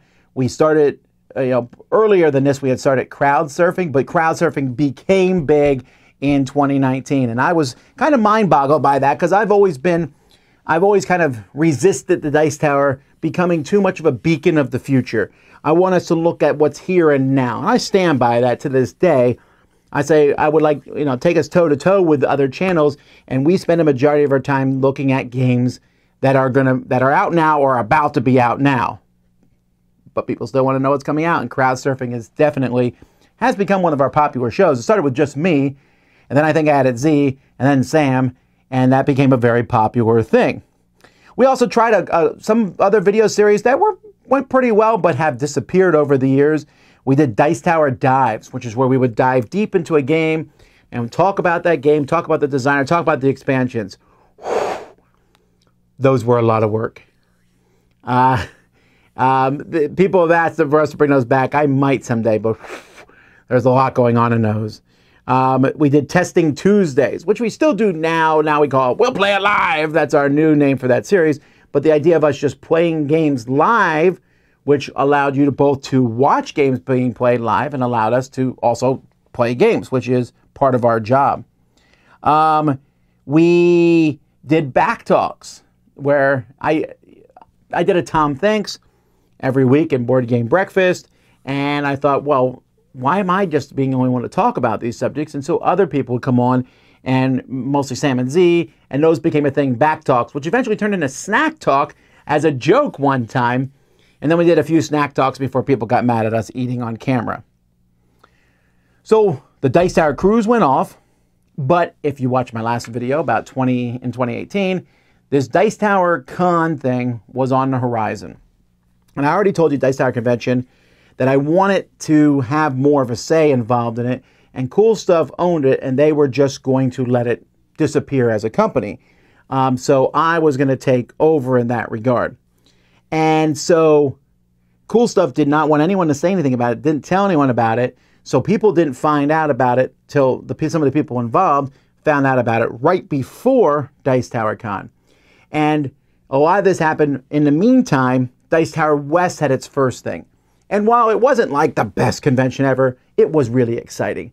MeepleCon had been running in a kind of a rundown casino called the Cannery, and we moved to the Westgate, which isn't amazing, but it was pretty good, and it was a really good con. We used the MeepleCon library, but I brought in a whole bunch of hot games. There was a lot of people there. It was exciting. It was just fun, and it was a great time had by everybody there. And I was like, all right, this is it. This is the future of the Dice Tower. We had some retreats. We're going to try to run more retreats. The crew seems to be doing well. I'm going to take over Dice Tower East, and hopefully that will bring in some things.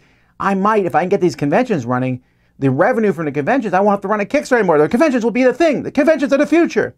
This is Tom Vassell from 2019. So moving to Dice Tower East, so we had Dice Tower Con, and it went well. It wasn't, I don't think it was as amazing as 2018 Dice Tower Con, but it went well. Meanwhile, we were trying to figure out what to do, where to go. We had been told that the Carib was impossible to work with. So we were like, all right, well, I guess we'll find another hotel. And we found a hotel and everything. We announced all the changes, and that kind of fell apart pretty quickly. I hired Sharon Madden. She was in my game group, but very good with administrative skills to run Dice Tower East. And she has, since then, done a very, very good job. But we were not expecting the feedback. Now, I guess we should have, because people didn't know anything. And there was like, you got Dice Tower Con, people were like, well, why is it changing? And of course, most people just assumed that Dice Tower Con had been mine this whole time. It had not been. So with cool stuff pulling out of it, and the person running it, Patrick Havert, and me, we have different visions as to what to do. So he went and started his own con called Escape Winter Con, which is still running today. It's a regional Florida con that seems to be very well attended. People seem to have a great time there. But I was going to run Dice Tower East, and we got a lot of negative feedback on that, but we're like, we're going to build this up from the ground. I have my library that I'm going to build. I have a new staff.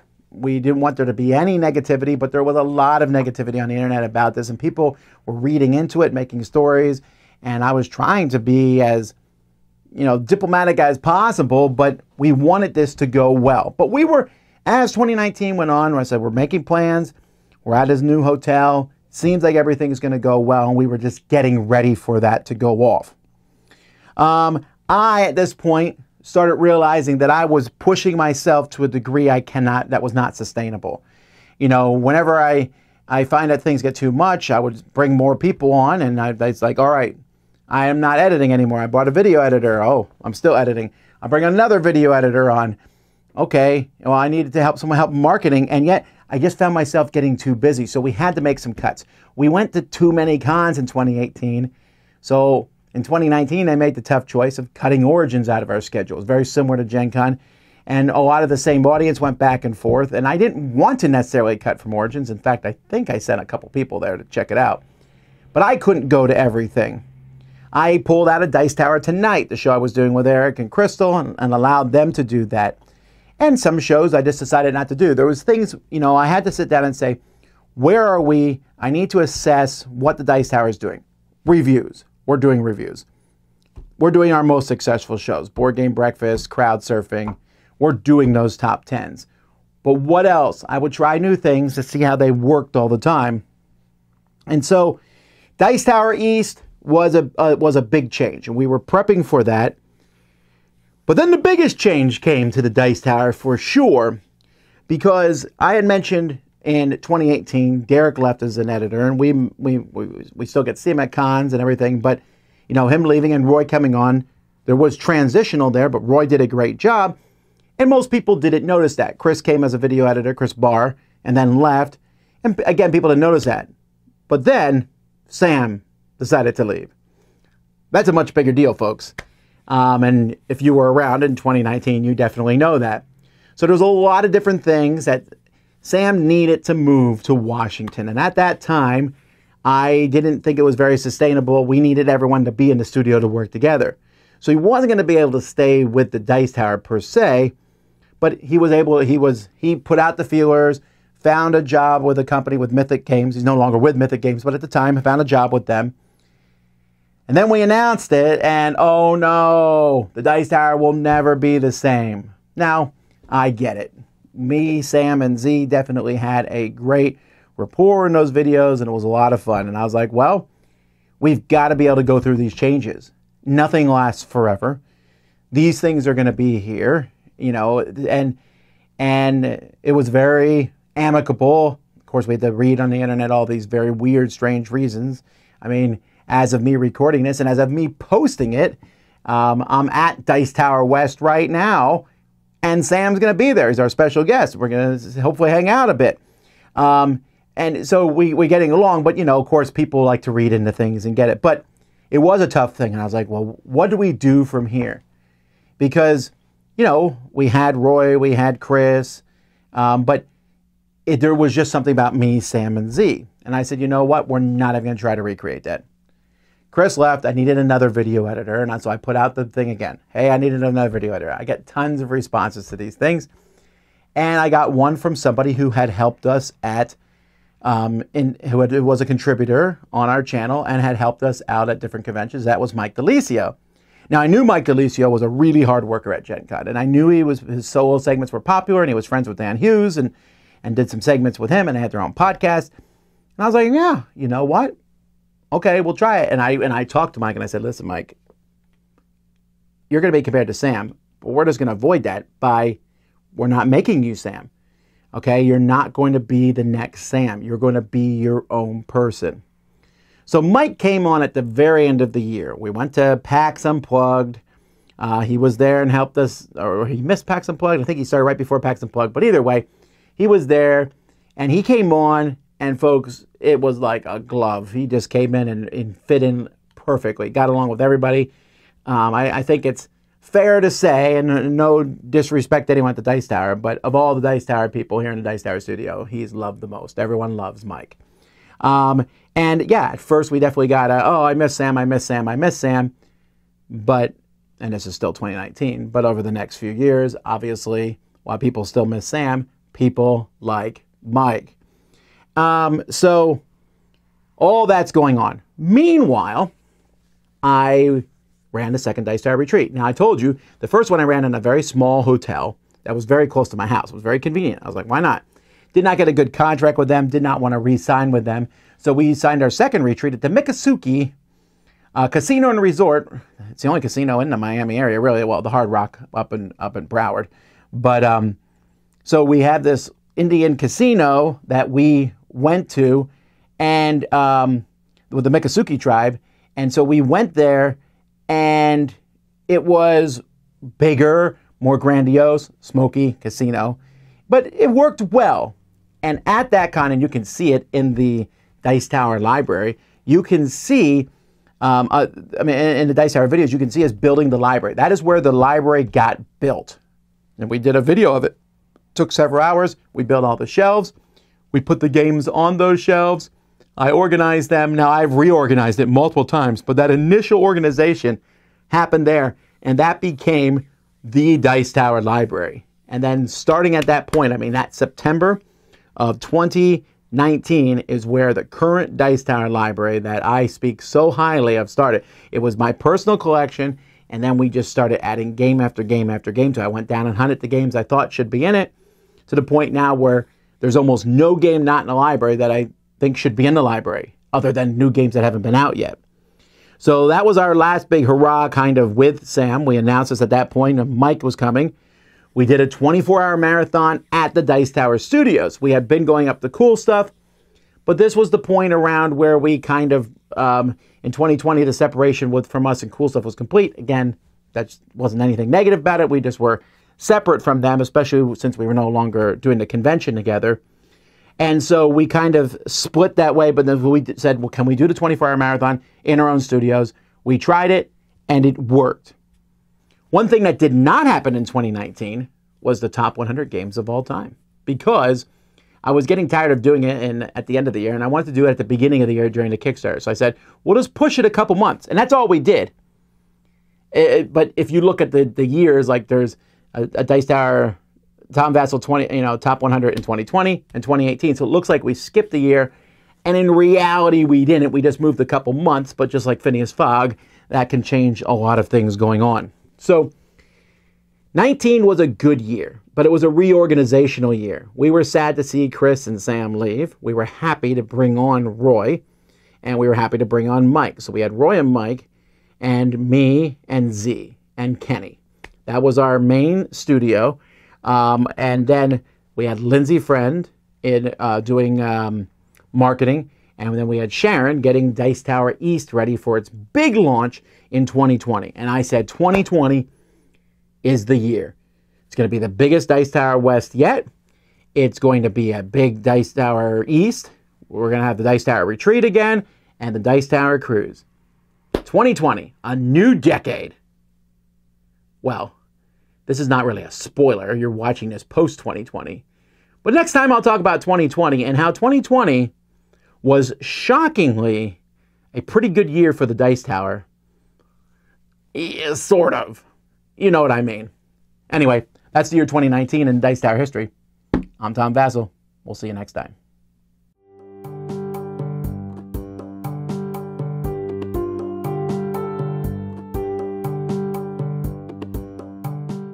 Hey everybody, I'm Tom Vassell. Welcome back to the history of the Dice Tower as we go through various years in the Dice Tower history, and I just give my recollections of what kind of happened in those years. This year is 2020. So before I start talking about the year 2020, which is probably, burned into many people's brains, I want to be clear that as I talk about all the things that happened in 2020, I realize that 2020 was a tough year for a lot of people in many ways, in various ways that I cannot even come close to recognizing. I can only give you what my experiences were at the time. And so that's what I'm going to do and go through the Dice Tower thing. But I don't say anything to be, I know it was a tough year, but, how did the Dice Tower handle that? And that's what I'm going to talk about here in this video a little bit. We started off the year, of course, I was excited. This was going to be our biggest year ever. I finally was going to get the Dice Tower conventions off the ground. Dice Tower East was going to be going off for the first time. Dice Tower West had a very successful first year. We were excited about the second year of that coming, the Dice Tower Retreat. There was just a lot of really cool things that we were ready to do. Our Kickstarter went well, and we started the top 100. Now, remember I said, so with Sam leaving and Mike coming on board, I was like, well, we're not going to really replace Sam at this point in time. We're going to shake things up. So we did the top 100 with Mike and Roy taking the spots of the people, being the people. And Mike was so funny being the people, speaking for the people. And then we had them both on as doing their top 40. And Mike just really clicked with me and Z in top 10s.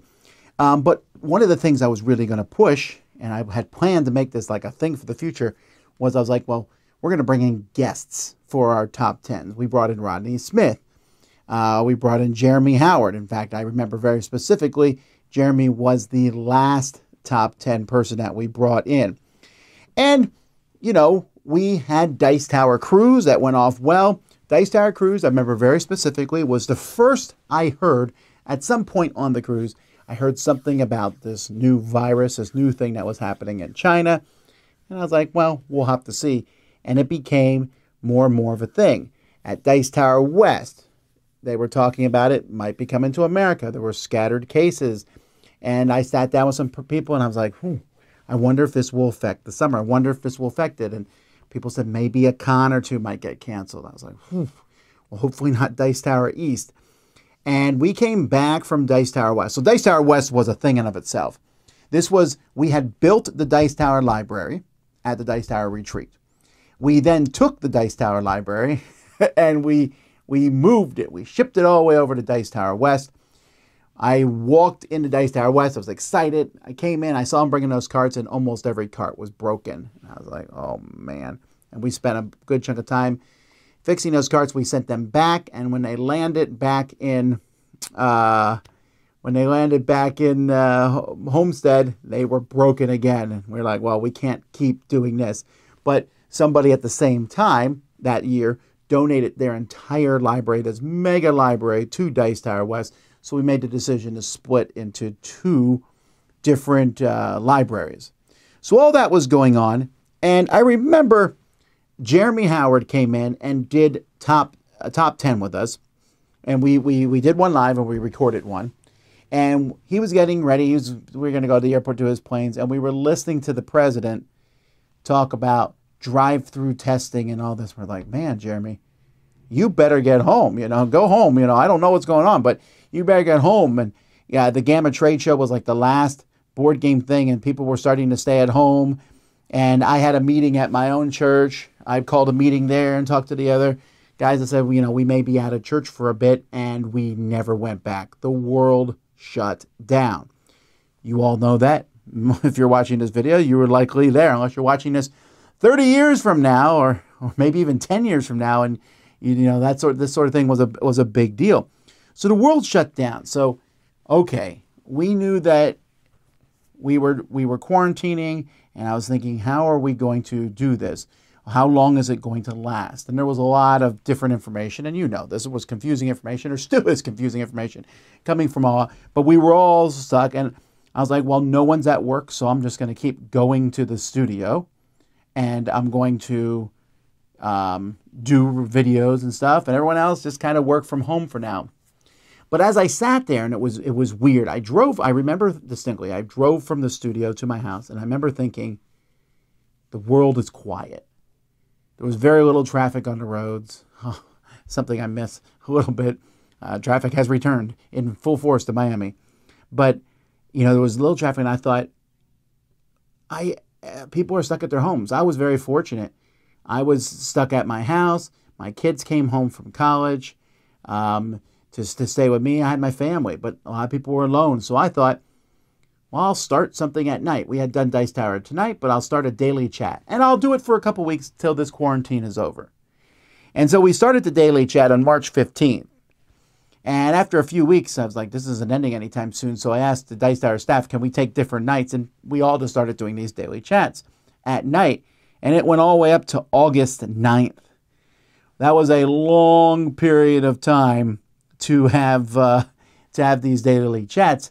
And we stopped August 9th because at that point we're like, we just can't keep this up. But we help people get through the worst of the quarantine. Because definitely March, April, May, June, there was like the world was just quiet. There was nothing going on.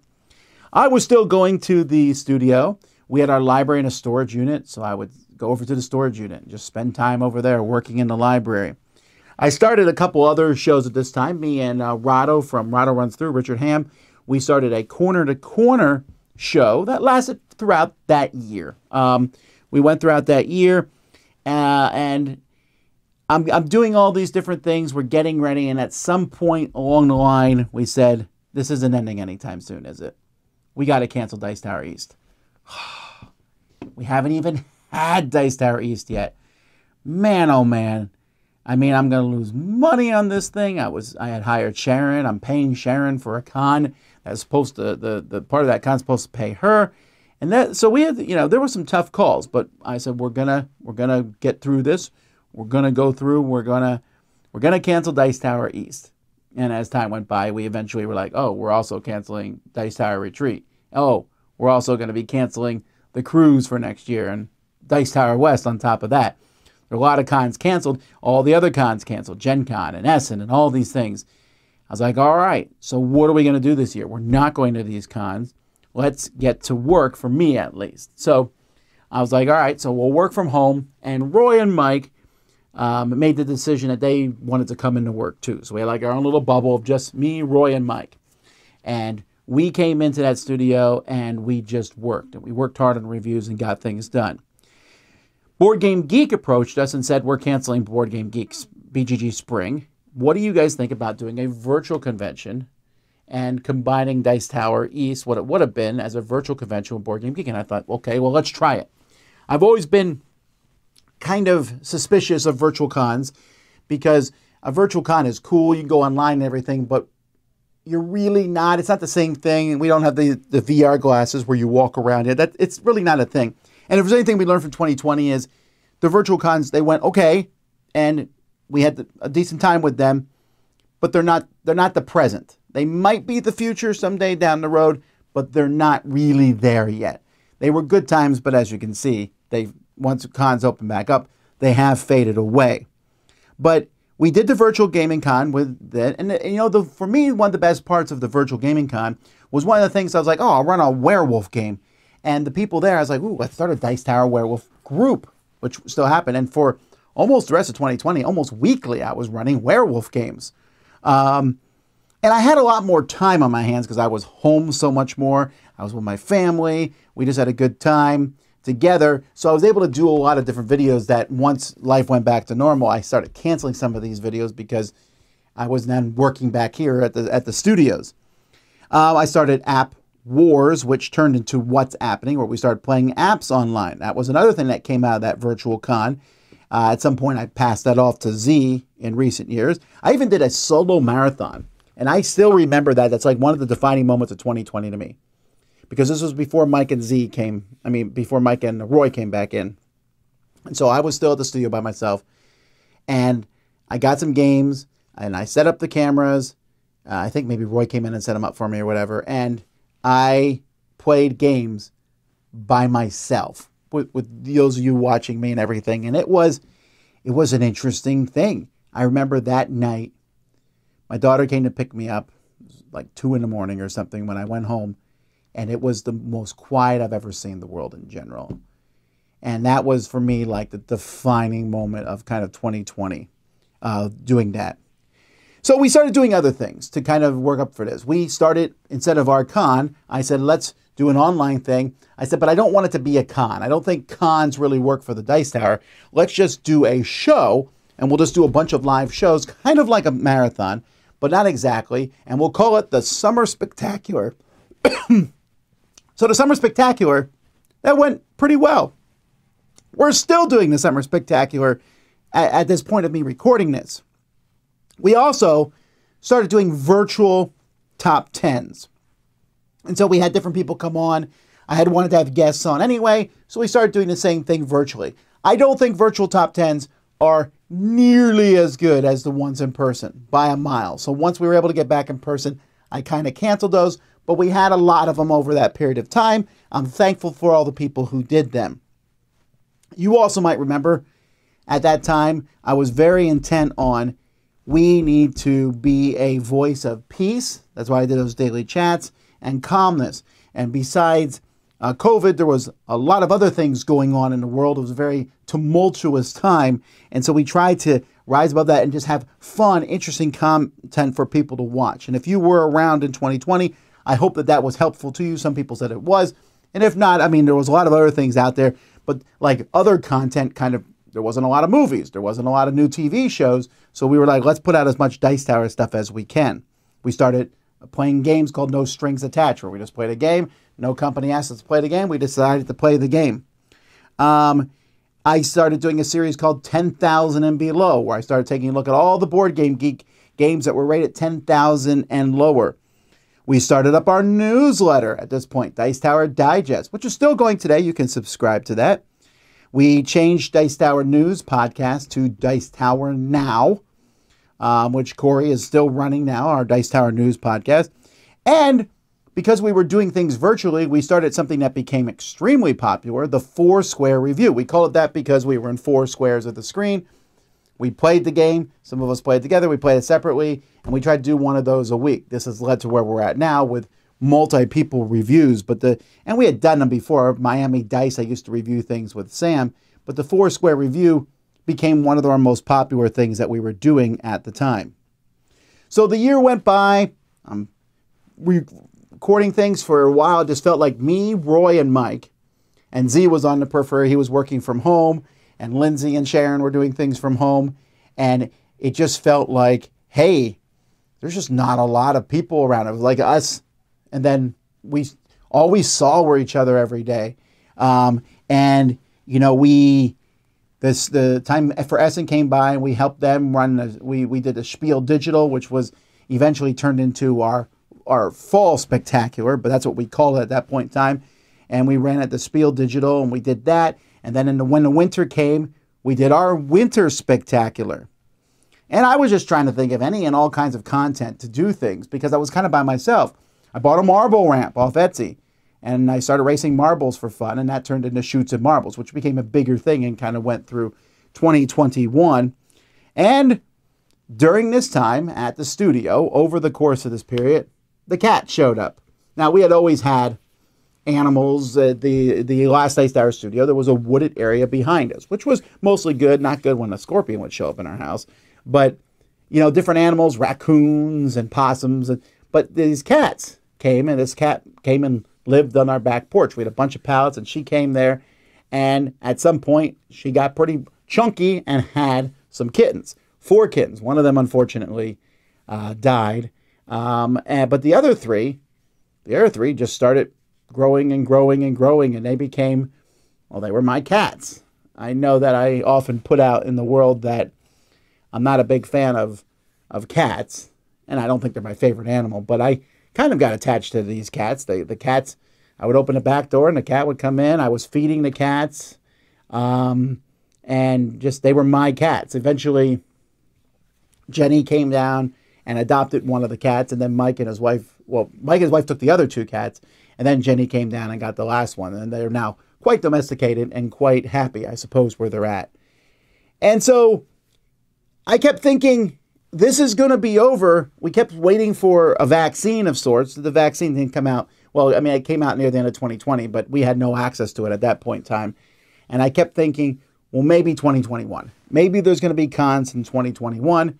We hadn't yet made the call about Dice Tower East. We weren't sure where that was going to be at that point in time. But I was like, all right, well, 2020 was not going to be a year where all these conventions were going on. But it was going to be a year where we really pushed our online content. And I really think we did. We tried all sorts of new things. When I look back from where we are now with the Dice Tower to where we were then, I realized that, you know, we had so much stuff that we changed in that year. Mostly because I was just like, what new thing can we try? What new thing can we try? But I was also pretty adamant. I was like, listen, when we try this new stuff, everyone was doing content. That's one thing we learned in 2020, that everybody went to YouTube. You know how many board game review channels started in 2020? There was a lot. Our competition was higher. Yes, our audience, there was a lot bigger audience because people were staying at home watching us. But we had lots of other people doing it. I said, we need to do stuff, though. I said that when we get out of this pandemic, we're still doing the stuff. Don't give up. We're going to keep doing this stuff. Now, some of that stuff has faded away because it hasn't worked as well, but we were going to do it. And we were doing so many videos and so much stuff. I said, well, we're going to need to get another video editor. We were just putting out so much videos. And Mike's was so good on camera that I wanted Mike to do more videos. And so I needed another editor. Another editor? How are we going to keep growing like this? Well, the growth spurt came in 2021. Not something I was expecting, but we'll talk about that in the next video. So anyhow, that's the year 2020. It was a tough year for everybody, but the Dice Tower came out of it, honestly, bigger and better, with the exception of our conventions. Our conventions were smashed. They were all like out. I was like, man, we're losing money on this. Are we going to ever be able to rebuild those? Well, we'll talk about that also in the next video. Until then, I'm Tom Vassell, and this has been the history of the Dice Tower, the year 2020. We'll see you next time.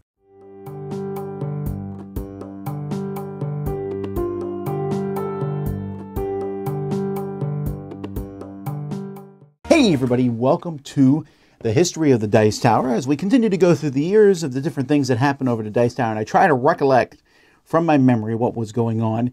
Just talk about it a little bit. Today we're talking about the year 2021, which was very different than I expected it to be in 2019. 2020, as we talked about last time, really changed up everything. But 2021 was a year of new beginnings of sort. So a couple things happened immediately in 2021, and it wasn't a surprise because I knew it was happening in 2020. My daughter got married. Definitely the pandemic moved this up. I think they were planning to get married in 2023 maybe, or 2022, but they definitely moved up the wedding, and that was good. It was a nice way to begin the year. It definitely made me feel older. But that's how things work, right? So that was the first thing that happened in the year. But there was another really big thing that happened. So I'm getting ready to run the Dice Tower Kickstarter. We're getting everything ready. And I got a phone call from the landlord at the Dice Tower. And he said, we've decided to sell the house. We're going to sell it in May. We want to give you guys the opportunity to find a new place.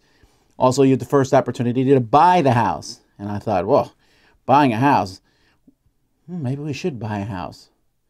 Well, that's interesting. Maybe we should buy a studio. But the thing was, I wasn't sure we wanted that one because it was pretty small.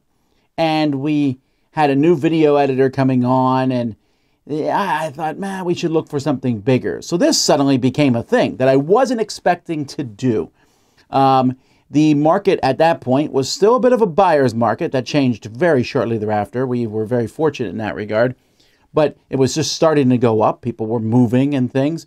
So we started looking around. And it was an interesting process as we started looking for a place to find. We went out into the middle of the Everglades. We were looking. So here in Florida, the Homestead is the southernmost city in America, in the continental U.S. anyway. It's the last city before you go to the Keys.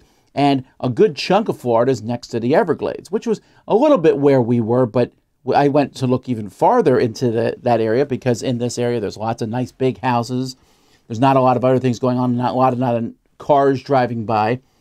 And so after finding some very odd places, a place that we were pretty sure was adjacent to some drug dealers, we found the studio that we're in now. And I'm telling you, we walked into that studio and this house, and we instantly were like, yes, this would be amazing. And one of the big things was we wanted to move the Dice Tower library into the studio so that we didn't have to go. I mean, as much fun as it was for me to go to that storage unit and just get lost in there and work in there. And it's working in a storage unit. It's working in a storage unit. It's not fantastic. And now we could have it in the same place. So we started that process. I've never bought anything in my life before that magnitude, and that took a while. At the same time, Chris Yee came on board. I told you I was looking for another video editor, and so Chris Yee came with very high recommendations. I had already known him. He had a podcast on Dice Tower Network. I had played games with him at Dice Tower West or Meeple and MeepleCon, and it's when he came on board, suddenly our dynamic started to grow. We had all been kind of sitting there. It was, like I said, like alone in the world. We were doing stuff online, but we're like, okay, well, maybe 2021 we'll change it up a bit. We ran another Kickstarter, which went well. We added jigsaw puzzles, a werewolf deck. Those things were pretty good. And the Dice Tower marble thing that I had started as a lark became something that was just really fun for me to do. And we got a brand new marble track that was made for us. And I wasn't switching to marbles or anything, but I liked doing that as kind of a side gig. And it was nice getting that new track in. But COVID was still around. And Dice Tower West got canceled, which made it a full year because Dice Tower West had been the last con that we had gone to. And well, now we canceled one. But this was a tough decision to make, but there still wasn't a lot of things going on. And there wasn't a lot of, the vaccines hadn't quite come out yet. And so we actually had to make the call to cancel Dice Tower East. Now, that was a really tough one because I was like, I have no idea where we're going to be in July. Can we run it? Can we not run it? We had to make the call. Now, incidentally, I think we might have been able to run it in July, but we didn't know at the time, and we had to make the call early. And we lost money on that deal for sure. The hotel charges fee for doing that. And I was like, man, that really kind of bums me to have to cancel Dice Tower West and Dice Tower East. Again, another year where we're losing these conventions. And Dice Tower East now, 2 years that this isn't happening. And then the vaccines came out. Whew, this was fantastic. And it was a really interesting time frame because we got the vaccines. We were able to get them a little bit earlier down here in Florida. And once that happened, then Z came back into work and Chris was there, and we then moved. All this was like in a space of a few weeks. And suddenly, not only were we back together, yes, one big happy family, but we were moving. And moving was a thing. So there's a lot of it. Moving is kind of a mixed bag because moving is such a pain in the neck. But there's also that get rid of the old stuff, the stuff that we don't use, and move into a new space. Like right now I'm sitting in a small little studio here, which is one of 4 studios that we have now here at the Dice Tower. And that's nice. And it was just so cool coming here and getting things set up. There was a lot of work we had to put into this place and all, but it was just fun putting that together, work as a team, bringing in the library. I was so excited about that. You know, when moving day came, there was two things of moving. There was the moving of the Dice Tower stuff, the desks and all that. And then there was the moving of the Dice Tower library, because they were at two different locations. And I think I had more fun with the Dice Tower library. But it was nice to come back here. Dice Tower East, by the way, we decided that we were going to go back to the Carib instead of the Florida hotel, which we had originally gone to, because we found out that they were actually very wonderful to work with and stuff. And I started talking to them about maybe running one of our retreats there. But we moved into this new thing. Like I said, it took us a while, but now we were back together. We were a team working here, and it was a great time, you know, between Mike and Roy and Kenny and Z and me and Chris. I just remember that just as a kind of a joyful time. It felt like a new beginning. While after we set everything up, a very unique opportunity crossed my path in the middle of all this, where Roy came to me and that someone had passed away, and his family did not know what to do with his collection. So I kind of on the spur of the moment offered to buy the collection, and it was shipped down here. And it was not a inexpensive purchase, but it was still one of the most unique things that happened, where these people pulled up here at the new studio in a pickup truck towing a trailer, and in the trailer were just boxes of all shapes and sizes from somebody, Mr. Karma, who had collected games but barely touched them. I mean, I think 4 games in this whole collection were even opened. And we did a mega unboxing. I don't think we'll ever get to that point where we'll have an unboxing that spectacular and that grandiose. But it was interesting. It was unique. And it helped build our library up, because I was looking to get some of these games for the library. And I know it helped that family out. But it was just like, that's one of the biggest moments. And also, we had this new studio, which we suddenly filled with games. Now, we went through those. It took us a while to go through those. But I had all these games just kind of sitting around. Then, our spectaculars. I had started them last year, and I said, you know what? I really do like doing these spectaculars. The spectaculars really were working. So in 2021 was kind of the year where we started getting these in. The Summer Spectacular in particular, we did a mega announcement video, which was so fun and so successful that we decided to do it again in 2022. And we're going to do it again this year. It was just such a fun event to run, with all these publishers announcing really cool things. And the Dice Tower Awards, doing them online, was a lot of fun. Our live playthroughs, we started getting those together, and it started happening more and more often. Hey, we're all together live now. We have different people in the team to play through these things. Our relationship with Cool Stuff, like I said, Cool Stuff was getting more involved in QML, Quartermaster Logistics, and that started going away. And so I started looking around, and we started working with Game Nerds. So our relationship with Game Nerds started during this time. And then finally, we went to a convention. It had been well over a year, but we went to the Gathering of Friends. The Gathering of Friends, a small invite-only convention from Alan Moon. And this is the first convention that was canceled in 2020. It was a small little con, and they're like, you know what, I'm not sure. I think we're going to have to cancel it. This one was very specific. Everyone was like a little nervous going in, but it went pretty well. It was a tiny, small convention, but I think it gave a lot of people kind of hope and looking forward to the future. Dice Tower West was going to happen in 2022, and so, at least we were planning for it to happen. So I went to Vegas, scouted out the new hotel there, and when I was in Vegas, I was like, man, we could have run Dice Tower East during this time. But you know what? It is what it is. And at that point, I thought, you know what? I have an idea. Instead of running a Dice Tower retreat, let's run 2 Dice Tower retreats. Let's run the one that we were planning to here in Miami, but let's run one with the Carib Hotel, since we're working with them for Dice Tower East anyway. Let's run one. They got open space. We have time. We'll run 2 this year, and that will take the place sort of Dice Tower East. It didn't, obviously a retreat's much smaller than Dice Tower East, but it was something that we could do. So we ran 2 retreats. Also, Gen Con started up again, and a very weird date. It was really weird. We went to a retreat and Gen Con back to back, and Gen Con wasn't the same as it was, but again, I still remember going to that Gen Con, and just everyone was so happy just to see other people again. It was just a time of, Yay, there was excitement, the retreats, both of them went really well. Hey, we were meeting people again. We also started something new that we hadn't done on the Dice Tower. We had been vlogging from conventions. A lot of times Jason Levine would do our vlogging for us, but we started a group vlog, which we thought worked really well, because when you're at a con and things, sometimes you don't vlog something because you're not thinking about it or you're involved in the activity. We put the group vlog together and we were so happy with how that worked that we started doing this from then on out.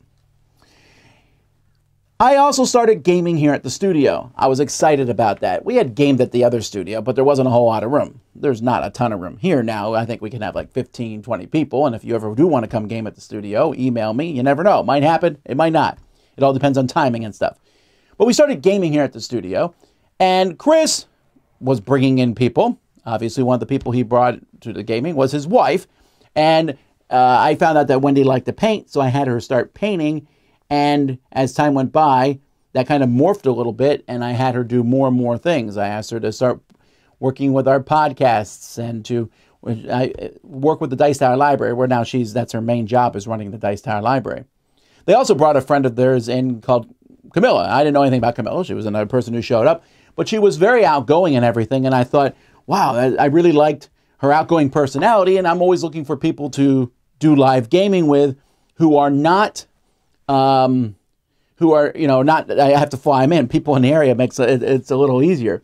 So at the same time, Camilla had a part-time job at the time where she was administrative stuff. And I thought, well, I have all these extra games I need to get rid of. There's a lot of logistics, and Kenny was up to his neck and just running stuff. So I asked her to help with that part-time and then show up on some of our live stuff. And I believe the Winter Spectacular was the first time, or maybe it was the Autumn Spectacular. But when she came on, and then as time went by, that morphed into a full-time job. We started a lot of different videos in 2022. Or 2021, sorry. I did a whole big thing with Marvel United, which kind of, I just really liked the game, but people seem to like that.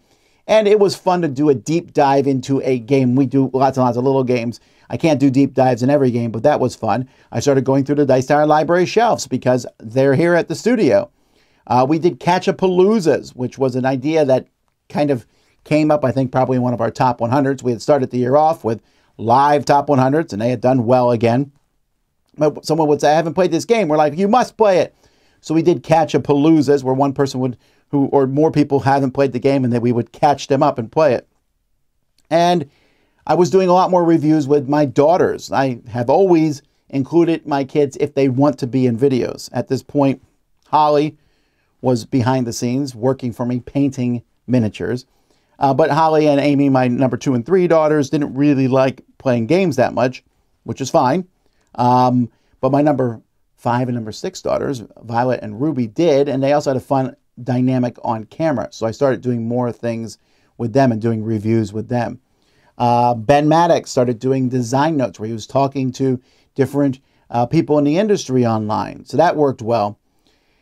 And then I made a pretty fateful decision near the end of 2021. And this is actually wasn't something that I came to lightly. So the Dice Tower has had several pivotal moments as it's gone through. And one of those was I decided to start doing reviews. I did a few in 2002, but 2003, 20 years ago, was when I really started doing reviews. And then the next big step in the Dice Tower was the actual name, the Dice Tower, which was our podcast that we had started.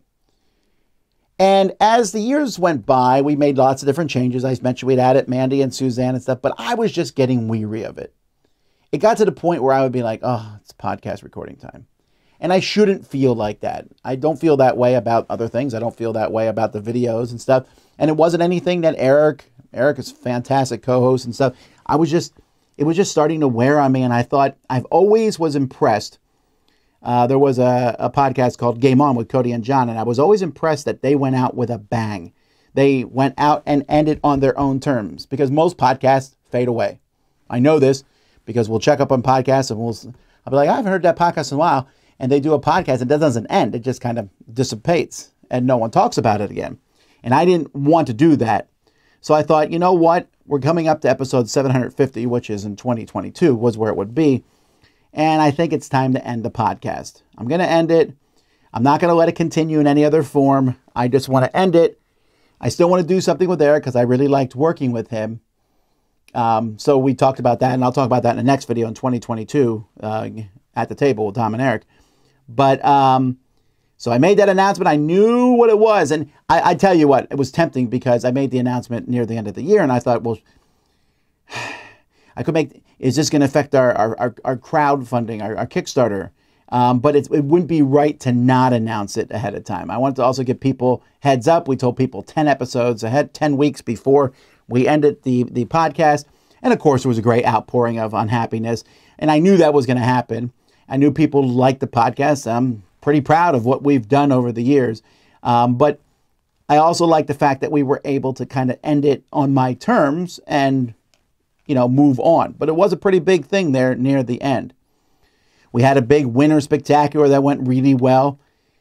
But as 2021 came to a close, I was like, all right, we're now finally back to normality, right? And you know that 2022 was not particularly normal, but it's definitely heading there. But 2021, when I look back that year, as moving to a new studio was like the focal point of that year. But as 2021 came to a close, I looked around and said, wow, the Dice Tower is not what I had expected it to be. Here I am. And now when we go through the studio, I got Chris, Wendy, Roy, Mike, Camilla, Z, Kenny, Lindsay, Amy, who helps run our contest. And we suddenly have this full-fledged team. We got Mark Street and Stella doing the Kickstarter type side of things. And we have different contributors and reviewers. Brian Drake doing different, people. And I suddenly realized I have a whole lot more that I'm doing. And I was delegating more and passing more stuff off, but 2022 was a year where I did that a little bit more. So that is kind of where we're at. I'll get to one more year. If you're watching this way in the future, I'm recording this in 2023. So I have one more year to talk about 2022. But 2021 was a good year overall. It was a year of happiness and reunification because we had been apart for so much of 2020, and to come back together felt really good. So that's another year of history of the Dice Tower. I'm Tom Vassell. Thanks for watching.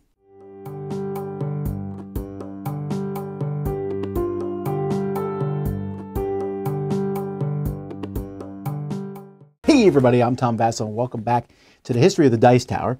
This is the last one I'm doing in this block, and I'm recording this in 2023, and here I am talking about the year 2022. So it's harder to go back and look at the year with a wider lens because it just happened last year. But 2022 was so 2020 was the pandemic. 2021 was a year of rebuilding. 2022 was a year of settling and refining what we had done in 2021. We ran the Kickstarter. Then the Kickstarter went well, but then so a couple major events happened over the course of 2022. First of all, I became a grandfather. So I know. I look like one. I'm super old looking. I don't feel like a grandfather. I don't look, but it's a great thing. It's a good place to be. But my daughter had a son. Melody had a son, and she called him Jack, which is nice. Named him after her brother. And, it's just a good thing. Another thing that made me feel older was my kids. Holly went to college. And now I had 3 kids out of the house. Only 4 kids left, a small family. I'm feeling that in and of itself. Times have changed. On the opposite end of things, I got tattooed. This was part of our Kickstarter for 2021, and we were planning to do it live in 2021, and it just never got around to happening. So I got tattooed, part of the Kickstarter, for fun, but also I had been thinking about it for a while. And then a couple weeks later, I got my wife. This Dice person has a tattoo, but then I'm done. And people are like, oh, you're not. It's been a year, folks. Haven't even had an inkling of a desire to get another tattoo. But that tattooed and being a grandfather, 45 years old. Here we go, moving on, but let's talk about the year in board gaming. So first of all, the podcast. I already mentioned this last time. The podcast was ending, and I knew that. So we got to episode 750. We ended, got a lot of nice feedback, a lot of praise from people, and I'm happy to have that body of work sitting there. Eric and I then started At the Table, which is a video show, which we're still, working on. It's hard to talk where At the Table is right now because it's only been a year. It's not, obviously, as popular as the podcast. It's us talking to people and, talking to different people in the industry. It's an hour. It's focused.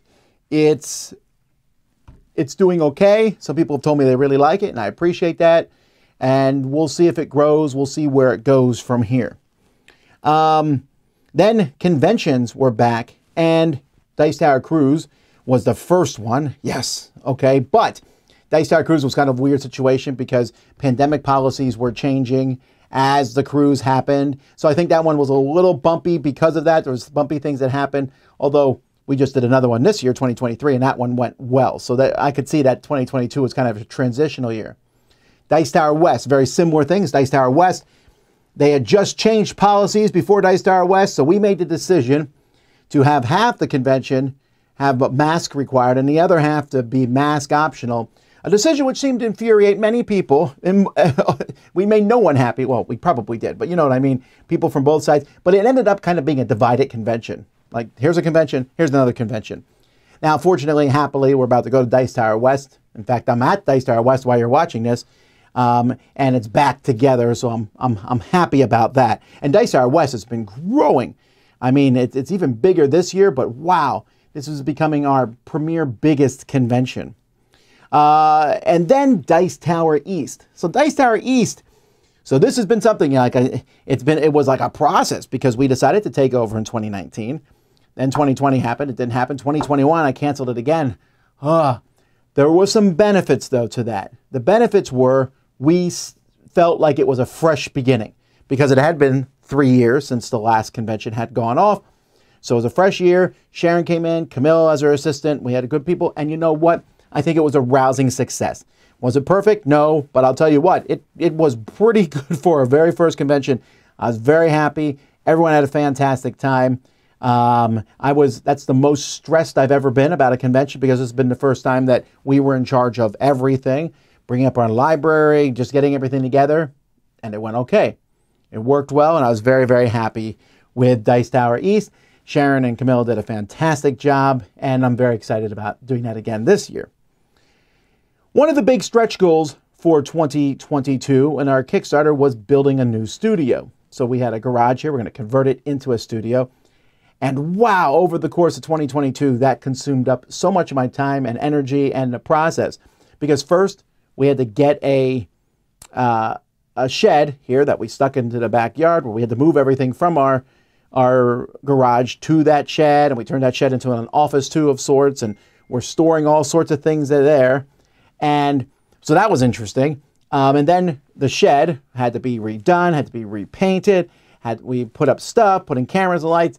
It took us a good chunk of the year. Then we were like, here's a new studio. And everyone said, doesn't look as good as the old one. We're like, oh. And so it took us a while to get the sound and this stuff. But we're feeling pretty good about it now. But that was definitely a year-long project that we put a lot of time in.